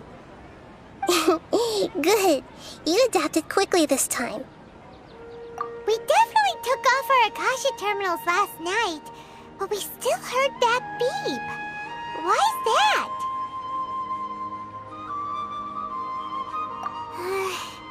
But now we can at least confirm one thing. The Akasha definitely has something to do with whatever's trapping us in this cycle. Oh, Paimon doesn't get it. Why would the Akasha go this far if all it wants is everybody's wisdom? It's extremely difficult for lab rats in an experiment to understand why they're being treated the way they are. If we're lab rats, then what are you? Nahida, you've never told us anything about yourself. I guess I'm the moon. The moon? Wasn't that the result of our divination? Anyway, knowing who I am won't help you get closer to the truth, so you should focus on other things. Don't get distracted and miss any clues. Okay then.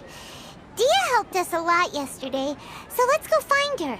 If Paimon's reading the time correctly, those kidnappers should be showing up soon.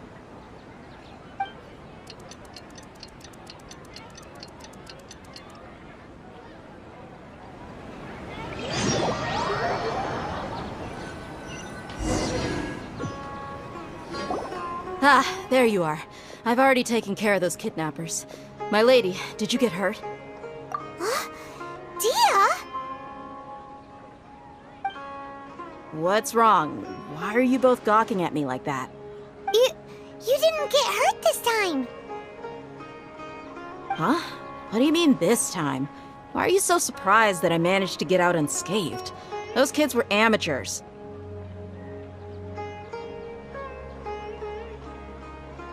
Shh! How did you know about my greatsword? I haven't told anyone about it.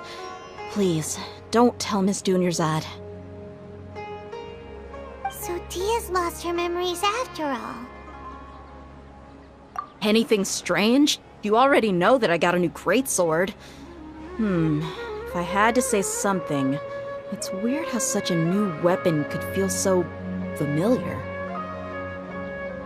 It's as if I've already used it to fight a countless number of battles. You're saying that although you don't remember using it, your body feels like it does? That's right. Both mercenaries and warriors heavily rely on muscle memory. Only knowing the theory of battle won't get you anywhere. Traveler, what do you think? Yeah, Paimon's feeling really hopeful. Oh, you're right! Earlier in the Samsara, something like this would have never happened. I have no clue what you two are talking about, but it's still dangerous here, so... So you want us to take Dunyarzad somewhere else to rest while you check if there are still more kidnappers around, right? How did you know what I was gonna say? Can you read minds? Forget it. Go and do your thing.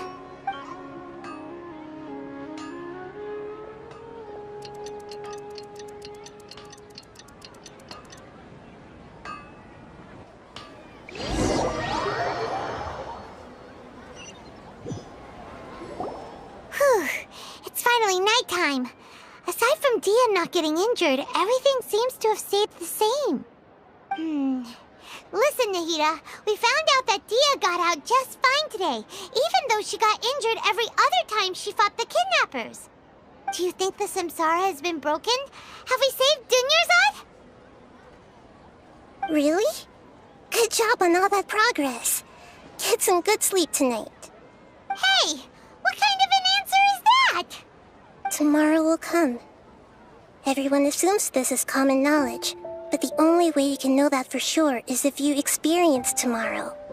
How many todays has it been? Is it possible that today will be followed by yesterday? Does tomorrow truly exist as anything beyond a made-up concept? It's even possible that this entire world is a lie, and the history of the whole world has just been one endless Sub-Zero's festival. Okay, no more. Paimon's brain is already shut down. That's why it makes no sense to waste your energy thinking about things you will learn tomorrow. Get some good rest. You know, use the bathroom and flush your anxiety dookie away. Huh? Hold on, what did you just say? Did Paimon hear you correctly? Huh? People always say they feel a sense of relief after they take a duk-duk. That's why I suggested you could try that. Is that so strange? It's so strange and so against common sense that Paimon's at a loss for words. You were sounding kind of smart just a minute ago. Yeah, even though it's happy and lively at the Sub-Zero's festival every day, it feels like it's been a long time since we've really gotten to relax. Let's go back to our room. Continue the harvest. Compared to what we stand to achieve, these sacrifices are trivial.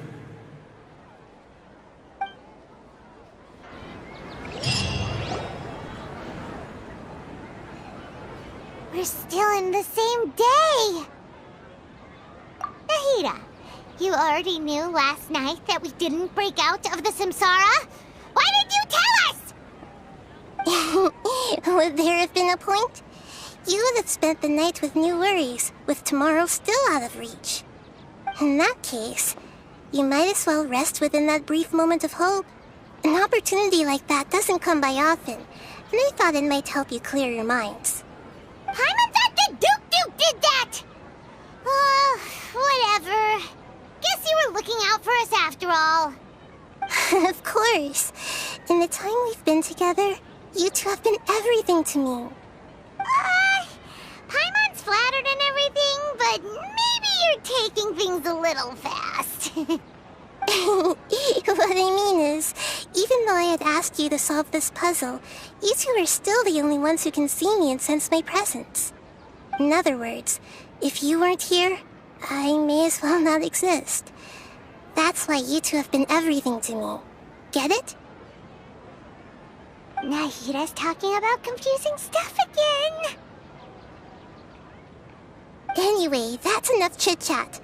So, Traveler, did the new clues yesterday help you gain a new understanding of the situation? Huh? Why are you scrapping your previous theory? Oh yeah, you're right! Gosh, how did we not notice that? In a simple time loop, people's physical conditions should also reset. So, what's your new hypothesis?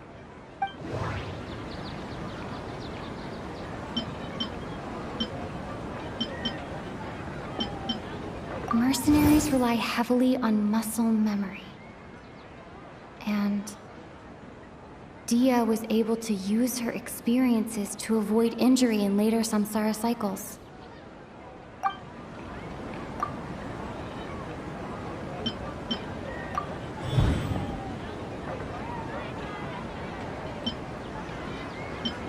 If all our memories of a day are erased at the end of that day, then we would unwittingly relive that same day again and again.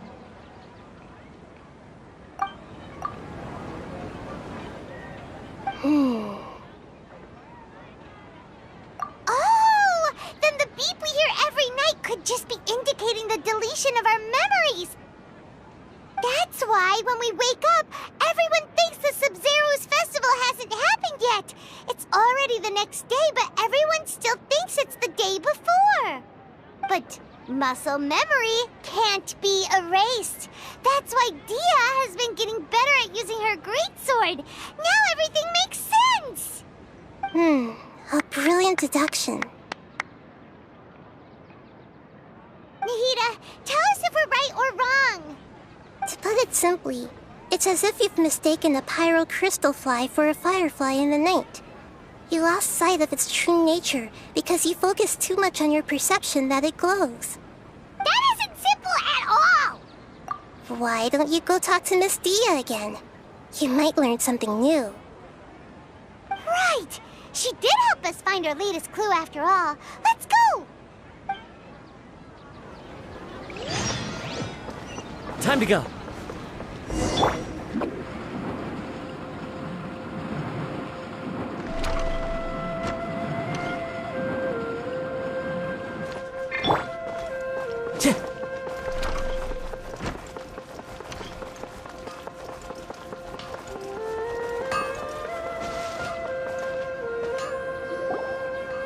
There you are. Really took me a while to find you. As expected, Dia also didn't get hurt today.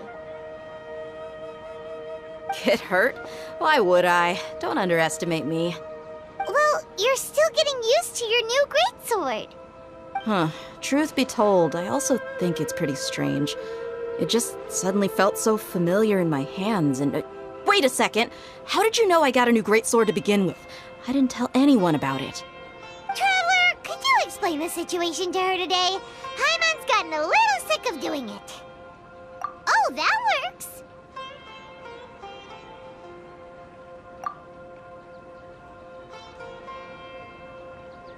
What happened to you guys while I was gone? Did you get brainwashed by some cult? Don't think too hard about it. Just take what we're saying at face value. Alright then, let me get this straight. You're telling me that my body's already gotten used to this greatsword, but my brain just doesn't remember it? Yes, your memory's being erased every day. Then I'd have to disagree. That's impossible. Oh? Why do you think that? If we've actually been reliving the Sub-Zero's festival day after day, then what happened to the things we used, the money we spent, the food we ate? Common sense says my wallet should have emptied itself a long time ago. There's no way I wouldn't have noticed that.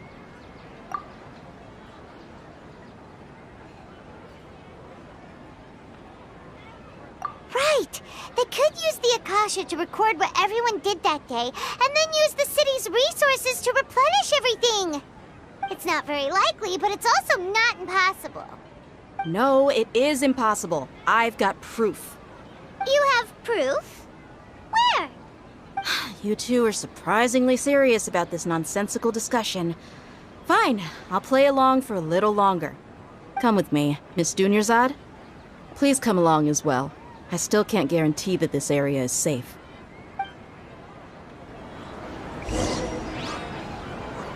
Paimon can't believe it's Dia who wants to show us something this time. 2 days ago, we were the ones taking her to see Dunyarzad.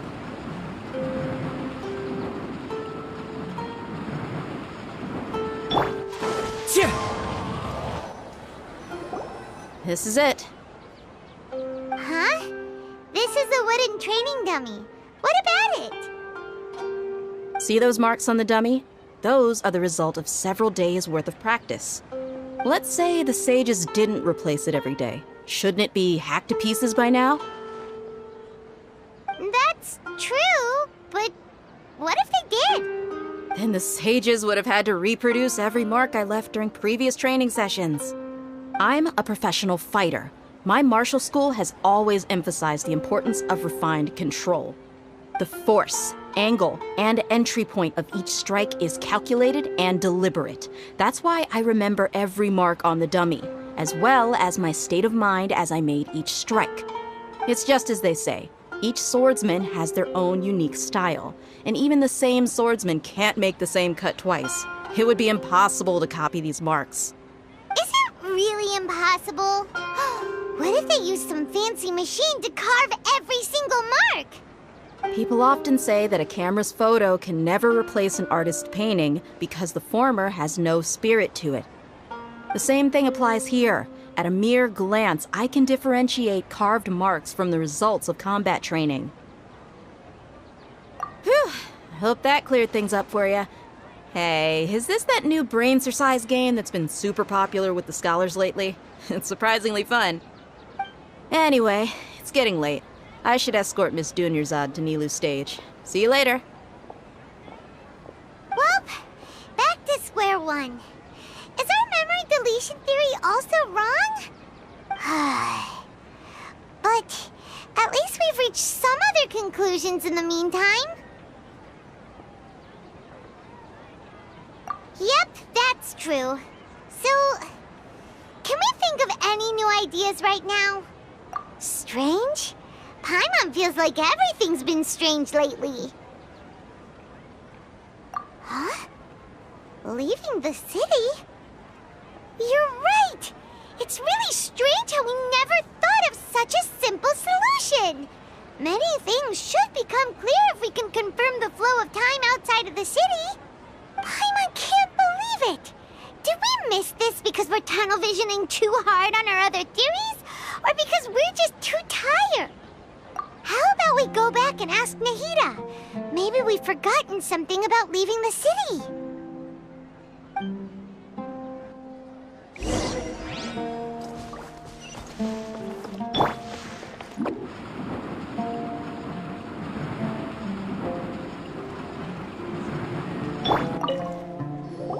Nahida, we're back!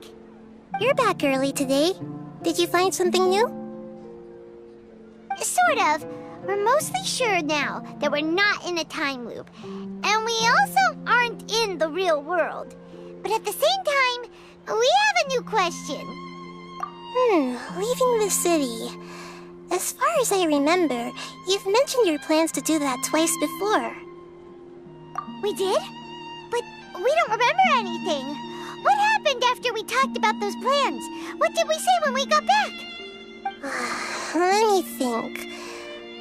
I don't think you ever actually told me what the outcome was. Oh, it's probably more accurate to say that both times you never came back the whole night. But you two sometimes stay out the entire night anyway, so at the time, I didn't think too much about it. It is true that sometimes we lose track of time during our investigations. Before we know it, it'll already be the next day. But still, neither of us remember anything about leaving town. Really? That's kinda strange. In theory, I should have already awakened all your memories. Yep, something here's definitely fishy. Let's get to the bottom of this tomorrow.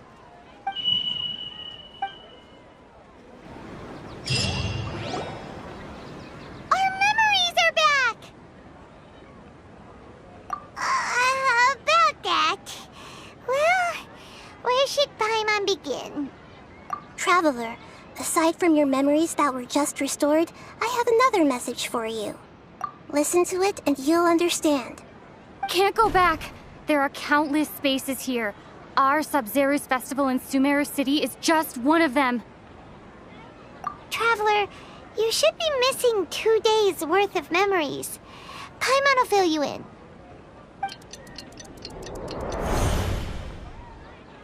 carry out our plan from yesterday.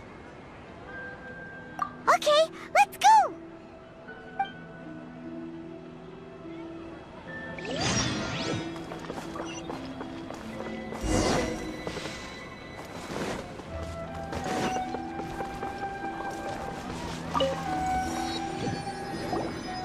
Why can't we leave the city?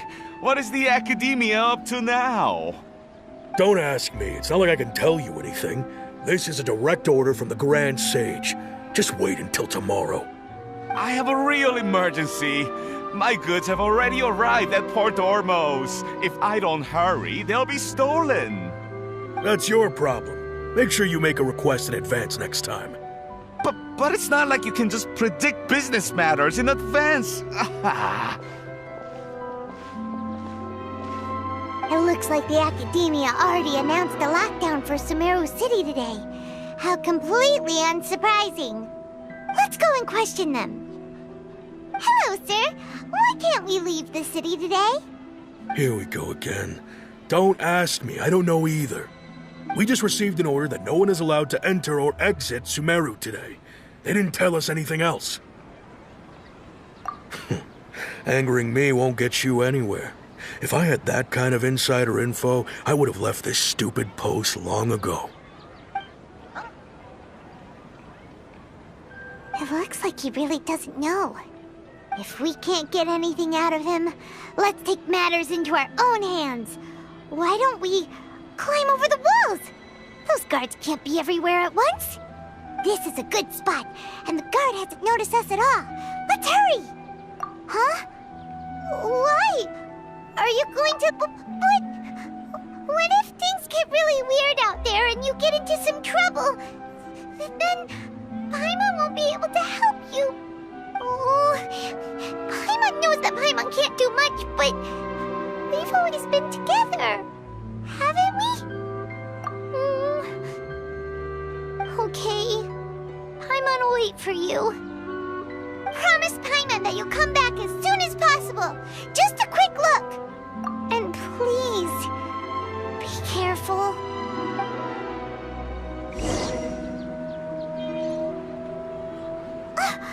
Memories! Traveler!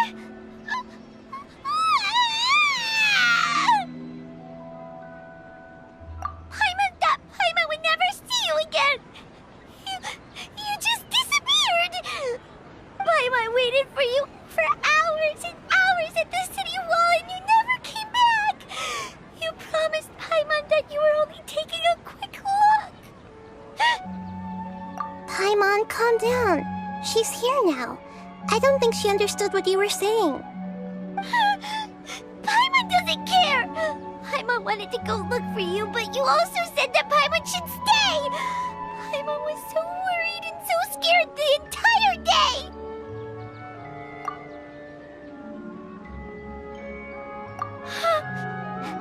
Okay. Paimon will forgive you.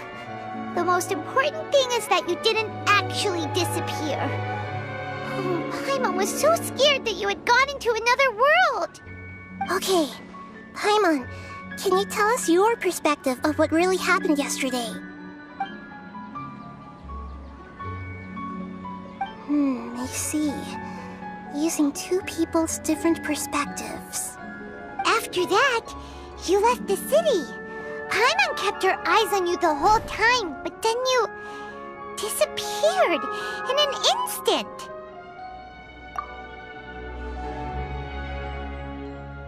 No way! Paimon was watching you with the fullest attention. What's your perspective, Traveler? You sure you don't have any memory of this? I guess that explains everything. You also lost your memories the last 2 times you tried to leave the city. Those days' memories can't be awoken.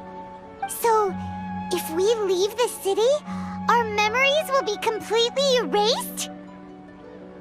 It really sounds like something big outside of the city is being hidden on purpose. But this way, we'll also never discover what's outside. Something like a message? But how can we send it back? Don't look at me like that. I'm not used to being stared at. Well... Okay. You want something that can pass on messages, right? Give me some time and take care of Dunyarzad for me. Yep! Now we're talking!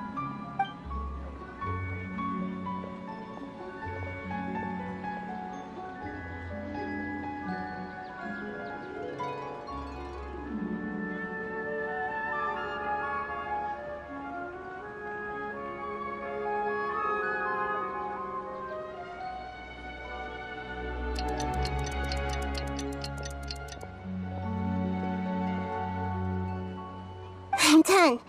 Here you go. What? Isn't this just an Akasha terminal? I made some little changes. Akasha terminals are already capable of sending messages. I just tweaked it so that it could connect to any node. To make something like this? Nahida, you really know the Akasha like the back of your hand. Anyway, we can use this now to record a message, right? Yep. I'll help you save the messages. It should be pretty easy to use. I just can't guarantee the user's status and signal coverage when they're outside the city. We'll never know until we try. At least we're taking the initiative now. Let's go then. Let's expose those sages. All right. Paimon isn't as worried about being separated since it happened once yesterday. But Paimon still isn't happy about it. Okay, see you tomorrow, Traveler. That covers everything that's happened so far. Yes, although the signal was choppy and had some interference, we still managed to receive 2 messages from you when you were outside. Okay, now that you understand what's going on, let's hear the messages together.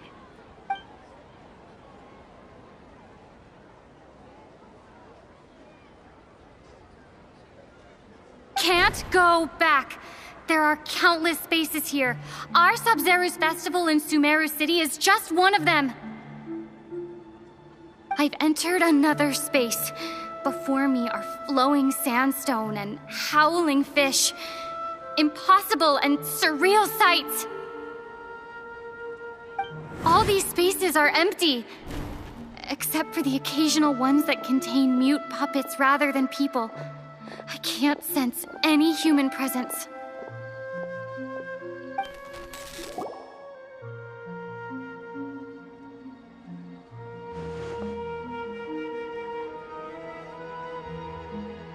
That's one heck of an info dump. It sounds like you left the Sumeru City space when you set foot outside of the walls. But everything looked completely normal when Paimon was looking out from the inside. That's unbelievable. And if we take your word for it, the other spaces all had very weird contents. There's another part here. I only received it last night. These spaces have been disappearing, one after the other, absorbed by something like a sun in the sky. And now, even the final space has also disappeared. Behind me, a lot of spaces just appeared again from thin air. I get it now. Those spaces are actually...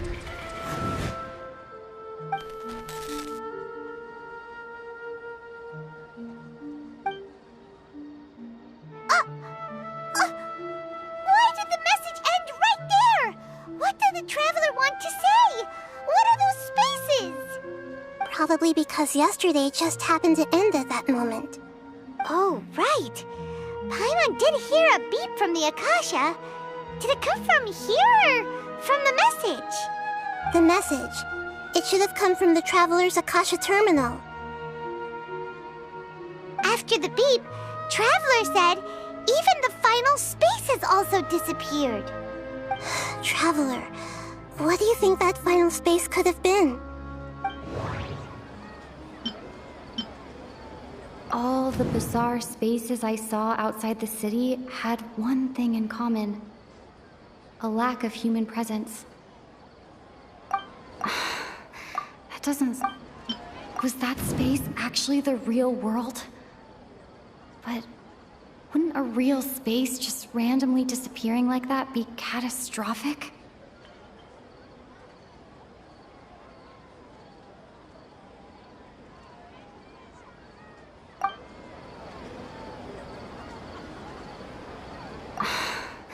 That doesn't sound right.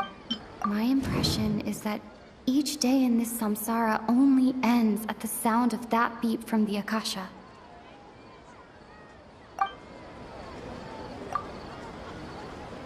Oh, so that's what it is!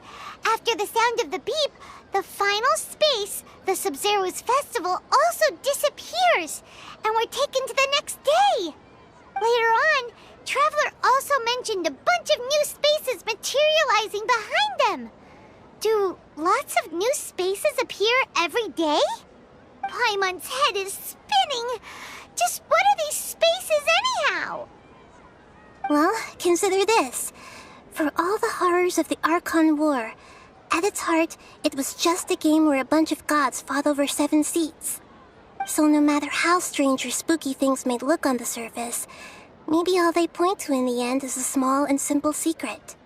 Wow, the Archon War, huh? That's an analogy and a half.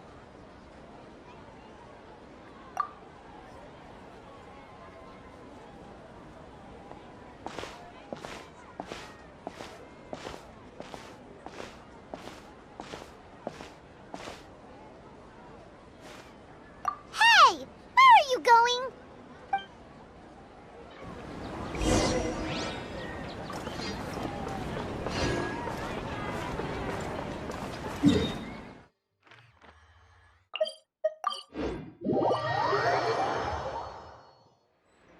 Do you want some alone time to think? All right then, Paimon won't disturb you.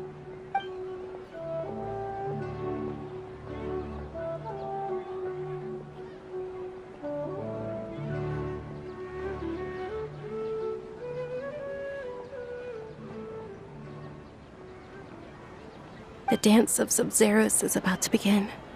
I'm going to go watch it. Okay. Why don't you go ahead, Dunyarzad? We still have some other stuff to do first. Okay then. See you later. Have you figured it out yet, Traveler? Time is ticking away. Awesome! What is it? Paimon wants to know. Oh, wait, no. Let's meet up with Nahida first. You can tell us both together. This time, we're gonna get to the truth.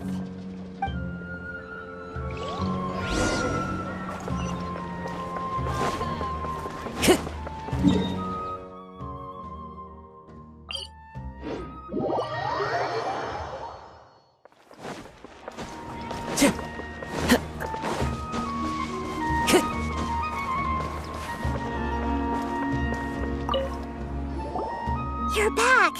I've been waiting forever for you two.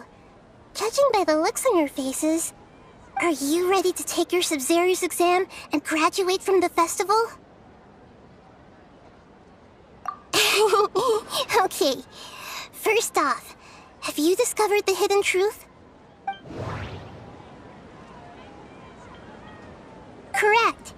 The Akasha is keeping each person's brain in a constant dream state, but also separating their consciousness from their own dream. Their disembodied consciousness is placed inside the collective dream of the Sub-Zero's festival along with everyone else's, while their now vacant dreams are harvested by the Akasha. No one is any the wiser as another day passes in the dream, and so begins another samsara cycle. People wake up to yet another dream about the Sub-Zero's festival. The dreams that belong to them are once again harvested by the Akasha, and so it continues. So, this is like a dream factory, and the Akasha is a dream harvesting machine. Did Paimon get that analogy right? Very good, Paimon. Using analogies well is an excellent habit to get into. Okay, so that beep we keep hearing is actually from our real-life Akasha terminals. Taking off our terminals in this dream doesn't do anything. All right, last question. Who am I?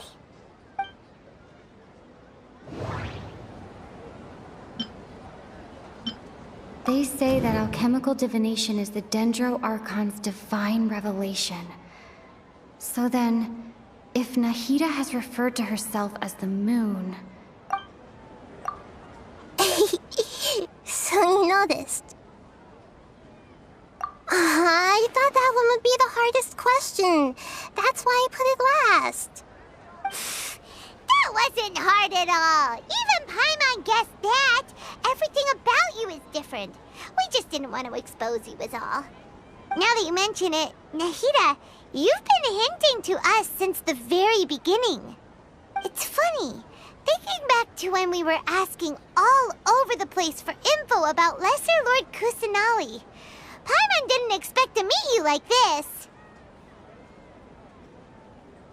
Yes, those can wait until we're back in real life. On the other hand, I'd be happy to answer any more questions you have about here and now. You asked me this question before. My answer was, it would literally blow your mind. Now that you know this is all a dream, this answer should hopefully make more sense. Have you heard the saying, don't wake a sleepwalker? Likewise, if someone suddenly had told you all this instead of you learning it on your own, your notion of reality and dream would be thrown into irreversible confusion. I couldn't expose you to that kind of risk. That's why I could only give you very subtle hints and some suggestions. Long story short, I'm really sorry I had to keep you guessing. Firstly, this dream we're in is completely based on reality. People have already experienced this Sub-Zero's festival, so it would be very difficult for them to find anything that strikes them as surreal. Secondly, you're probably wondering why people don't have any memories from earlier samsara, right? That's because people don't remember their dreams most of the time anyway. And in any case, their actual dreams are being taken away from them by the Akasha. So whenever they wake up in this dream of the Sub-Zero's festival, they don't remember anything from their previous identical dream. That reminds Paimon. Traveler had a dream when we were in the Avidia Forest, but couldn't see what it was about after waking up. Is that an example of what you mean? Yes. Only after receiving the blessing of Dendro can a person gain the Dendro element's dream-enhancing power. That explains the feelings of déjà vu. Meanwhile, everyone else has no idea that they are in the Sub-Zero's festival samsara, while their dreams are stolen from them over and over again. Can humans really keep dreaming forever like this? Will it ever end? And if so, when? You might say your mental fatigue has already answered this question. Eventually, there's only so much that people can tolerate. Especially those whose health is compromised to begin with, like Dunyarzad. This relentless exploitation takes an even harder toll on them. People's lives are at stake here, and nobody knows a thing! We've got to put a stop to this! I know, right? Why did they have to base this dream on my birthday? Could it really just be a coincidence? Even you don't know the reason? Wow, now that's strange. The Academia sages are determined to harvest lots of dreams in a short time, no matter the cost. They have to be up to no good. Unfortunately, I don't know anything about it. Traveler, do you have any information?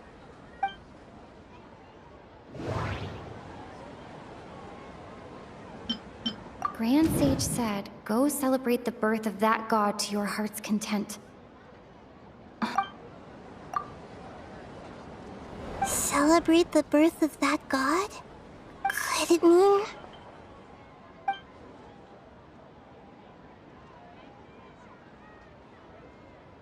deceiving the people of Sumeru with no regard for their safety. No matter what they're trying to do, this is unforgivable. After we end the Sub-Zero's festival samsara, we have to look into them. How can the sages of the Academia do this behind their Archon's back? This is ridiculous! In the end, I'm just the moon. The real sun is long gone. A sun and a moon? Nahida's talking in riddles again. Oh, we're out of time today! I'll tell you how to break free of the samsara tomorrow. See you then.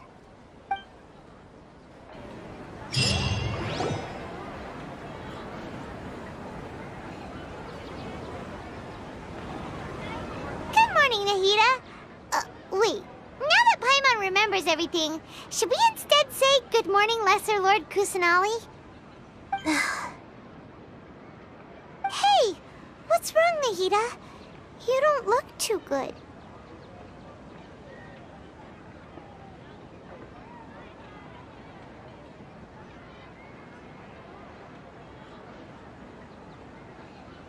I'm afraid that what you're thinking right now is correct. Did Dunyarzad already disappear? No way! Are we too late? The real Dunyarzad's consciousness has indeed disappeared. It can no longer endure the constant dream harvesting. Paimon can't believe it. Wait, so what about that other Dunyarzad? Just what is she? Is she also going to disappear? She's actually something like a puppet, but not completely. The real Dunyarzad's consciousness could no longer keep playing her role in this dream. So another Dunyarzad appeared to replace her in the dream. Just like the grass and the trees, that Dunyarzad is just a building block of the dream that helps to keep it going. But personality-wise, she's nothing like the real Dunyarzad. Puppets are stiff, and can't copy a living person's vitality. After all, they're just there as filler. You know, speaking of which, the old Dunyarzad might not have been too different from a puppet. Dunyarzad truly believed that she met you within her consciousness, and it was you who inspired her. So you do remember her after all. Yes. Back then, her family was overly protective of her. No one cared about her personality or thoughts. It was as if she only lived to stall her Elazar. I just gave her a little wisdom so she could look at life in a new way. So that she could be her own person. But even so, she's still... far from it. I'm still a long way off from being a real Archon. I couldn't even save her. If I were a competent Archon, I wouldn't have let my most faithful follower die at the Sabzeruz festival with so many regrets. Please don't beat yourself up over it, Nahida. It's the Sage's fault, and theirs alone. I'm not beating myself up. All I did was to rationally observe the distance between myself and a real Archon. Don't be like that, Nahida. Even real Archons are still allowed to be sad.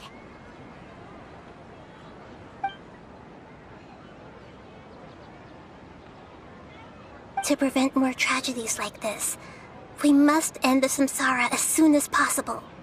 Great, but how do we do that? Although the Sabzeruz festival dream is under the Akasha's control, only humans can dream. Even the Akasha is unable to create them. That means this dream belongs to a host who created it. Huh? So, how should we find that person? Well, if this is someone's dream, then everything here must come from deep within their consciousness. Which means, with the power of imagination, they can change anything in this dream. Imagination? What do you mean by that? Imagination means breaking through what you perceive as normal. Like when a server at a tavern brings a plate to you, you'd naturally assume that food is on it. However, if you're the dream's host and you become aware that you're dreaming, when you imagine gold and more on the plate, the dream will respond in kind, and the server really will bring you gold and mora. But right now, our host is unaware that this is a dream. No matter how many times they're served, it will always be food. Find some way to make that person realize that they're dreaming. Usually, once that happens, the person will wake up and the dream samsara will be broken. How are we going to find them, though? If it could be anyone, it'd be like looking for a needle in a haystack. And even if we did find them, how are we supposed to make them realize they're dreaming? After all, like you said, don't wake a sleepwalker. It's extremely difficult, yes. But the only ones who can do it are you two. Remember, everything you've achieved up to this point has all been for the sake of finding the host and ending the samsara. As for me, during this time, I'll be out of town. Out of town? Are you going to that place full of dreams where the Traveler went? Yes.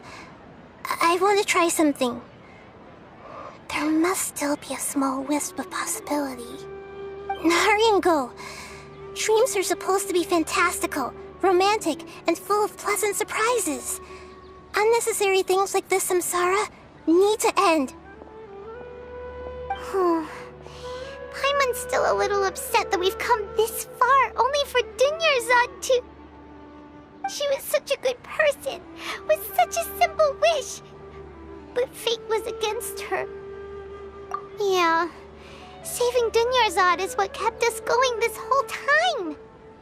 But we mustn't lose hope, Traveler. Dunyarzad would definitely want to see us save everyone else. So let's break the samsara for her sake. Paimon's wondering, do you think the sages would get one of their own to be the host of this stream? Feels like it would be easier to control it that way, no?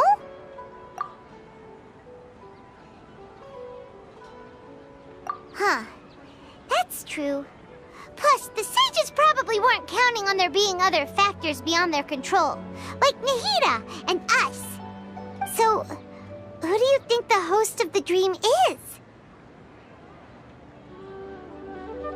Oh, that would make sense! Ferris, the Knight of Flowers, is a symbol of the whole Sub-Zero's festival, right? Pretty core character. Let's go ask him some questions, shall we?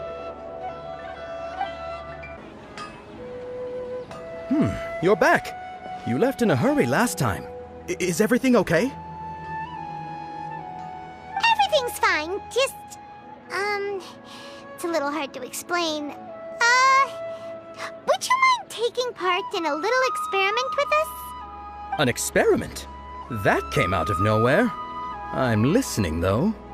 What do you need me to do? Could you... make a wish? You want me to make a wish? Is that a new Sub-Zero's festival tradition or something? Less questions, more wishing! Okay. My wish. Okay. I'm a little nervous saying this out loud, but I want Miss Dunyarzad to be happy. Oh.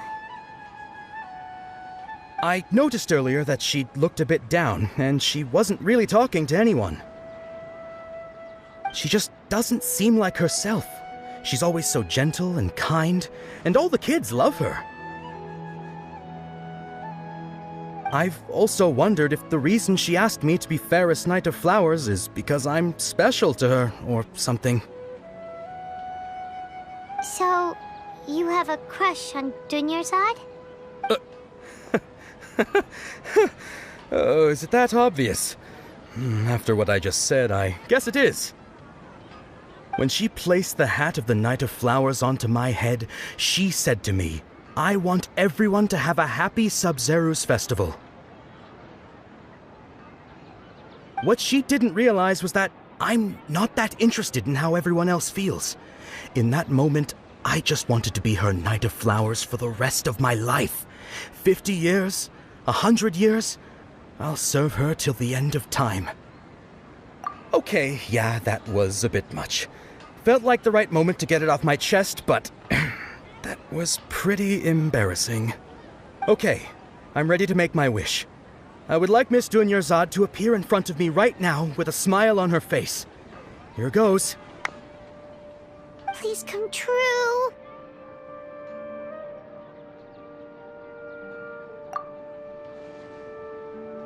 I'm gonna open my eyes. Oh, you're... What? Faki? Sorry, but only one portion of Yalda candies per person. Back home you go. Nice try, you two. Anyway, never mind. I don't need to see her appear right in front of me. As long as she's happy. Guess he isn't the host of this dream after all. Should have expected it wouldn't be this easy.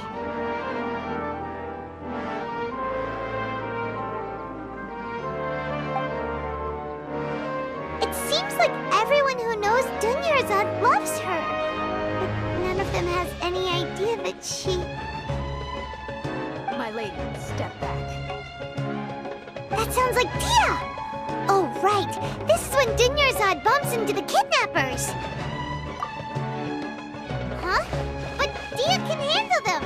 Hey, Traveler!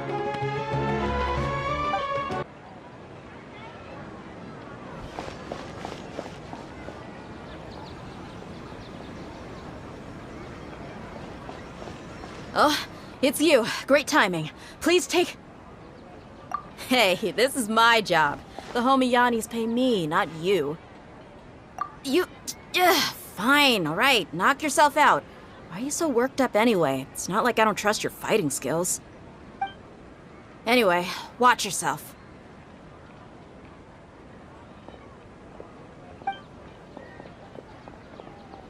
So you got yourself some backup. Suit yourself. You're going down. That's close enough. A new punching lucky bag. today. Come with nature. Dee, this isn't good.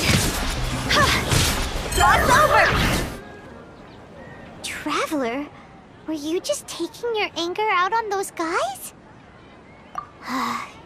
You and Nahida both.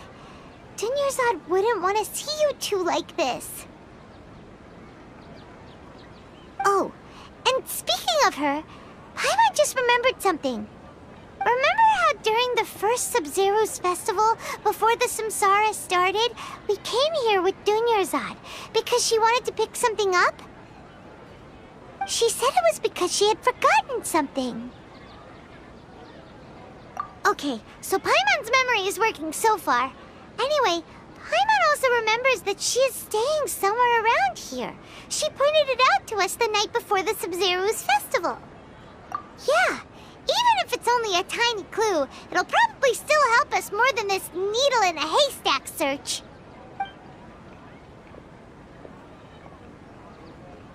This is the place!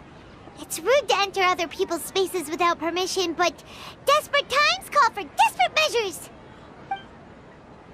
Hey, the windows are unlocked! Okay, Paimon's gonna take a peek inside.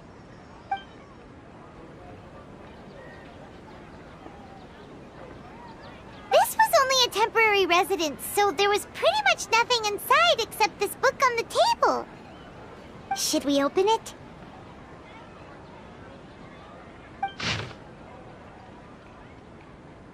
Wow. Dunyarzad wrote all of this. Sounds like she was always thinking of us even while we were away. Even though she was also busy preparing for the Sub-Zero's festival and had all her health problems to worry about. She must have wanted to give this to us as a gift on the day of the Sub-Zero's festival, right? If we hadn't found this book, we never would have known. But now that we know, we can't even thank her.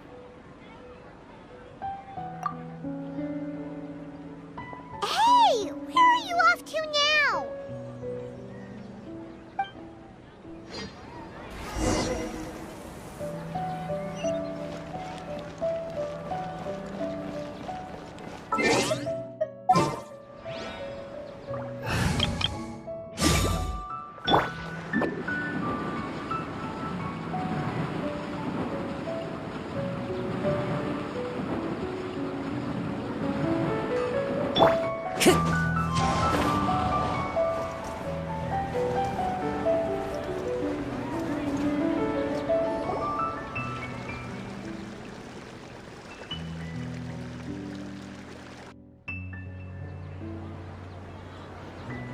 It's Dunyarzad's puppet.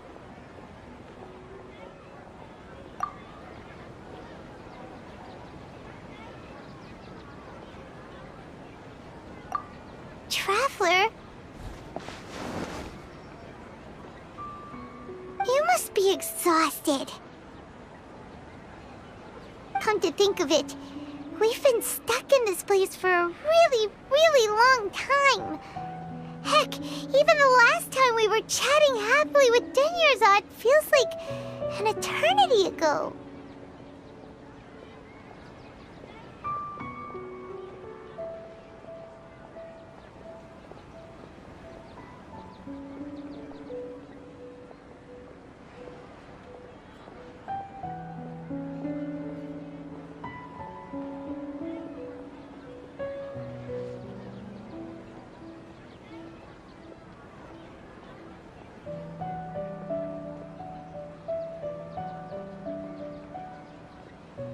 Paimon still remembers when we were sitting here, and the way her eyes sparkled when she talked about Nilou's dance of Sub-Zerus.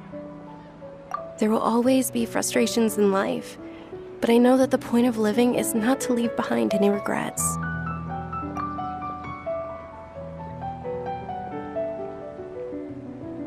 That was what the real Dunyarzad said, wasn't it?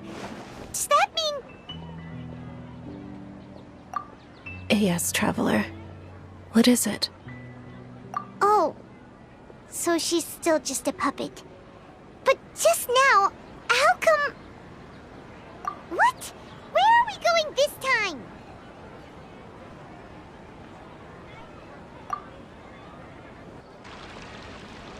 If you continue to resist, we will have to order an investigation into every single event organizer. The Grand Sage has already granted you much leniency. I advise that you exercise tact. How did things turn out like this?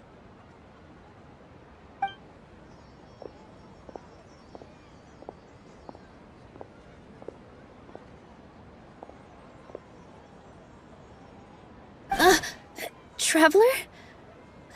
You don't have to get involved. He's a sage from the Academia.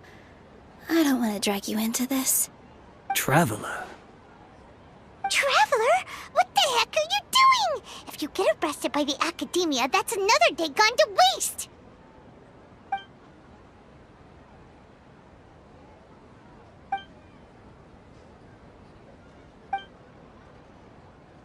Wait, they're not reacting. Have they been scared stiff? Oh, of course! If this is the Sage's plan, they wouldn't put themselves through this! So they're just substitutes! What is this? What happened to the Grand Sage and his entourage?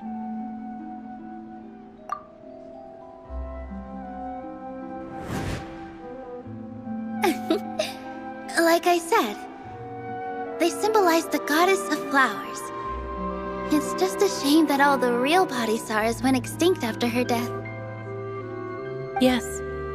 The Greater Lord brought forth new Padisarahs in memory of the goddess of flowers.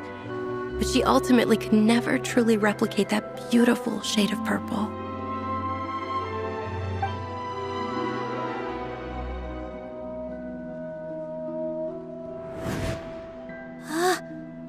Beautiful shade of purple. Aren't these flowers real Padisarahs? Just like the ones from the legend? I didn't even notice. Dunyarzad, did you find these? But didn't you just say all the real flowers went extinct after the goddess of flowers passed away? So, how? Yeah. What's going on here? Huh? You guys are acting weird. But okay, I'll try.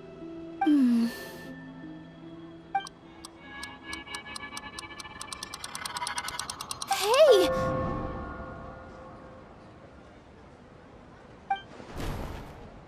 They disappeared! So Nilou's the host! What a surprise! Purple Patisaras don't exist in the real world anymore. But in Nilu's subconscious, they can appear as decorations on the stage. It's just like the example Nahida told us. People assume there will be food on a plate, and Nilu assumed there would be real Patisaras in the flower pots. So when you saw the flowers, you instantly knew it was Nilu? But if we want to end the samsara, we need the host to become aware that they're dreaming. How should we make Nilu realize that? Am I dreaming? Huh? So I'm right. Is this Lesser Lord Kusanali responding to our celebration of the Sabzeruz festival? Wrong guess, but you aren't completely wrong either. The point is, what made you think this is a dream? As far as you know, people in Sumeru don't dream, right? Yeah, but have you heard the tale of the first sage? To prevent a calamity, he went on a journey to find the Dendro Archon. Ooh, sounds familiar. Dunyarzad told us a story like that when we first arrived in Sumeru City. So it was about the first sage, huh? Yep, but in the part you heard, he hadn't become the first sage yet. There's more to the story. His piety and wisdom were acknowledged by the Dendro Archon, and she finally gave her blessing to him. All kinds of spectacular scenes appeared in front of the first sage, as if all the knowledge in the world was being painted onto a canvas right before him. He was captivated. After who knows how long, he mastered all the knowledge he could comprehend. Afterward, he said to the Dendro Archon, "I miss my parents, my wife, and my children. I've been away from home for far too long. They must be worried." The Dendro Archon smiled. The next second, the sage found himself lying in his bed, as if he had just woken up from a dream. His wife, lying next to him, said, "You're off to search for the Dendro Archon today, aren't you? Have a safe journey, my love." In the end, the first sage took care of many disasters in Sumeru City and founded the Academia. What a happy ending. So, the first sage was dreaming ever since the beginning of the story? He never went on his journey? Yes, but his faith and determination were conveyed to the Dendro Archon, so she blessed him in the form of a dream. Paimon understands where you're coming from now. That's a really interesting connection. But we really gotta wake up soon, like the sage in the story. I see. Well, it just so happens that today's Sabzeruz festival is almost over too.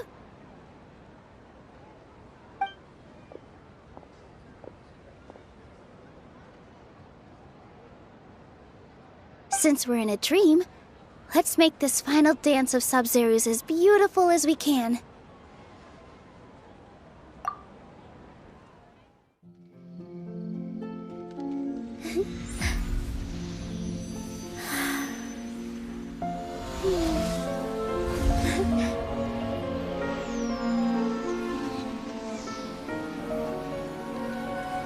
The wait is over, everyone. I dedicate this to our god, the dance of Sabzeruz.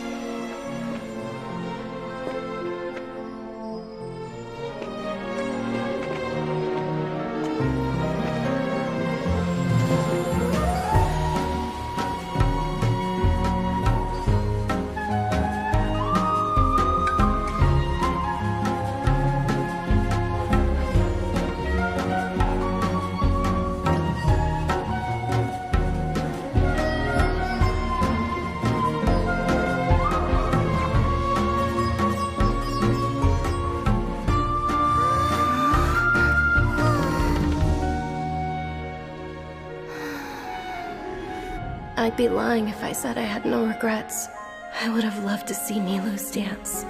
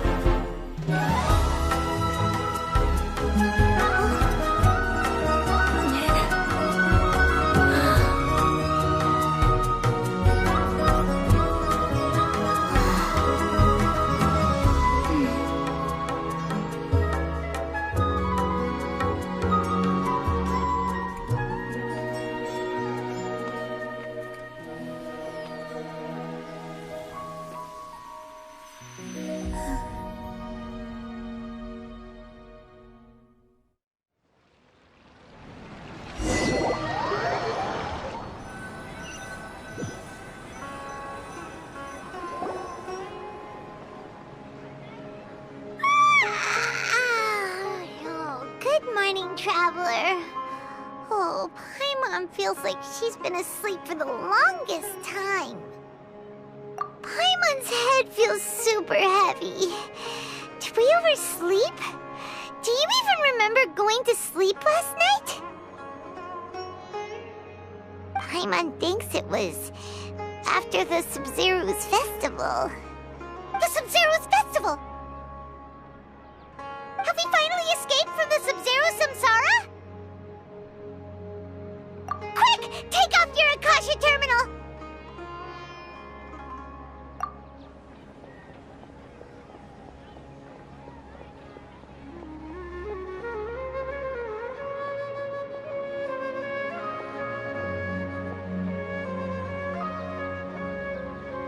She's not in her room. What happened? Huh? What usual spot?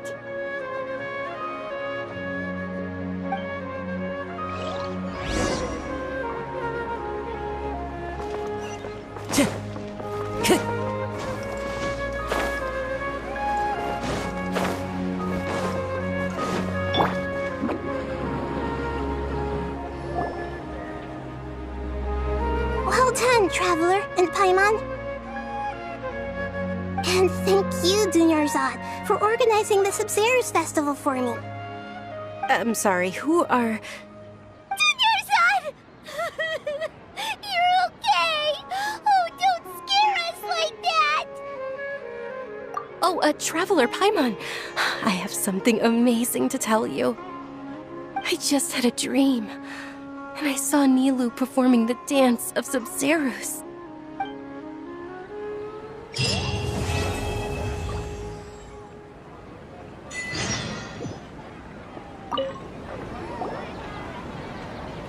You're actually Nahida, aren't you?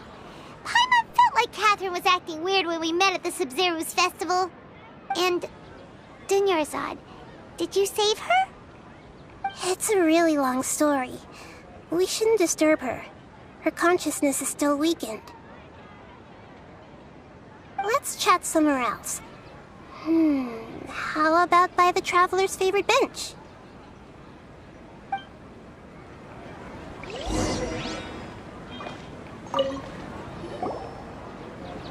What's going on?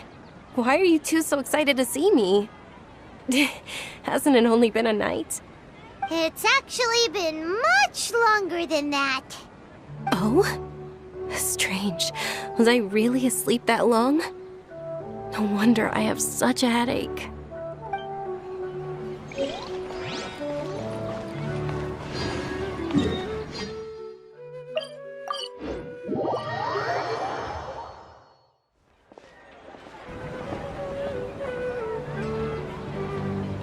Let's talk about Dunyarzad first.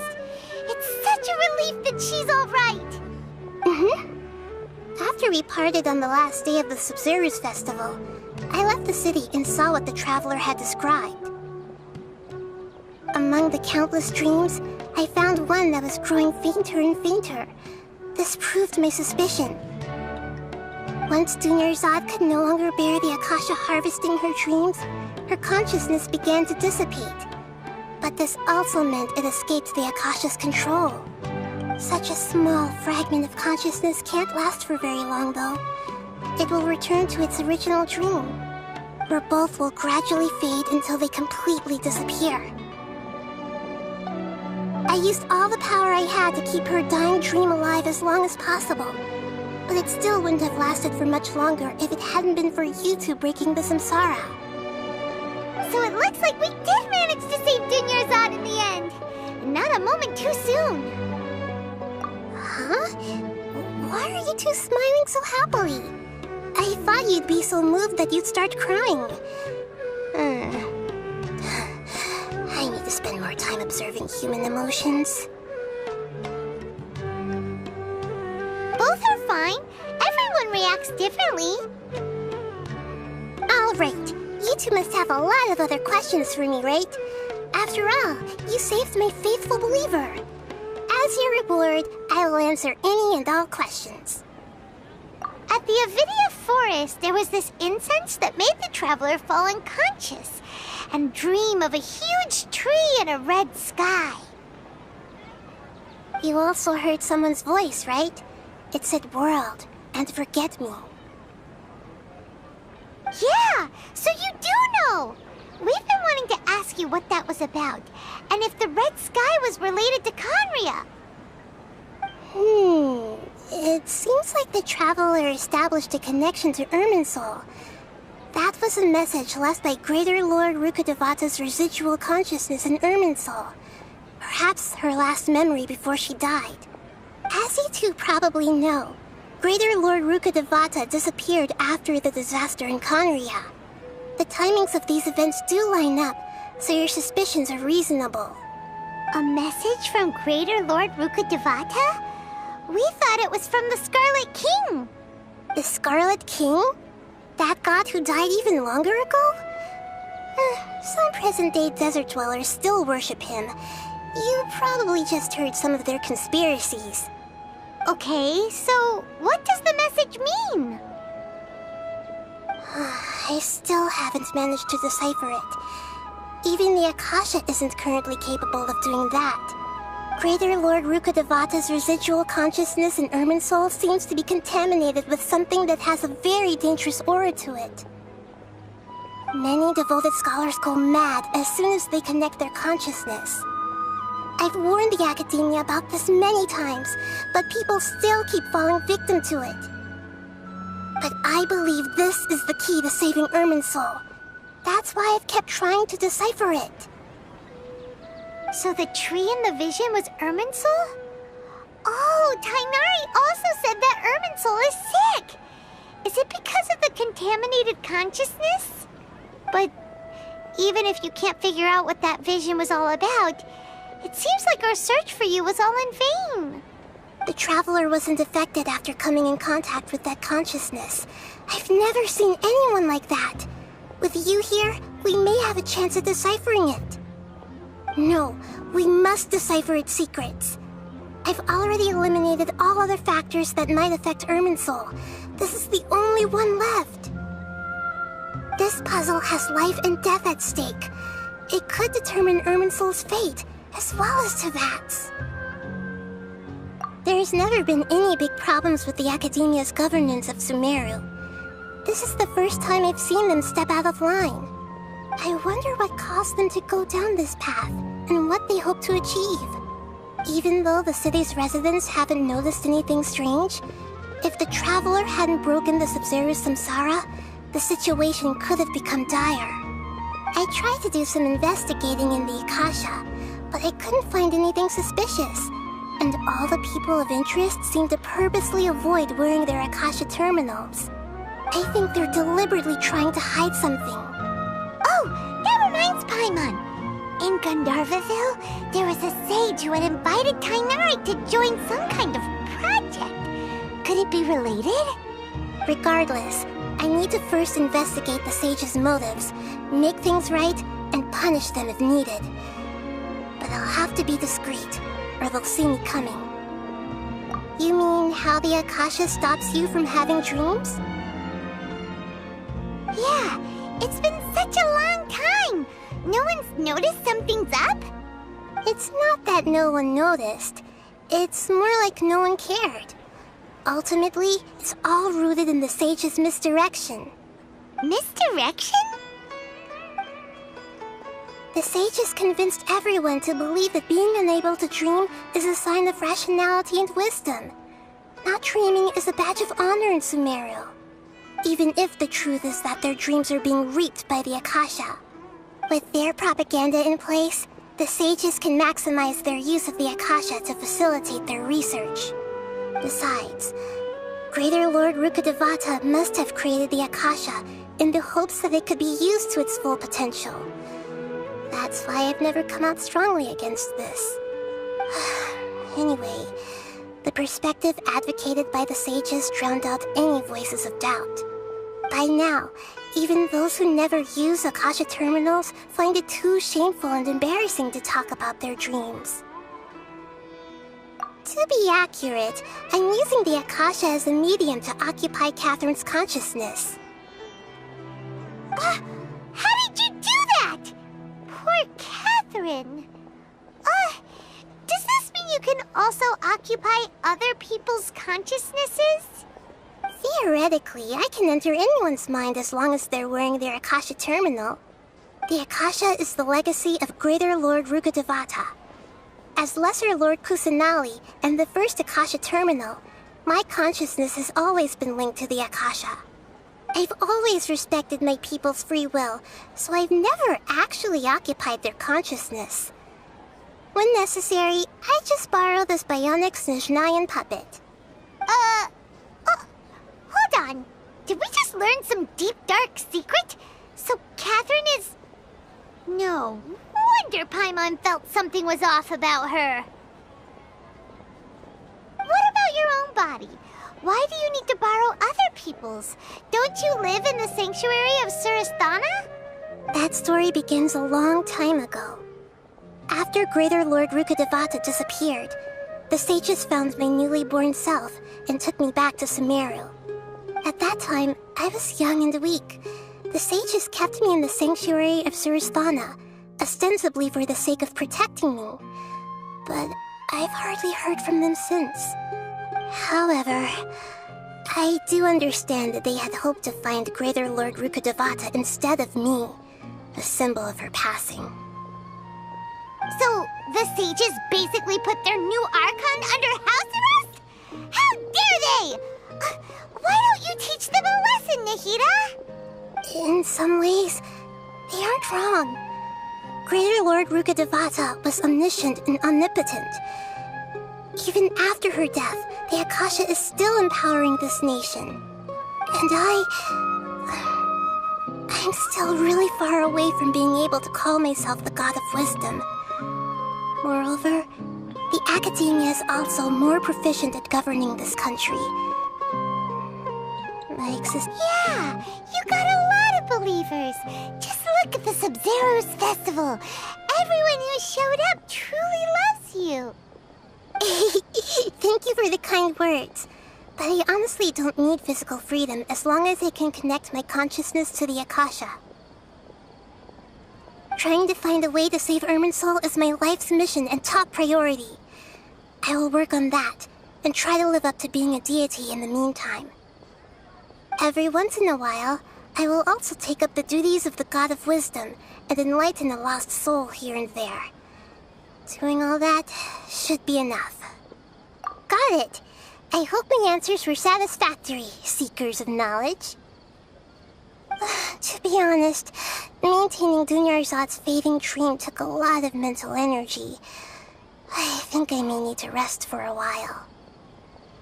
Oh, and you don't need to worry too much about the sage's activities for now. The Akasha won't be able to conduct another project on the scale of the Sub-Zero's Samsara in the immediate future. Go and get some sleep. Leave everything to us. What a relief. This is truly the most exhausting birthday I've ever had. Traveler? Paimon? Why am I here? Do either of you know?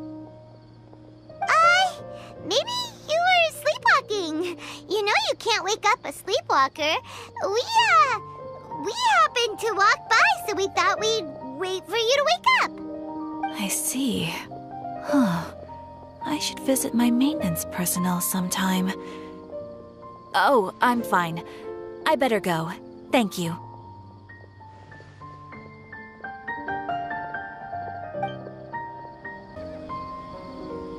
Traveler, you've come at a good time. Wait, this sounds like another commission.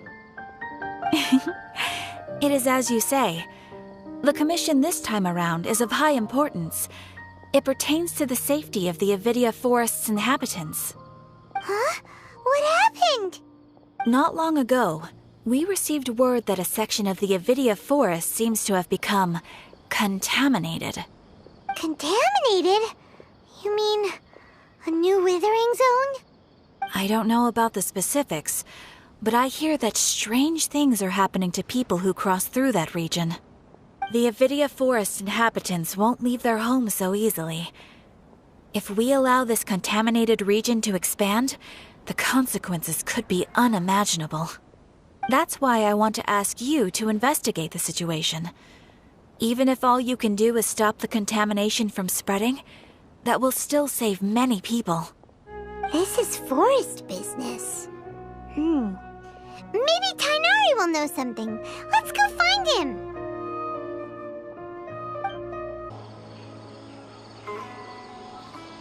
This is where you've been, Tainari?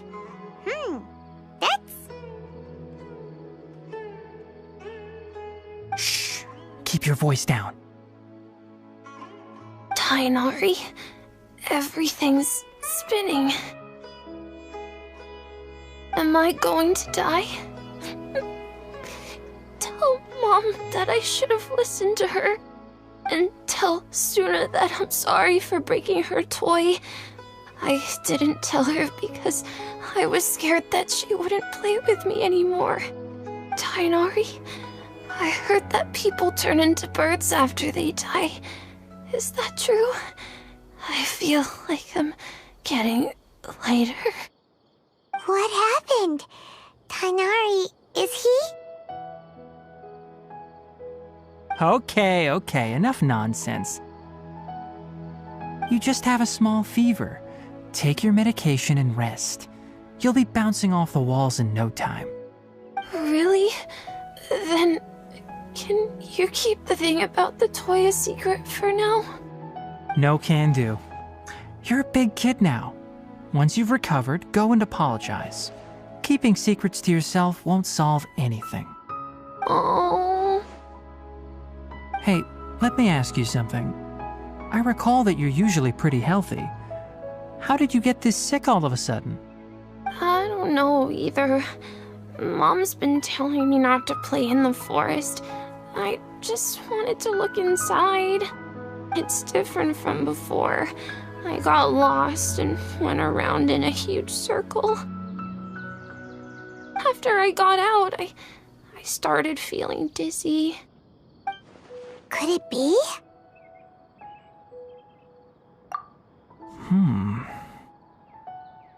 So that's how this whole mess happened. Anyway, go rest. No running around until I say so, got it? Traveler, Paimon, let's step out for now.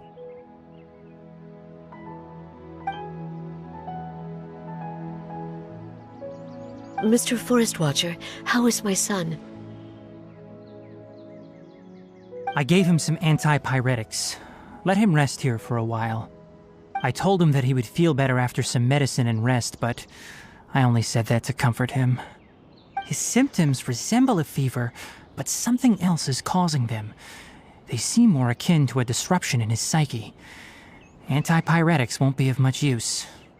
What do we do? Mr. Forest Watcher, you have to help him. If memory serves, a plant called Vasanti grass can help soothe the mind. A small number grow in arid deserts. They usually look like shriveled weeds, but can be revitalized with a splash of water. They're expensive and unable to grow in the Avidya forest's climate, so I don't have any on hand. I'll ask the caravans. Go find Kale, have her prepare medicinal tools and a set of traveling gear for me. All right. Thank you. Contaminated region, huh? Is that why you two are also here? Yep. Is it a new withering zone? Doesn't seem like one. Whether you look at scale, internal conditions, or resultant effects, they're completely different. The only thing they have in common is that they aren't welcome. This nuisance made itself home in the Avidya forest, so I can't turn a blind eye. We feel the same way. All right. Let's contact the caravans first and purchase some Vasanti grass. We can also ask about the contaminated region. There's no time to waste. We have to move quickly. Let's go.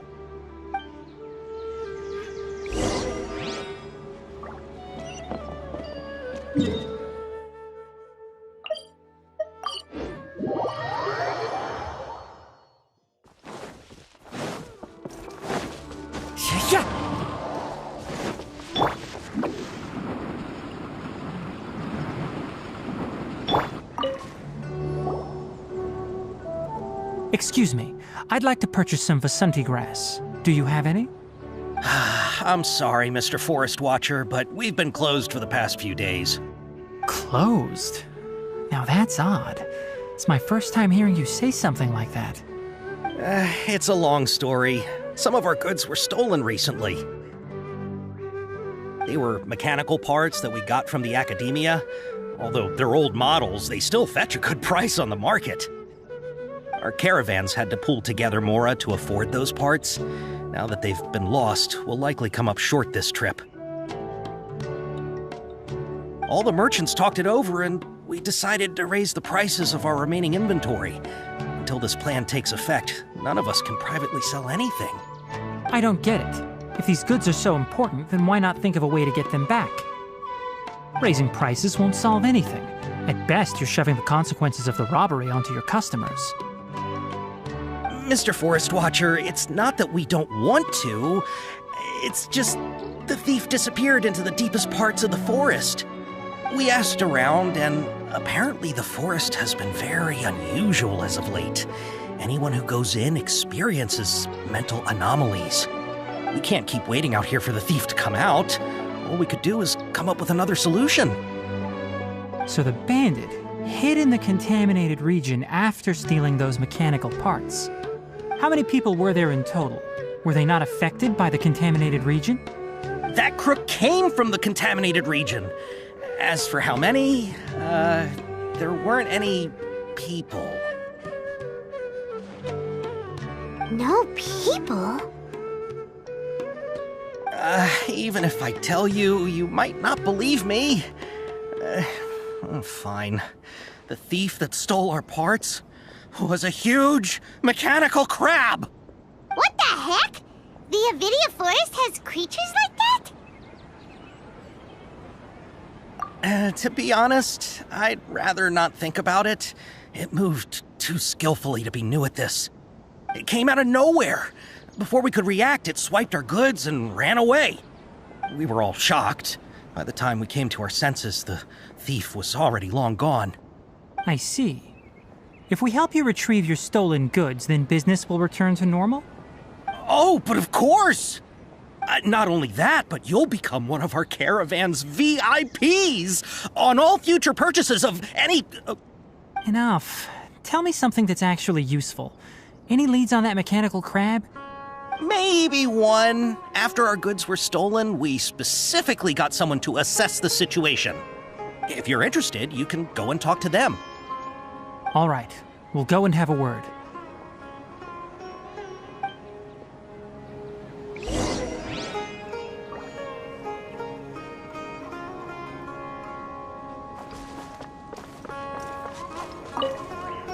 After the goods were stolen, I made multiple inquiries with nearby caravans and residents. It turns out that many others have also been robbed by that crooked crab.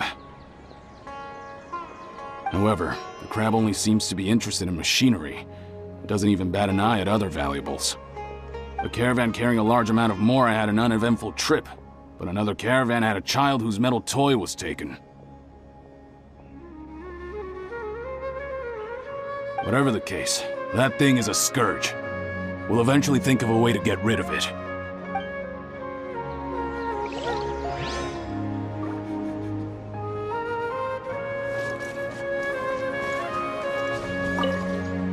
That mechanical crab is fast, strong, and a pain to deal with. 10 of us might not even be able to take that thing head on. Didn't the Academia ban research on mechanical life forms years ago? Where did that thing come from? Our salaries even got slashed because of it. Who would have thought that that robber wasn't a human, but a mechanical crab? This is rough.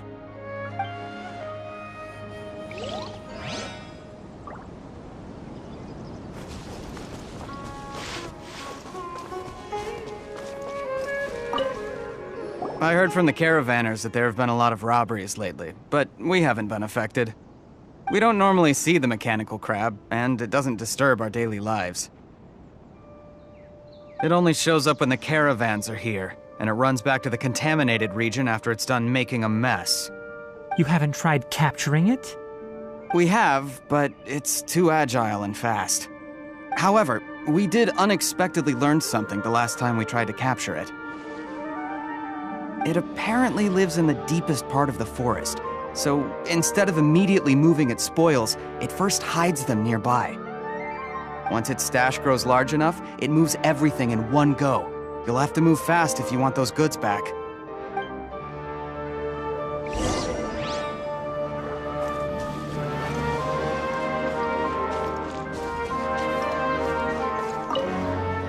How are things? Did you make any progress? We learned of its behaviors, but much still remains unclear. Assuming normal operational status, mechanical constructs generally act according to their given commands. If I were its owner, I'd command it to steal more valuable things. Or the mora you made. That would be the most efficient method. But it only goes after mechanical components. This doesn't make any sense. Right. It's really weird. So, you all found a way to retrieve our goods? Do you have any more mechanical parts with you? Yes, I still have a small bag of samples. They weren't taken since I keep them on me at all times. Oh, are you planning to... Under constant external conditions, organisms rarely initiate changes in their habits. Here's what we know so far. It has a mechanical composition, it lives in the contaminated region, and it comes out to steal mechanical components. If we have said components, we can lure it out, capture it, and then make observations for further conclusions. Well, chatting like this won't get us anywhere. We're only wasting time. You're right. We don't have any other options right now. This bag of samples is all yours, Mr. Forest Watcher. If you can get our goods back, the caravans will reward you generously. We don't need anything in return, but I'll be keeping this bag. I may have other uses for it later. We'll also need to borrow a sumpter beast. Our act has to be convincing if we want the crab to fall for it. Oh yeah, no problem at all. If it means getting our things back, you can even borrow me to do whatever you need. I'll have to decline that offer. Anyway, we'll use the mechanical components and sumpter beast to pose as a transiting caravan and lure out the crab. Once it appears, capture it. I leave the timing to you. Don't worry, we're professionals. Looking at the trade routes and the contaminated region's current perimeter, the goods were likely stolen somewhere around here. Then let's get to it. We'll definitely capture that criminal crab. Okay. We'll start from here and have the sumpter beast with the components on board lead the way. This sumpter beast isn't familiar with us yet, so be calm and take your time with it. The sumpter beast went ahead. Let's keep up with it.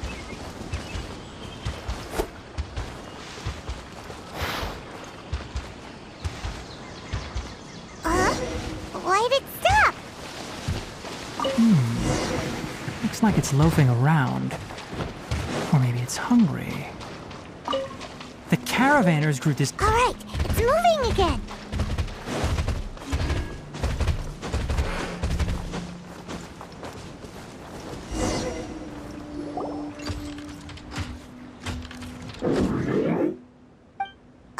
Did you hear something?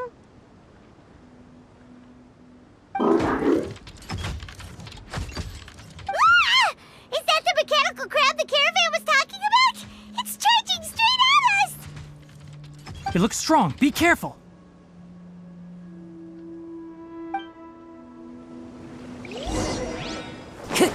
The wind knows me. As one with wind and cloud.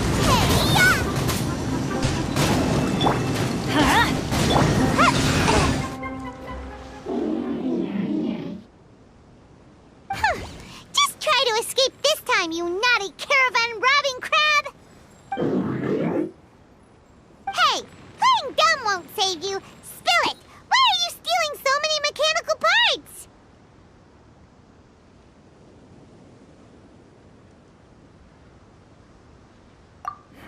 It doesn't seem capable of comprehending complex questions. Keep an eye on it. I'll search around the area for the caravan's goods.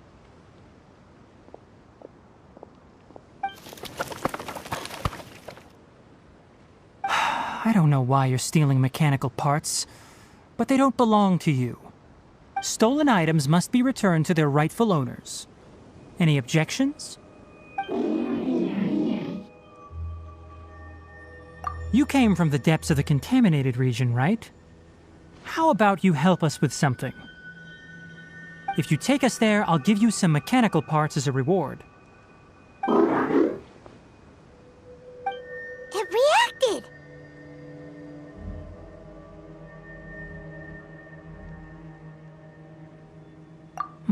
We can't be certain yet.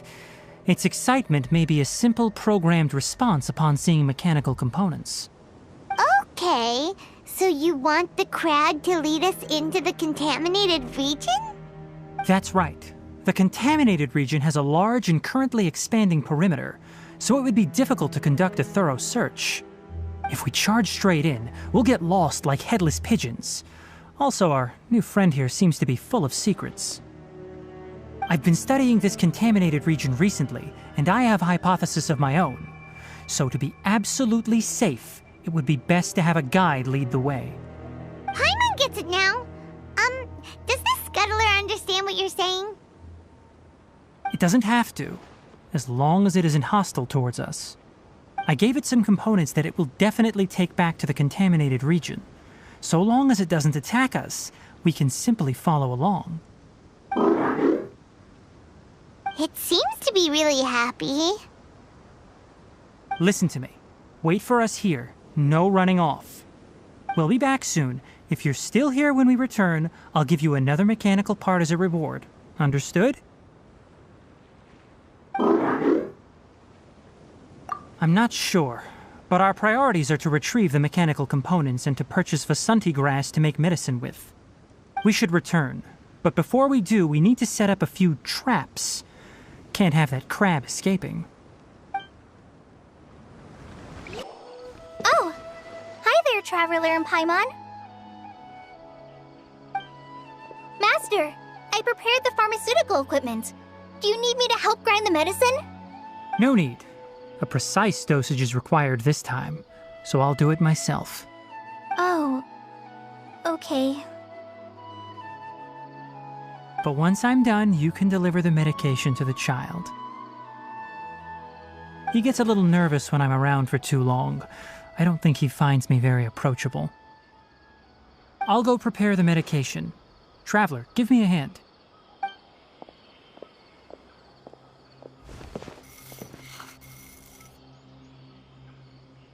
How is he? Doing any better? I feel like he's doing a lot better, and his temperature is returning to normal. That's wonderful! Oh yeah, he asked me to tell you that Suna came by earlier, and he told her everything about the toy. Suna didn't get mad, so he wanted to thank you. Can I ask what happened? It's nothing. Did you prepare the traveling gear I asked you to? Of course I did! Are you going somewhere far away? Yes, we're going to the contaminated region. Judging by its size, we will likely have to stay overnight. I'm leaving everything to you while I'm gone. Huh? But I can't even begin to compare to you. Many things are learned by doing. And once they've been done, you'll realize they weren't as difficult as you once thought they were. Deal with problems as you yourself see fit. You don't have to emulate me. That's right! You'll do great, Kale. All right, then I'll do my best. Master, Traveler, Paimon, take care of yourselves.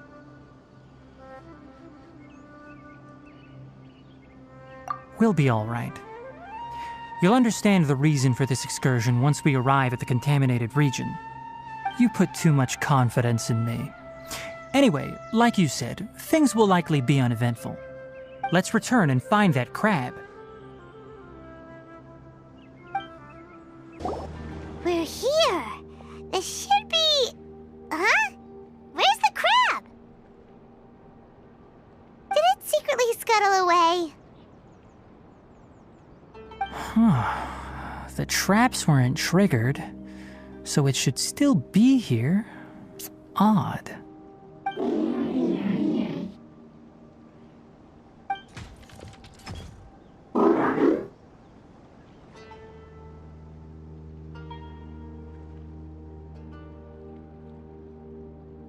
You honored our agreement and waited here until we returned. As such, I'll hold up my end and give you another mechanical part. Keep it safe. I'm not giving you another one if you lose it. Glad you're satisfied. If you want more mechanical parts, take us deeper into the contaminated region. I want to see what happened there. What caused the Avidya forest to become like this?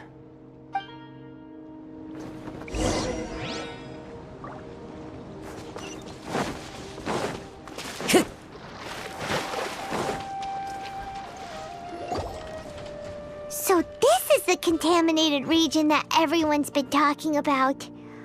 Oh, it definitely looks different from normal. It's like really creepy and suffocating. Do you feel unwell at all? Good. It's as I predicted. Elemental power confers a degree of resistance against the contaminated region's influence. How do you know that? I haven't entered the contaminated region for a proper investigation, but I've conducted quite a few controlled experiments. My observations during our time here have all but confirmed my hypothesis. Look at these flowers. How are they different from normal? This flower species is formally known as the Sumeru rose, but it is also known as the ley line lodestar. They're sensitive to ley lines and emit varying amounts of light in response. Excessive brightness indicates a dangerous level of ley line activity in the surrounding area. From the looks of things, the ley lines around here are already out of control. You're saying the contamination here is coming from ley lines?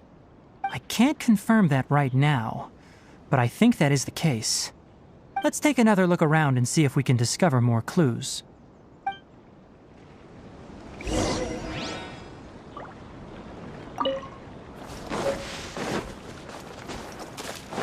Time to go. You know, we haven't seen any animals this entire time. The birds used to chirp really loudly, and there were a lot of foxes. This contaminated region currently appears to have a critical efflux of ley line energy, which is probably the root cause of the patient's cognitive disturbances. Some animals have keen awareness. They sensed something abnormal in this area and fled. Leaky ley lines sure can cause a lot of damage, huh? Like how plants have preferred growth conditions, we also gradually habituate to our surrounding environment. Climate, temperature, humidity, intensity of ley line energies. When people live under fixed conditions, they reach a sort of homeostasis with their environment.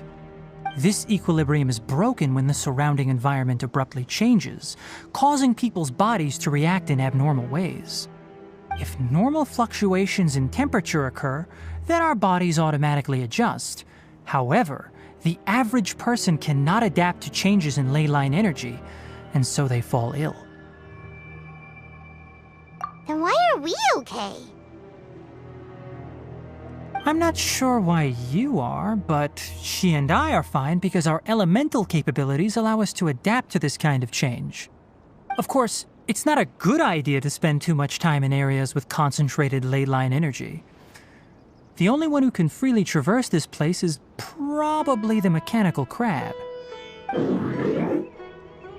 That's about it for the investigation. Help me find an open space. I want to test something.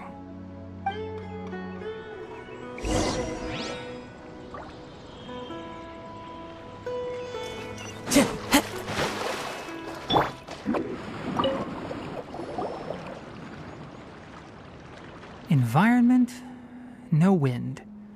Target parameters, normal. Setup complete. Excellent. Looks like it's working. What's this? A purification device that I made. It can absorb excess ley line energy and temporarily stabilize an area. What a neat thing! Let's set up more and cover the entire region! I wouldn't mind if that would actually work.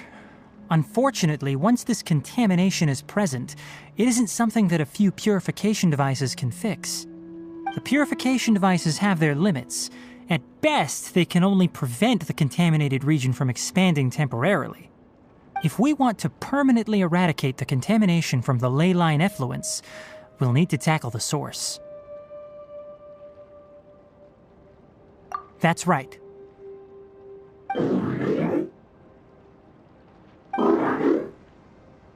Huh? The mechanical crab is acting a little strange. Something's approaching.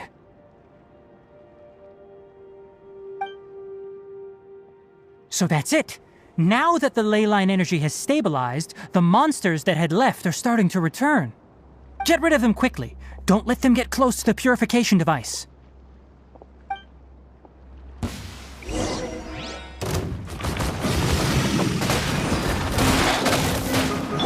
Everybody stand back!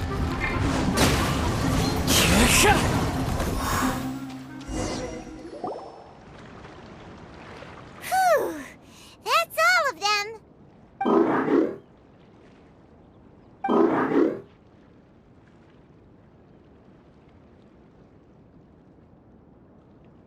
Hey! Where are you? Wait for us! Let's hurry and keep up.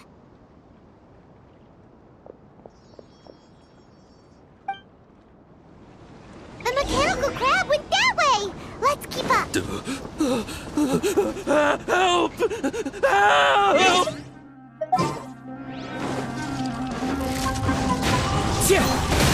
Ninjutsu!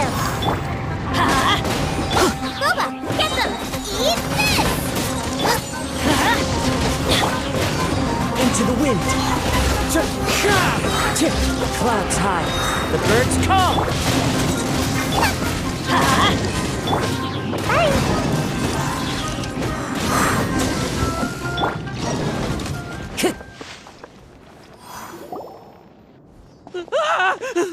Spare me! Please spare me! Hey, are you okay?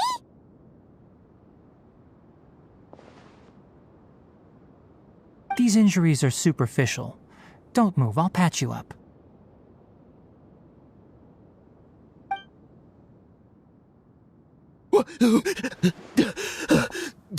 Who are you all? What happened to those mechanical monsters? Don't worry, we took care of them. Oh, good. That's, good. It's a monster! Hurry, attack it!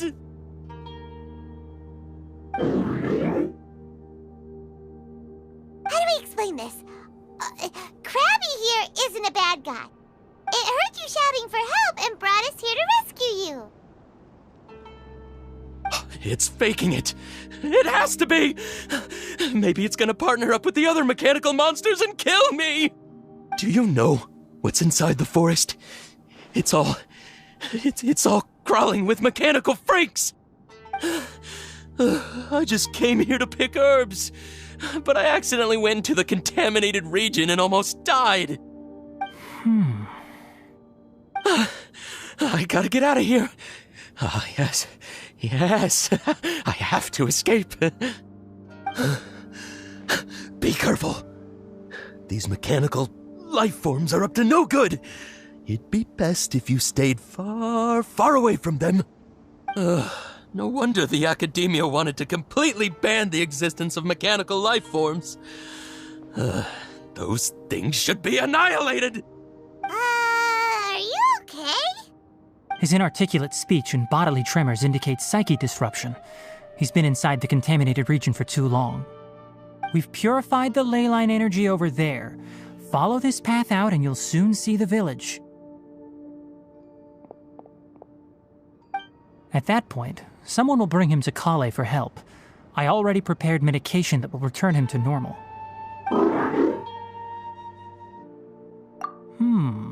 So you think you did a good job and want a part as your reward?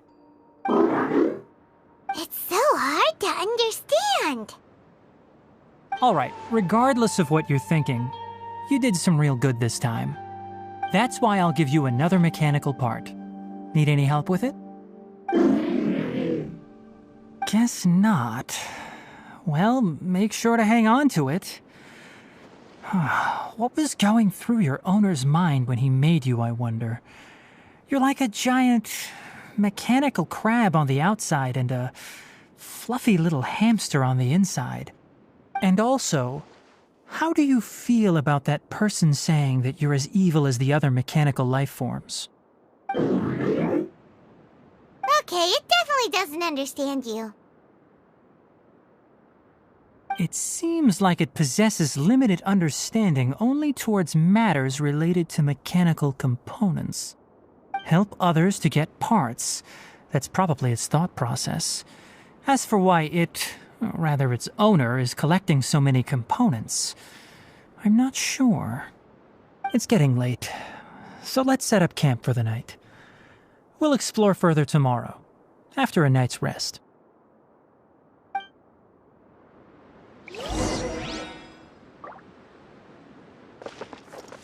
Hey, over here! Come on, you big lummox, raise your head and look up!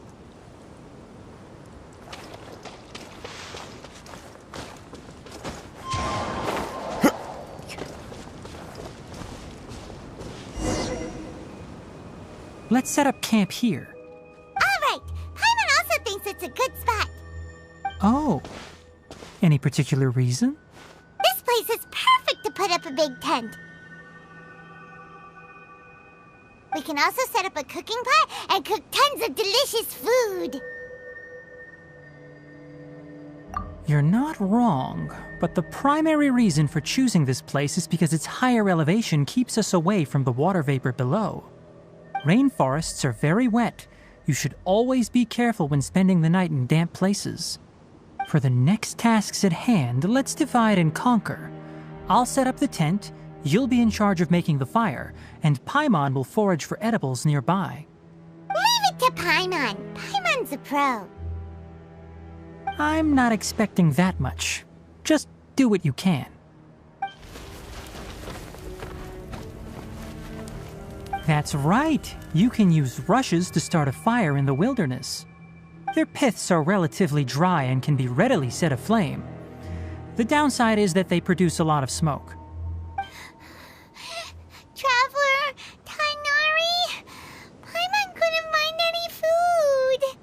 Paimon didn't know that rainforest had so many interesting plants until we came here. They were all sort of weird-looking mushrooms, but Paimon didn't know which ones were edible. Paimon also saw wild berries on the ground, and Paimon was gonna fly over and pick them up, but the dead leaves on top suddenly started moving. It freaked Paimon out. Those were probably dead leaf butterflies. They camouflage as dead leaves to evade predators. My guess is that they mistook you for a bird when you flew over, so they fled. Little did they know that you were more scared than they were. Never mind. The tent's up, so you two go rest. I'll forage for food. Oh, you found some already.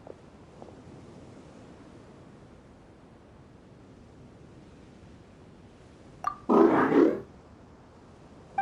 understands it this time. It wants mechanical parts again. Sorry, no part this time. That task wasn't important enough. If every little thing resulted in a reward, then it might start to take advantage of the system. I'll note little things like this and give a cumulative reward at a later time. That is one reason. It looks really sad. After some further thought, it might come up with some weird misunderstanding if I don't give it something. All right, here's another for you. I'm off to prepare dinner. We'll take shifts on lookout duty tonight. You two can sleep first. I'll wake you up later. We need lookouts? Yes. Even though most animals fled because of the ley lines, we can't completely let down our guard. It's settled then. I'll set up some pest-repelling devices so poisonous insects don't come crawling into the tent. Have a good night.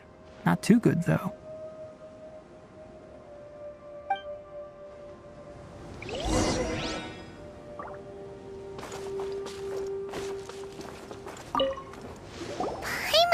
getting sleepy. Is this because of the ley lines? It's been a while since we camped outside like this. This feels like when we just started adventuring together. Nighty-night.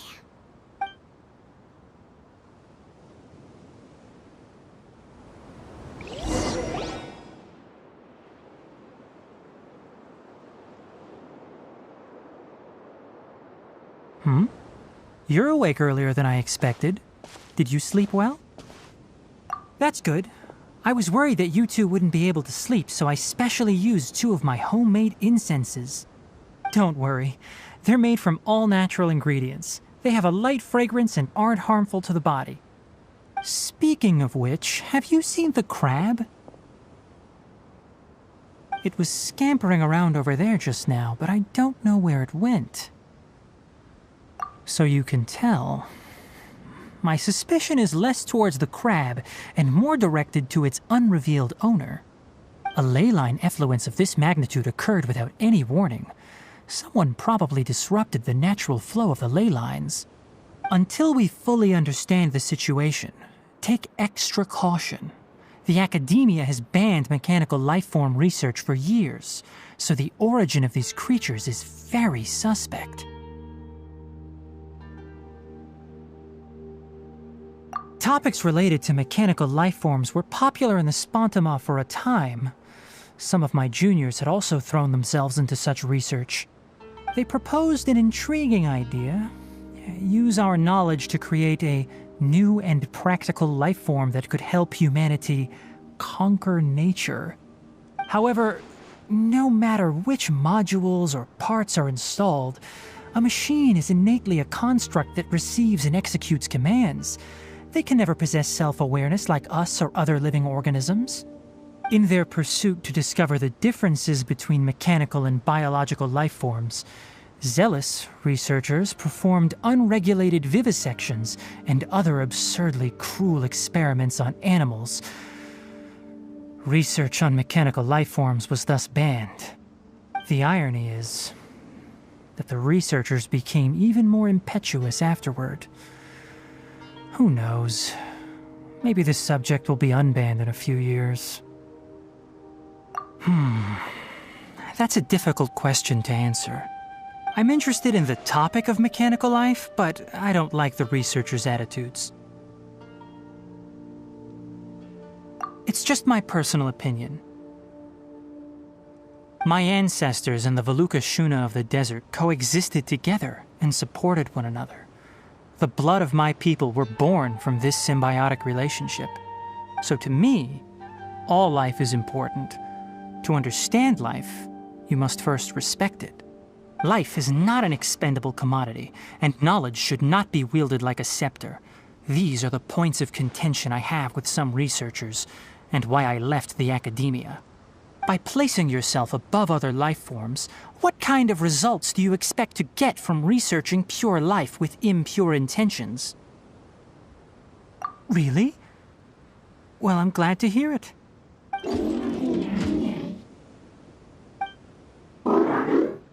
Coffee? Did you prepare this for us? All right. Seeing that you're working so hard to help out, I'll give you another part. You're not planning on using it. Many of your own parts are critically degraded, and you're running low on power.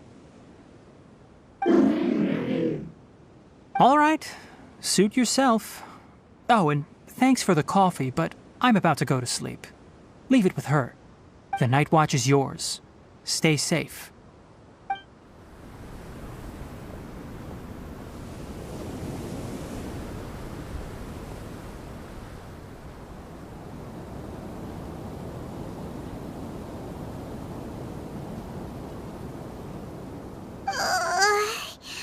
Sorry. Paimon slept through the entire night.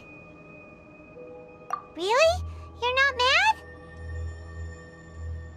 Don't worry. Paimon will be sure to stay awake next time. Good morning, Traveler and Paimon. Quick question. Do you feel off at all? Me too. The farther in we go, the closer we get to the source of the ley line effluence. We'll be heading out earlier today. I'll take down the tent. Is there something we can do? Extinguish our fire so we don't set the entire forest aflame. Also, retrieve the pest-repelling devices from last night. We don't want to affect the ecosystem here. Got it! Paimon will take care of the fire. All right, let's meet back here later.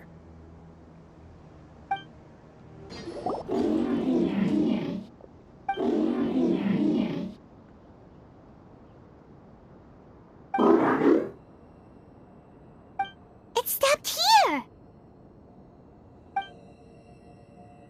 Upon closer inspection, the plants here are really different. Ley line energies are also stronger here. This may be the place we've been looking for. Ready yourselves. We're going in. What is this? Ley line energy is spilling out from here. This device, it's extracting energy from the ley lines without end. Who in the world would do this without considering the consequences? The ley lines won't be able to repair themselves if their flow is perpetually disrupted like this. That's terrible! We have to stop it! Let Paimon see. Paimon doesn't see controls anywhere!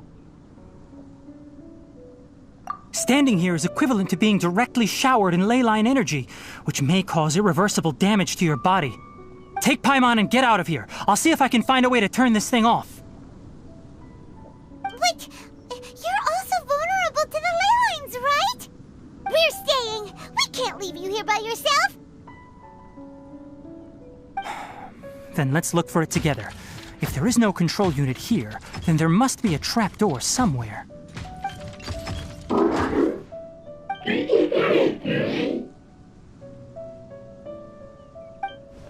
You know where it is? Hey, wait for us!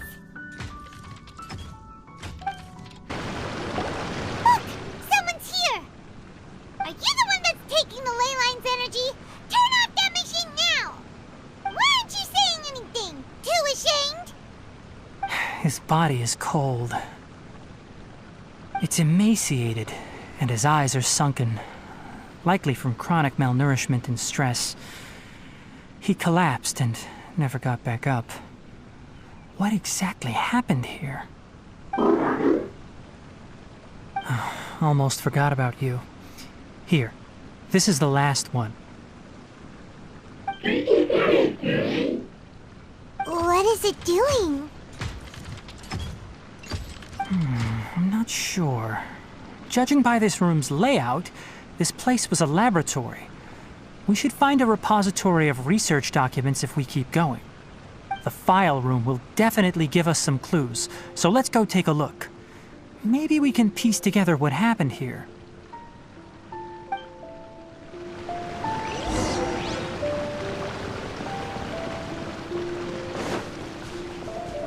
Wow!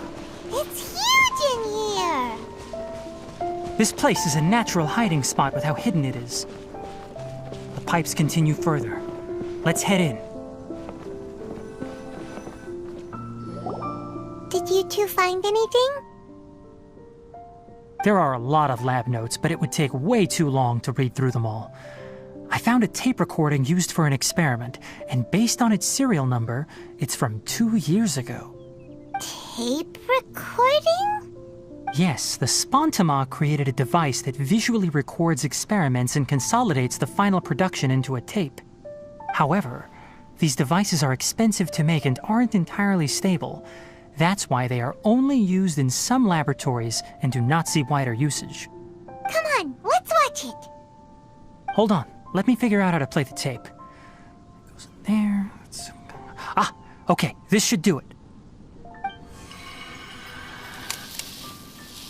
Carcata? Carcata? Seriously, I look away for 1 second and you're gone?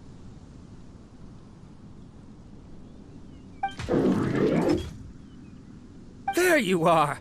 Look here. This is our new home.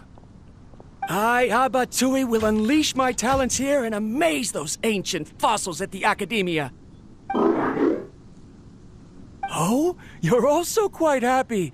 Karkata, do you know what we're about to do?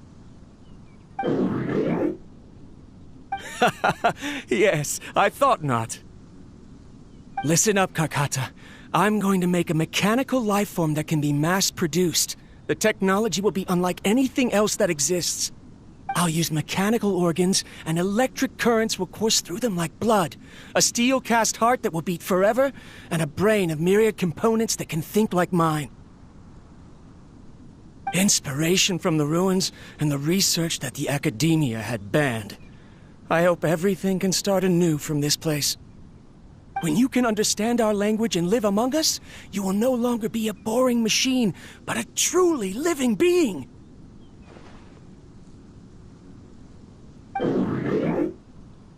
It's fine.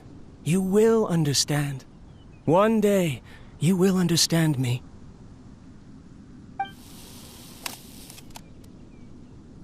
Karkata is the mechanical crab, right?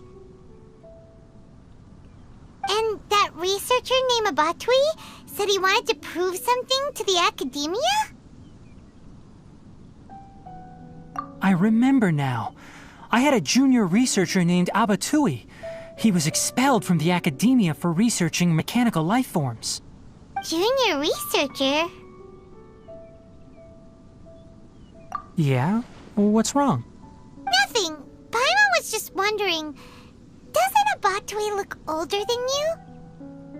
He is, but academic progression isn't tied to age. I finished my studies a while ago, so subsequent students generally considered me as their senior. Oh. Of course, age can be an issue. For a while, people always dragged me into pictures. I felt like some kind of animal on display. That isn't important. Let's go and see if we can find other tape recordings.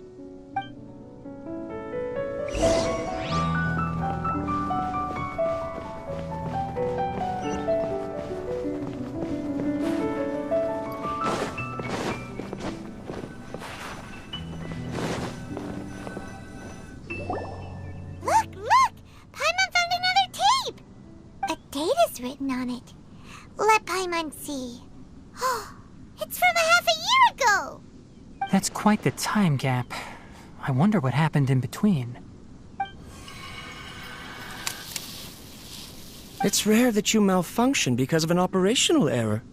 Seems that making coffee is still somewhat difficult for you. Or is there an issue with my set parameters?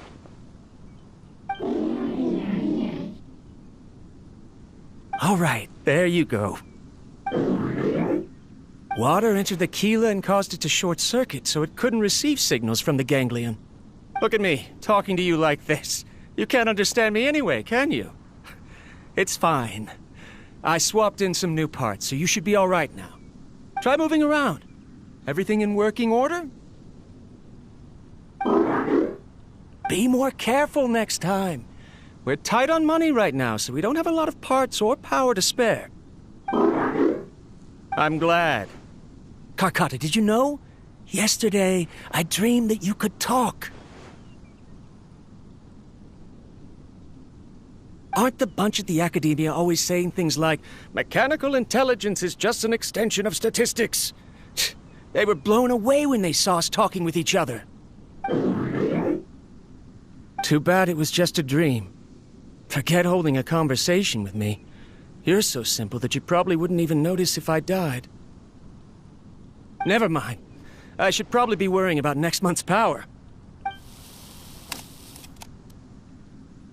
After Abatui left the Academia, everyone lost contact with him. I thought he was so despondent that he gave up on researching mechanical life forms. Instead, he had holed up here and continued his experiments. Paimon doesn't feel like he's a bad person. He even changed out Karkata's broken parts. Why would he mess with ley lines? Let's keep looking around. Following the serial numbers, the next recording should be here. The writing is sloppy. Perhaps his state of mind had changed. There's also an undated tape in the wrong spot. Doesn't seem like Abatui put it there. Maybe Karkata helped him with sorting. It's hard to say. These are the last 2 tape recordings. Let's watch them.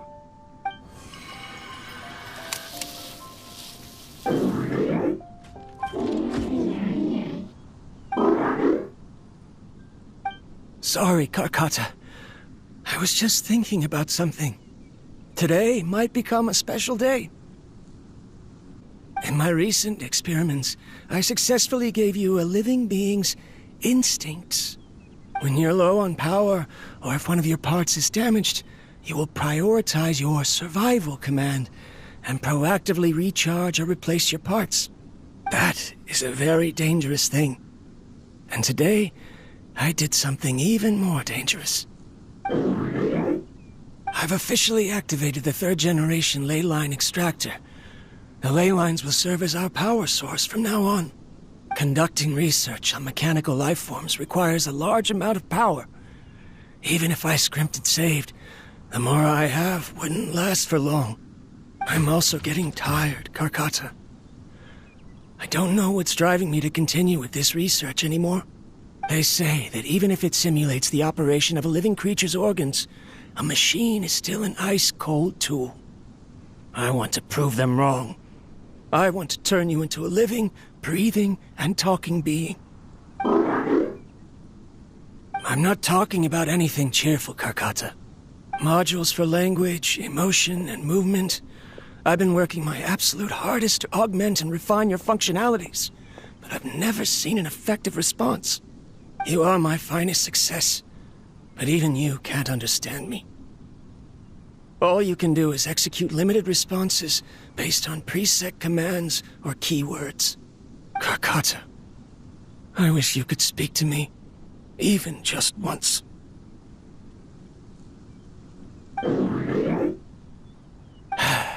Yes, you cannot understand me, so you cannot answer me either. It is what it is. In a few days, I'll sell the failed ley line extractor for some more and continue my experiments. Life goes on, and I have to as well. I don't have any other choice. This is new. If I place another 2 control modules here to simulate the brain's thalamus... of course my heart decides to act up now. Why did I cut medication from our expenses? Karkata, come help me.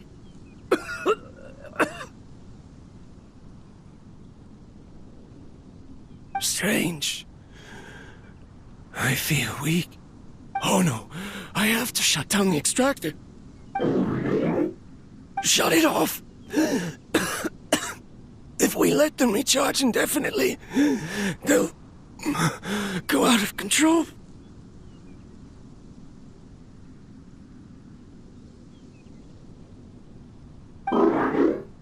Right.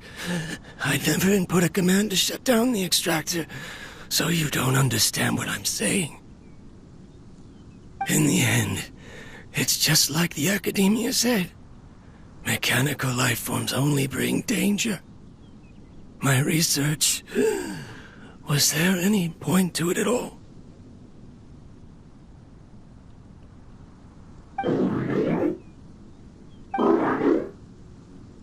I'm sorry, Karkata.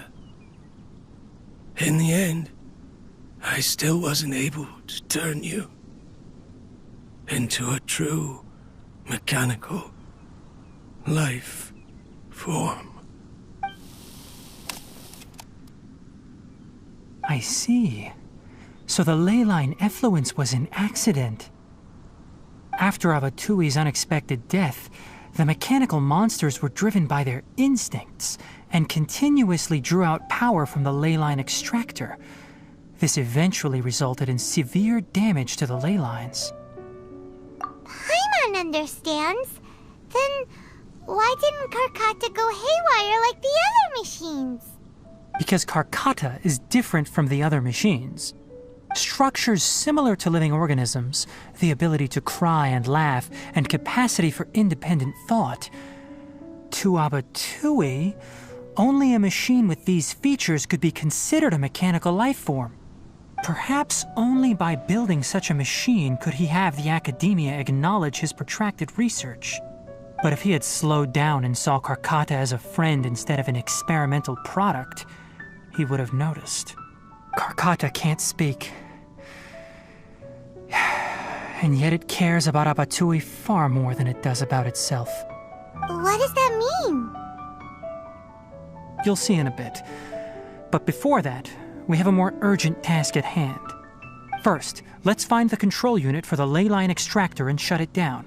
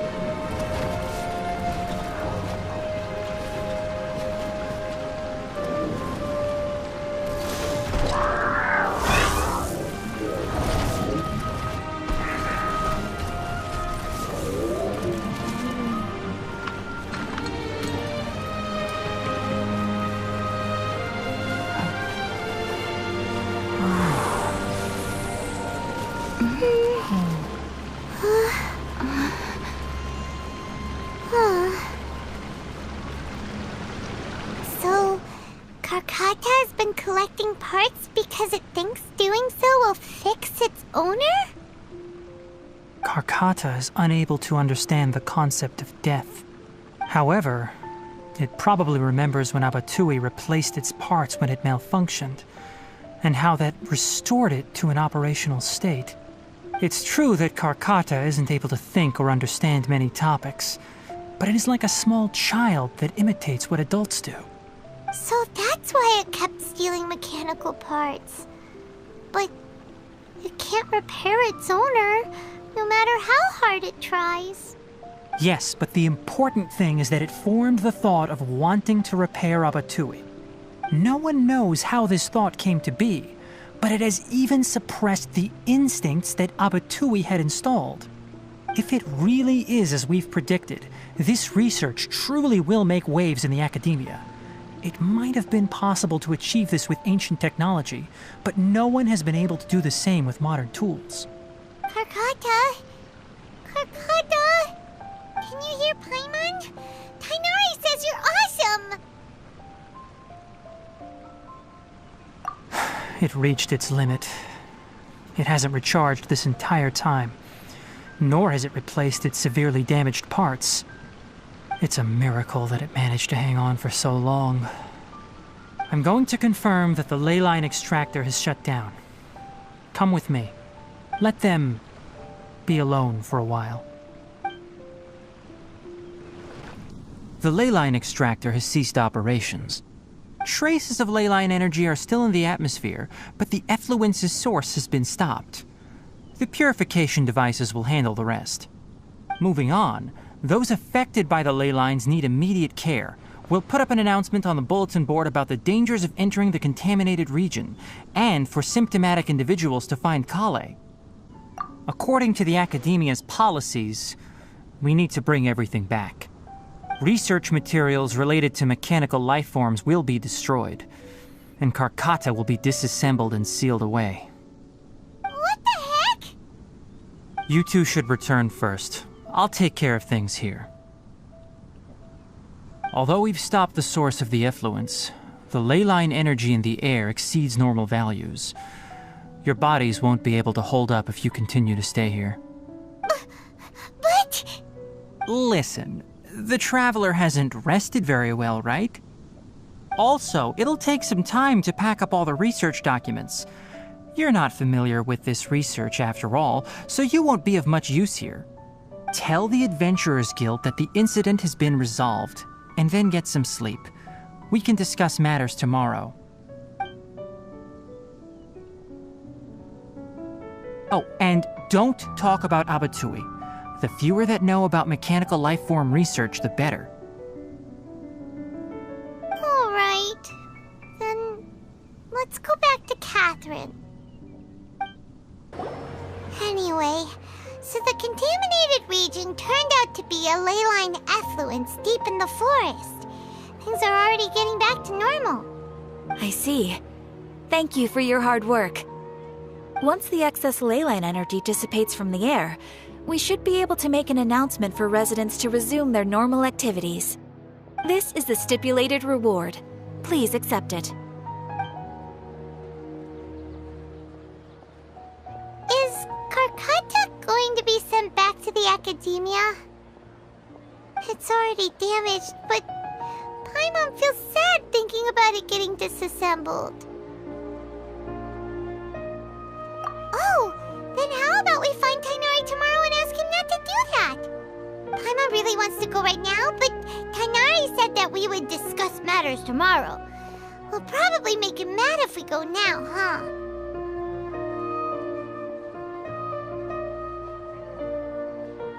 Alright then, we'll find Tainari tomorrow and tell him not to disassemble Karkata.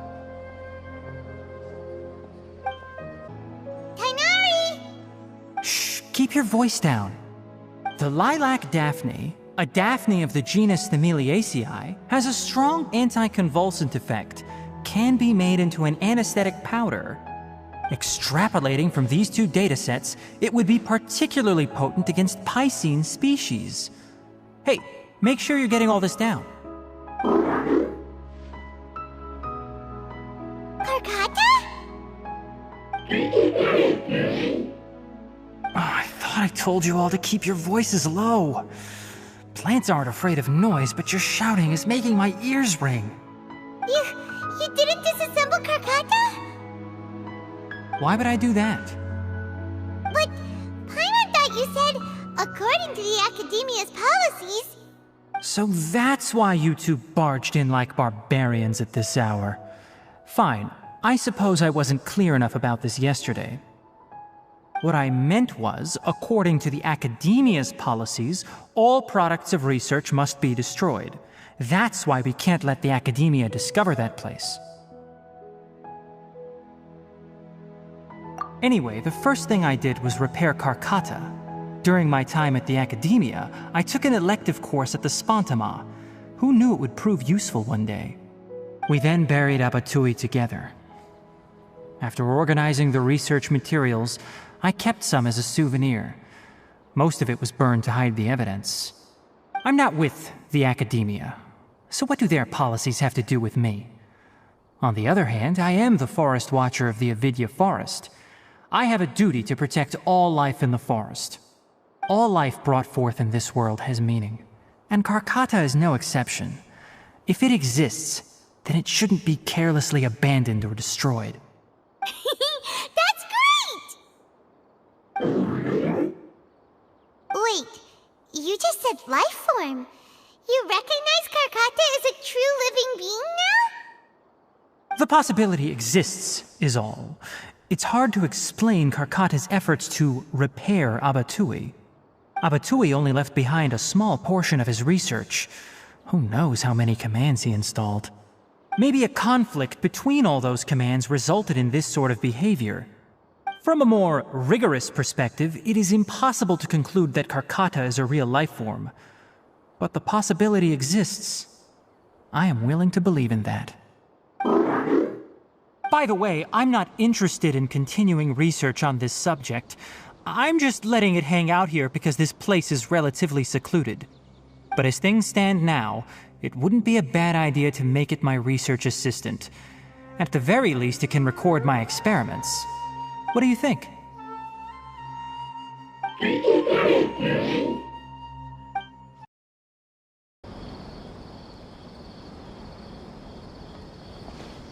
Portal Port Ormos is pretty great. There's so many new and interesting things, not to mention all the tasty food. Sumeru's largest commercial port sure lives up to its name. Look at all the merchants, and everyone seems excited just to be here. How did things end up like this? All thanks to your artistic license. That's how. I should have made you wait until we got an update from Tanja. But when I finished the prototype Aranara yesterday, you agreed that the kids would like it. That's why we tried bringing it out for a test run today. Well, I never thought they'd dislike it so much. Oh, what should we do? Whoa. Yeah. Compared to everyone else, they seem really down in the dumps. Let's go find out what's going on. Hey there! Paimon's name is Paimon, and she's a traveler who was just passing by. Is there something bothering you? Oh, I noticed you two a moment ago. Welcome to Akara Crafts, the best toy store in Port Ormos. At least for now. What's bothering us is this prototype Aranara. To start with, could I get your opinion on it? Prototype Aranara? You mean this wood carving here? It looks like a mushroom monster to Paimon. There we have it. The verdict is in. What a headache. Not the first negative feedback we've had. So, what exactly is a prototype Aranara? So for context, Aranara are magical creatures in Sumeru fairy tales that live in the forest. For the store's 20th anniversary, we plan to release a series of hand-carved toys based on the Aranara stories that kids know and love. This is a prototype we made to get an idea of how they would react. But when we put it out there, the reaction was not quite what we'd anticipated. They thought it looked like a mushroom too, huh? No, worse than that, actually. I can't quite describe it, though. And I'm also not very good with kids. Maybe you could ask them for yourselves.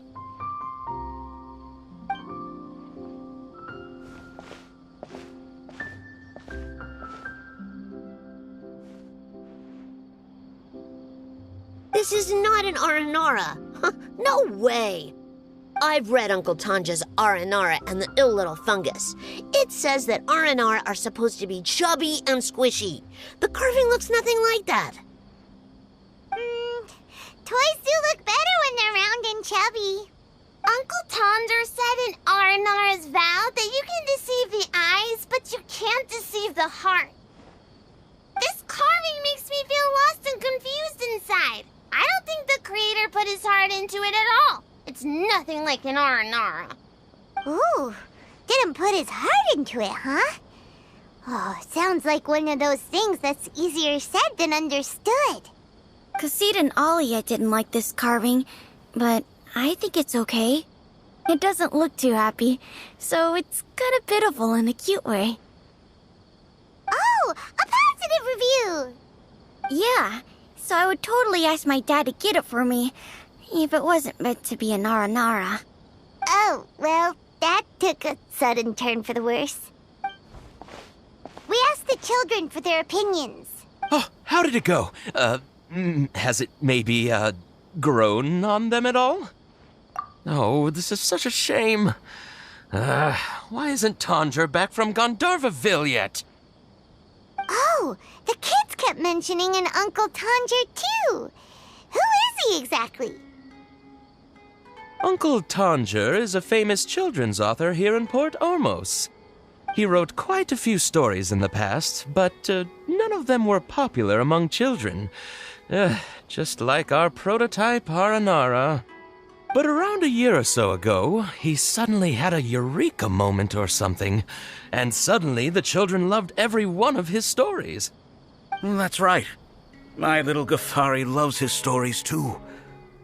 The whole reason we decided to make these carvings was because we saw just how popular the Aranara are among children. We asked Tanja for guidance, but right after he agreed, he went off to Gandharvaville with his son to look for inspiration. They haven't returned yet.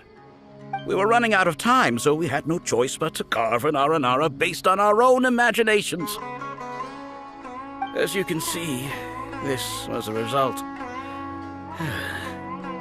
Oh, we have to do something. Hey, since you're the famous traveler, could you do us a favor and look for Tanja in Gandharvaville, He doesn't have to come in person if he's too busy. Just ask him to write down his suggestions and bring his notes back to us, if you could.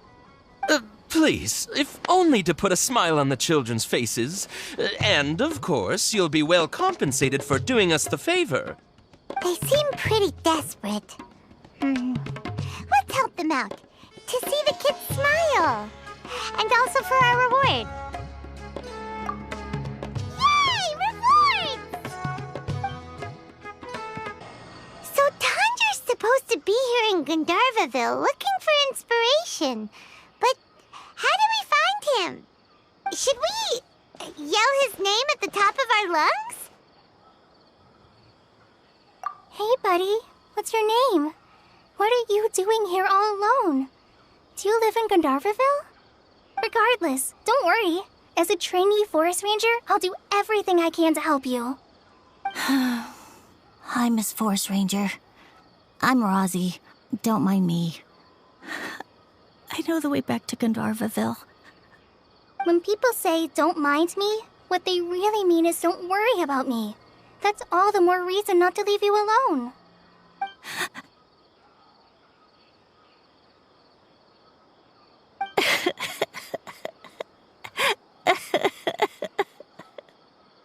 Hey, don't cry. What's wrong? Take your time. You can tell me all about it. Huh, that voice sounds familiar. Paimon's heard it somewhere before. Oh, it's Kale! And a child who seems to be upset. Oh, let's go say hi.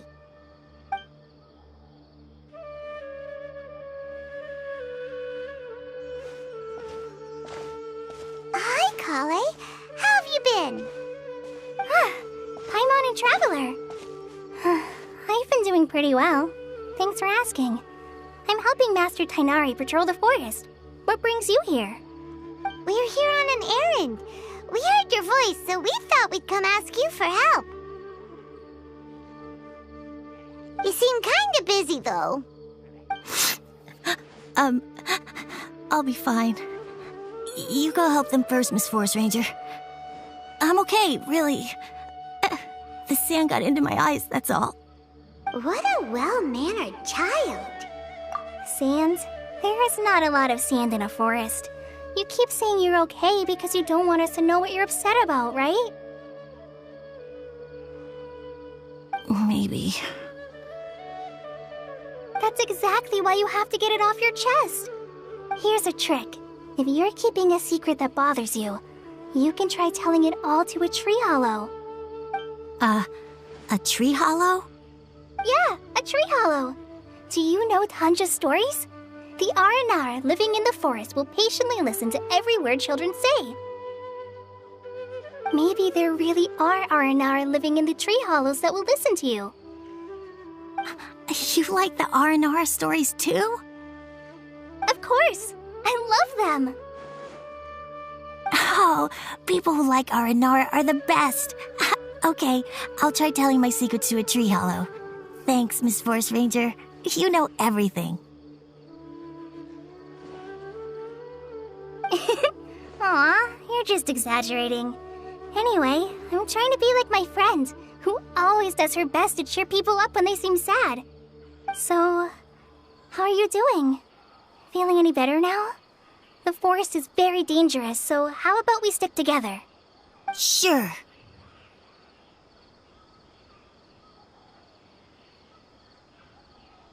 Wow, Kale's so good with kids.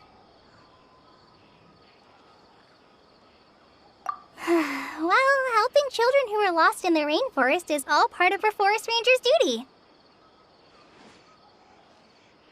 So, what was it you wanted help with? You're not lost too, are you?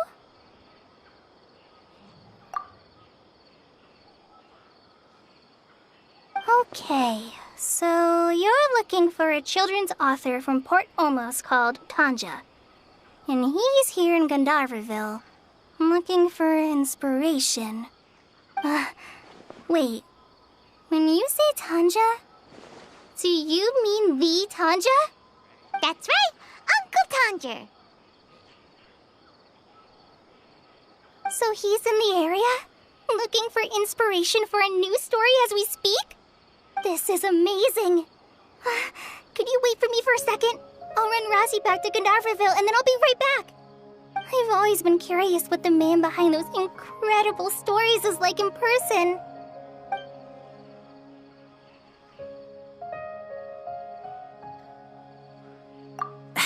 Tanja's just a normal guy. Even so, he must be more creative than most people. Wait, hold on. Rossi, do you mean you've met Tanja before?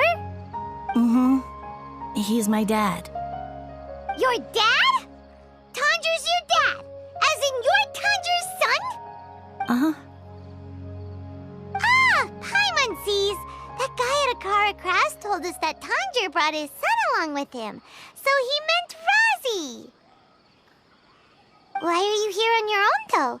Did you and Tanja get separated? We had an argument. I was upset, so I ran off here by myself. Oh, in that case, we should take you back to Gandharvaville first. Then we'll look for your dad and tell him where you are. No, I'm good. Thanks for your advice, Kale. I'm not so upset anymore. Come with me. I'll take you to him. Yay! Thanks, Rossi! Paimon thought we'd be spending the whole day looking for him. Oh my gosh! I can't believe I'm actually gonna meet the Tanja! Oh.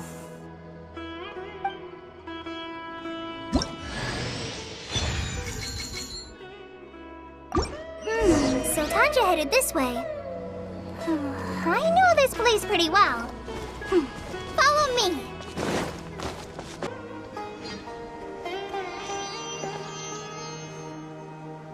Oh, Rossi!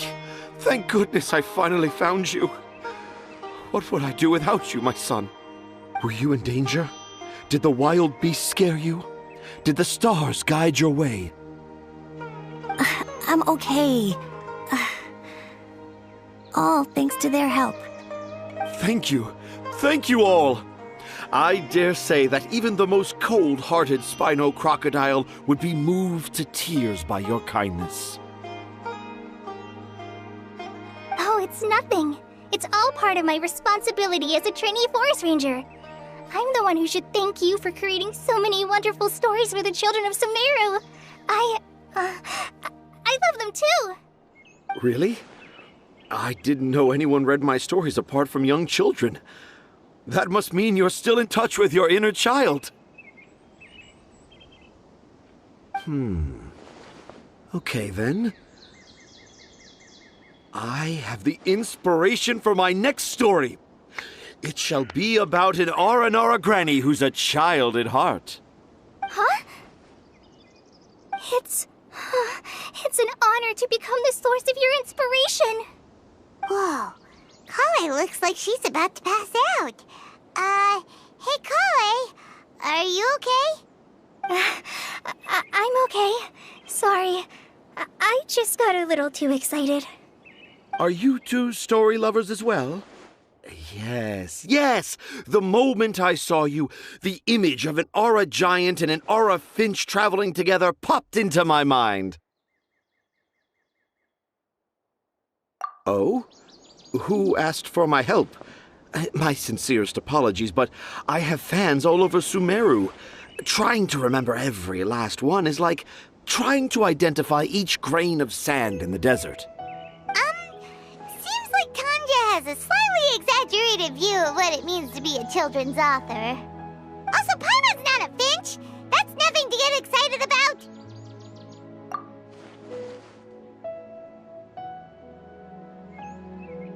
Akara Crafts.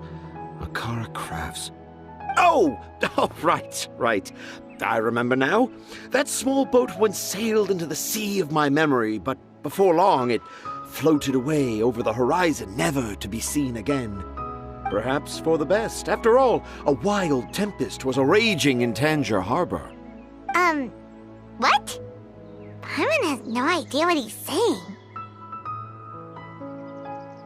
What should we do? Do you think we should get Tighnari to take a look at him?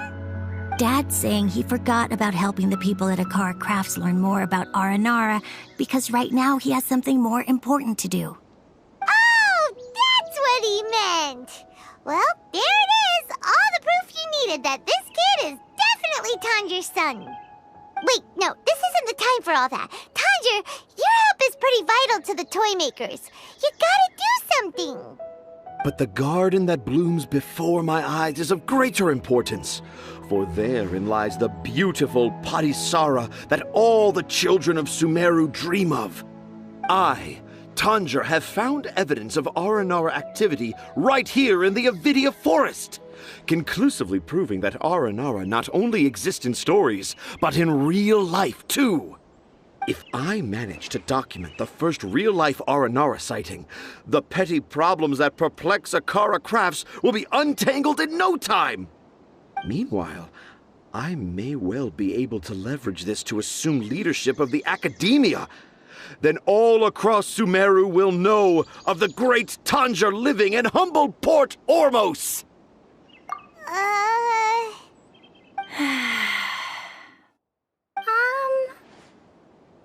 haven't written any papers myself, but I think you need to have a bunch of them approved by the review board before entering the academia.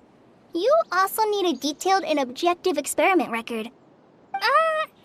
Anyway, Tanja, what did you mean by evidence of Aranara activity? The hook's what's important in a story. The great storyteller Tanjir never gives his audience the bait right away. Come with me. Wait, not that way. Kale, what's wrong? Nothing. But that way leads us deeper into the Avidia Forest. I'm just concerned for Tanja's safety. And I think I'm starting to understand why Razi and Tanja were fighting.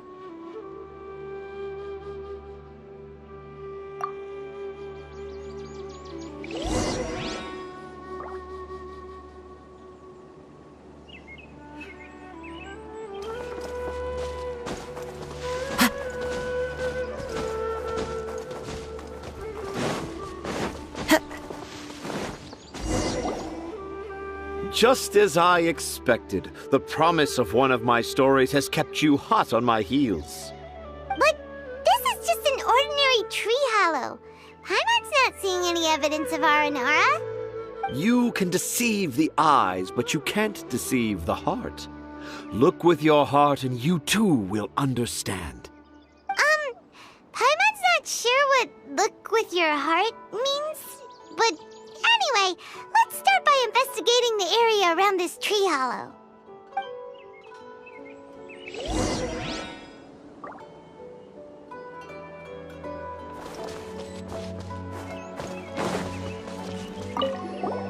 Hey, look! There's a note here! Could this be the evidence that Tanjir was talking about? The handwriting's so hard to read! It's too hard. I can't remember the names of all these mushrooms. Do Aranara need to learn about mushroom classification?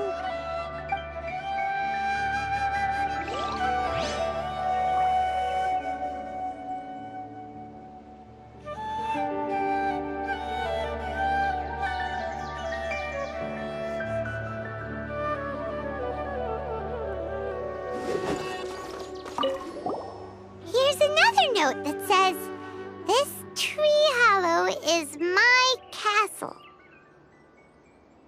That sounds more like something an Aranara from the stories would say.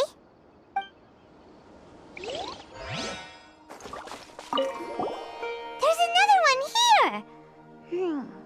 If only I were a clever Aranara. A clever Aranara.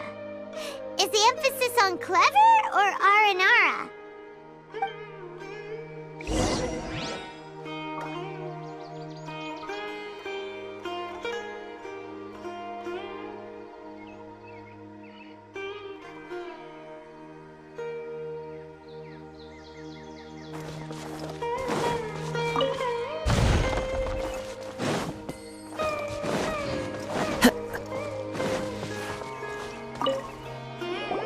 How does it feel to bear witness to a groundbreaking discovery? Exciting, isn't it?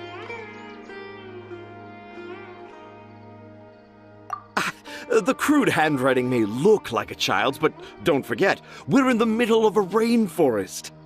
I doubt that a child would be able to reach this deep into the forest, and I doubt even more that they would think of this lowly tree hollow as some sort of impenetrable castle. I boldly hypothesize that this tree hollow is in fact the Aranara's academia. The notes we saw were written by the Aranara themselves. There is no doubt in my mind about that.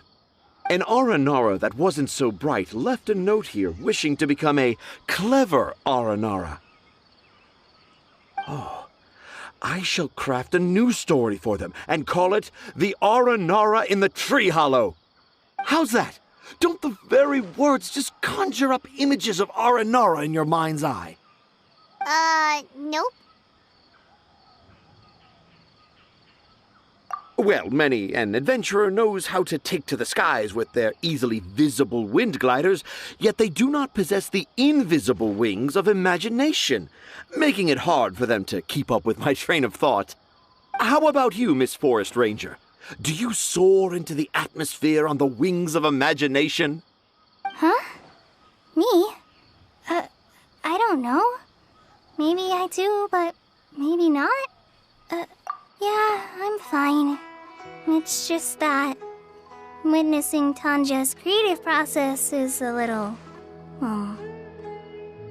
Overwhelming. Oh, yes. Yes. Overwhelming. For now, I've decided to stay here with Razi until we witness the legendary moment when the Aranara appear in this hollow. Don't worry, I won't let the Akara Crafts toymakers down. When a real Aranara appears, their little troubles will be resolved in an instant. He seems pretty stubborn. Looks like we'll have to stay here and wait a little longer. No, I think we should return to our camp first. Tanja, in Aranara and the Three Little Fungus, it says that Aranara are very sensitive creatures. I don't think they'll show up if we stay here. Oh? Was that in the story? Ah, yes, I remember now. Miss Forest Ranger, you sure know your stuff. In that case, let's go back to camp and call it a day. We'll continue our search for evidence first thing in the morning. Traveler, wake up! It's not the Aranara, it's Kale! She's gone! Oh, Paimon's been worried about Kale since last night. Even though she kept telling us she was okay after we saw the evidence of Aranara activity, she's been acting kinda strange. Anyway, let's go find her. Hey, look! Aren't these Kale's footprints? But why are they headed towards the tree hollow?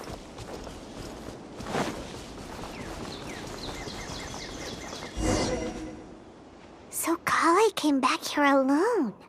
Is she waiting for the Aranara to show up? And I thought this was a place nobody knew about. I never thought Tanja would find it, or that I would run into the Traveler and Paimon. If I'd known, I would have just told the tree hollow instead of writing it down. There must be another way to practice my handwriting. Now I've created a whole new problem for myself. What do I do now? Dress up as an Aranara? Oh, no, that won't work. I should be writing something that an Aranara would never say, so that Tanja won't mistake me for one of them. But what should I write? What should I write? Oh, I've got it. There's no way Tanja could see this as the work of an Aranara. So the evidence of Aranara activity we saw during the day was actually evidence of Kale's activity. But why didn't she just tell Tanja? Oh, right. Kale told Razi that he could tell any secret to a tree hollow. Must be because that's what she does, and now she even writes it down. Yeah, you're right. We'll keep her secret for her. Oh, looks like she's almost done writing. Let's head back. Aha! There's a new note just as I expected. Yes, yes! It's the same handwriting, which means it must have been written by the same Aranara. Let's see what it says.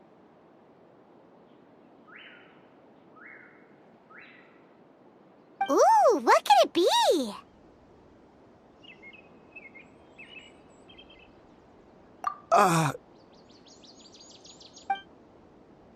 I want to visit Mondstadt during the Ludi Harpastum again? No, that's impossible. This must be some kind of mistake. How could an Aranara go to Mondstadt for the Ludi Harpastum? Even I would never write that into a fairy tale. So, in other words, the notes can't have been left by an Aranara.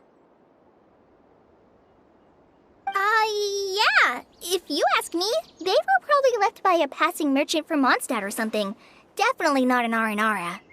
No! No, I refuse to believe it!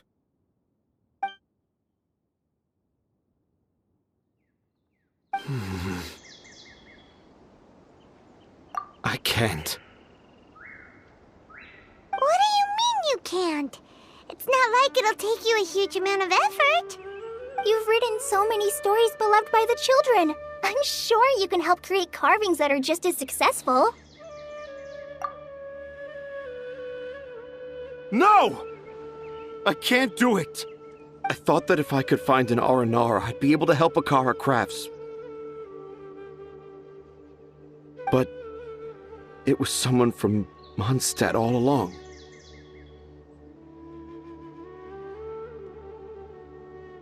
But you've managed to write all those stories without ever having seen a real Aranara, right? What makes this so different?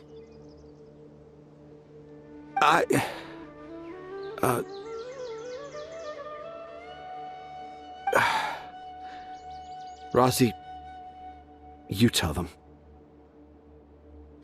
Really? Can I? Yes, it's fine. Tell them.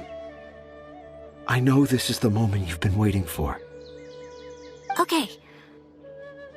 Kale, Traveler, Paimon, do you remember when I said that there was a secret I didn't want to tell anyone?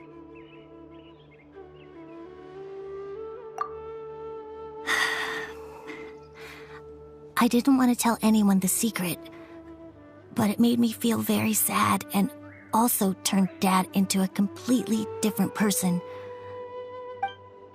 So, I think I should tell you. Dad isn't the one who came up with all those Aranara stories. What? Hold on. So if Uncle Tanja wasn't the author, then who was it? Wait. You don't mean... It was me. Dad's been telling stories in Port Ormos for as long as I can remember. I always got to listen to all his new stories. Every night, Dad would give me a Zaytun peach for dinner, and I'd eat it while he told his stories. The Zaytun peaches were delicious, but Dad's stories were really bad. He always uses sentences that are really hard to understand, and strange, metaphors, I think they're called. But Dad kept on going, telling his stories again and again. One time, he even borrowed a camera from Lord Sangema Bey's shop and got me to take pictures of him in action. Dad showed me the picture and said that it shall become the precious record of Sumeru's best storyteller early in his career. Even though I only had Zaytun peaches to eat and not so great stories to listen to, I was happy.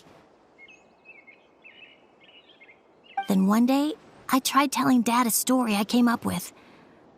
Dad seemed really excited from the very beginning.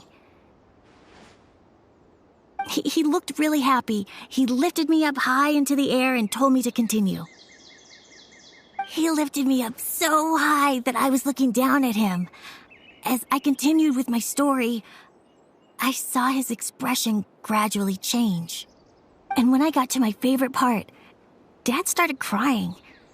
I guess he must have been moved by my story. When Dad put me back down, I looked up at him again, but now he had a scary look in his eyes.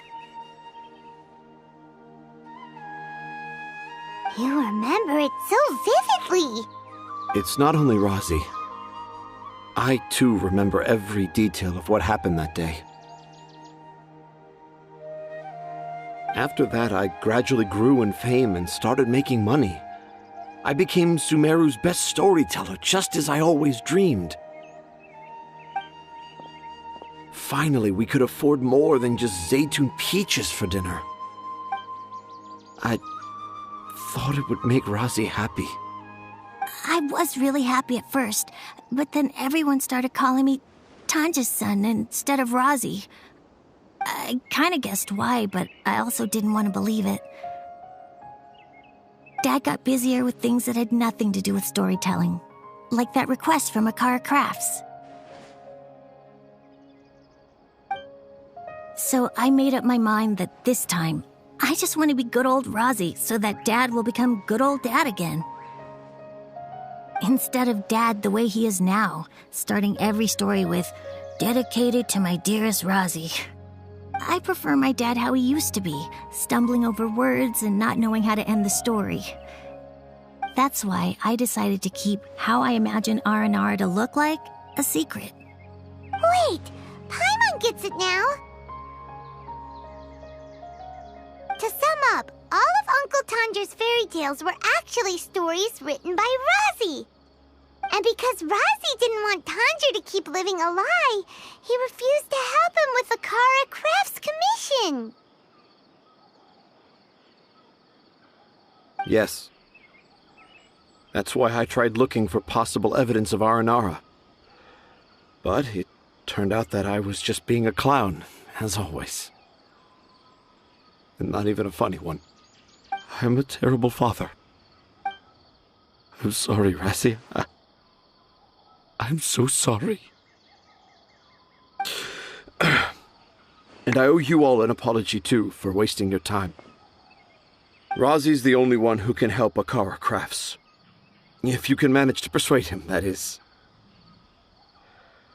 Right now, I think I just want to find a tree hollow and be quiet for a while.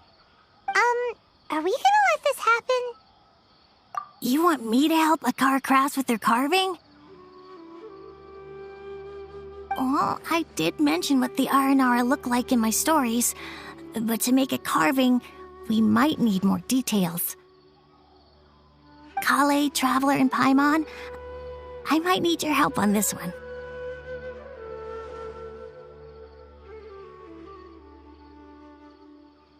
I've never really left Port Ormos before.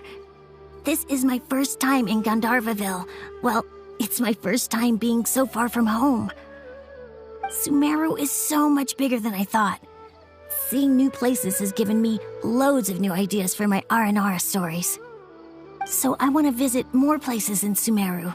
That way, I can help Akara Crafts create an Aranara carving that everyone will love.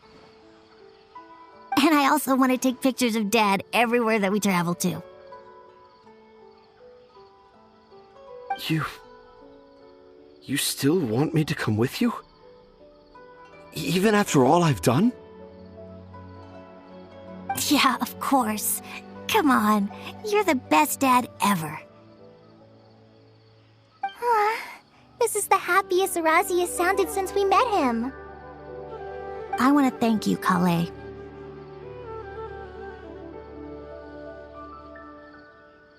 Huh? Me? I didn't do anything to help. You told me about telling my secrets to a tree hollow.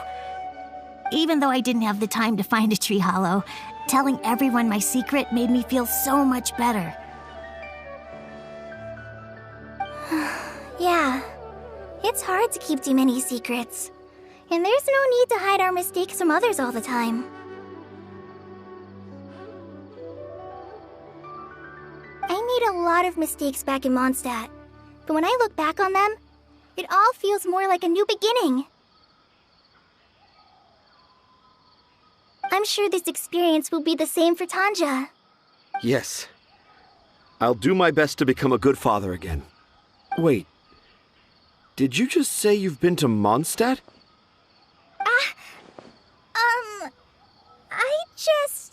I just passed by once. Never mind that. Come on now. Akara Crafts is waiting for us. Let's go, Razi. Grab that camera and see what hidden inspiration you can discover along the way. Okay, let's go. Come on, Dad. Razi, slow down and watch your step.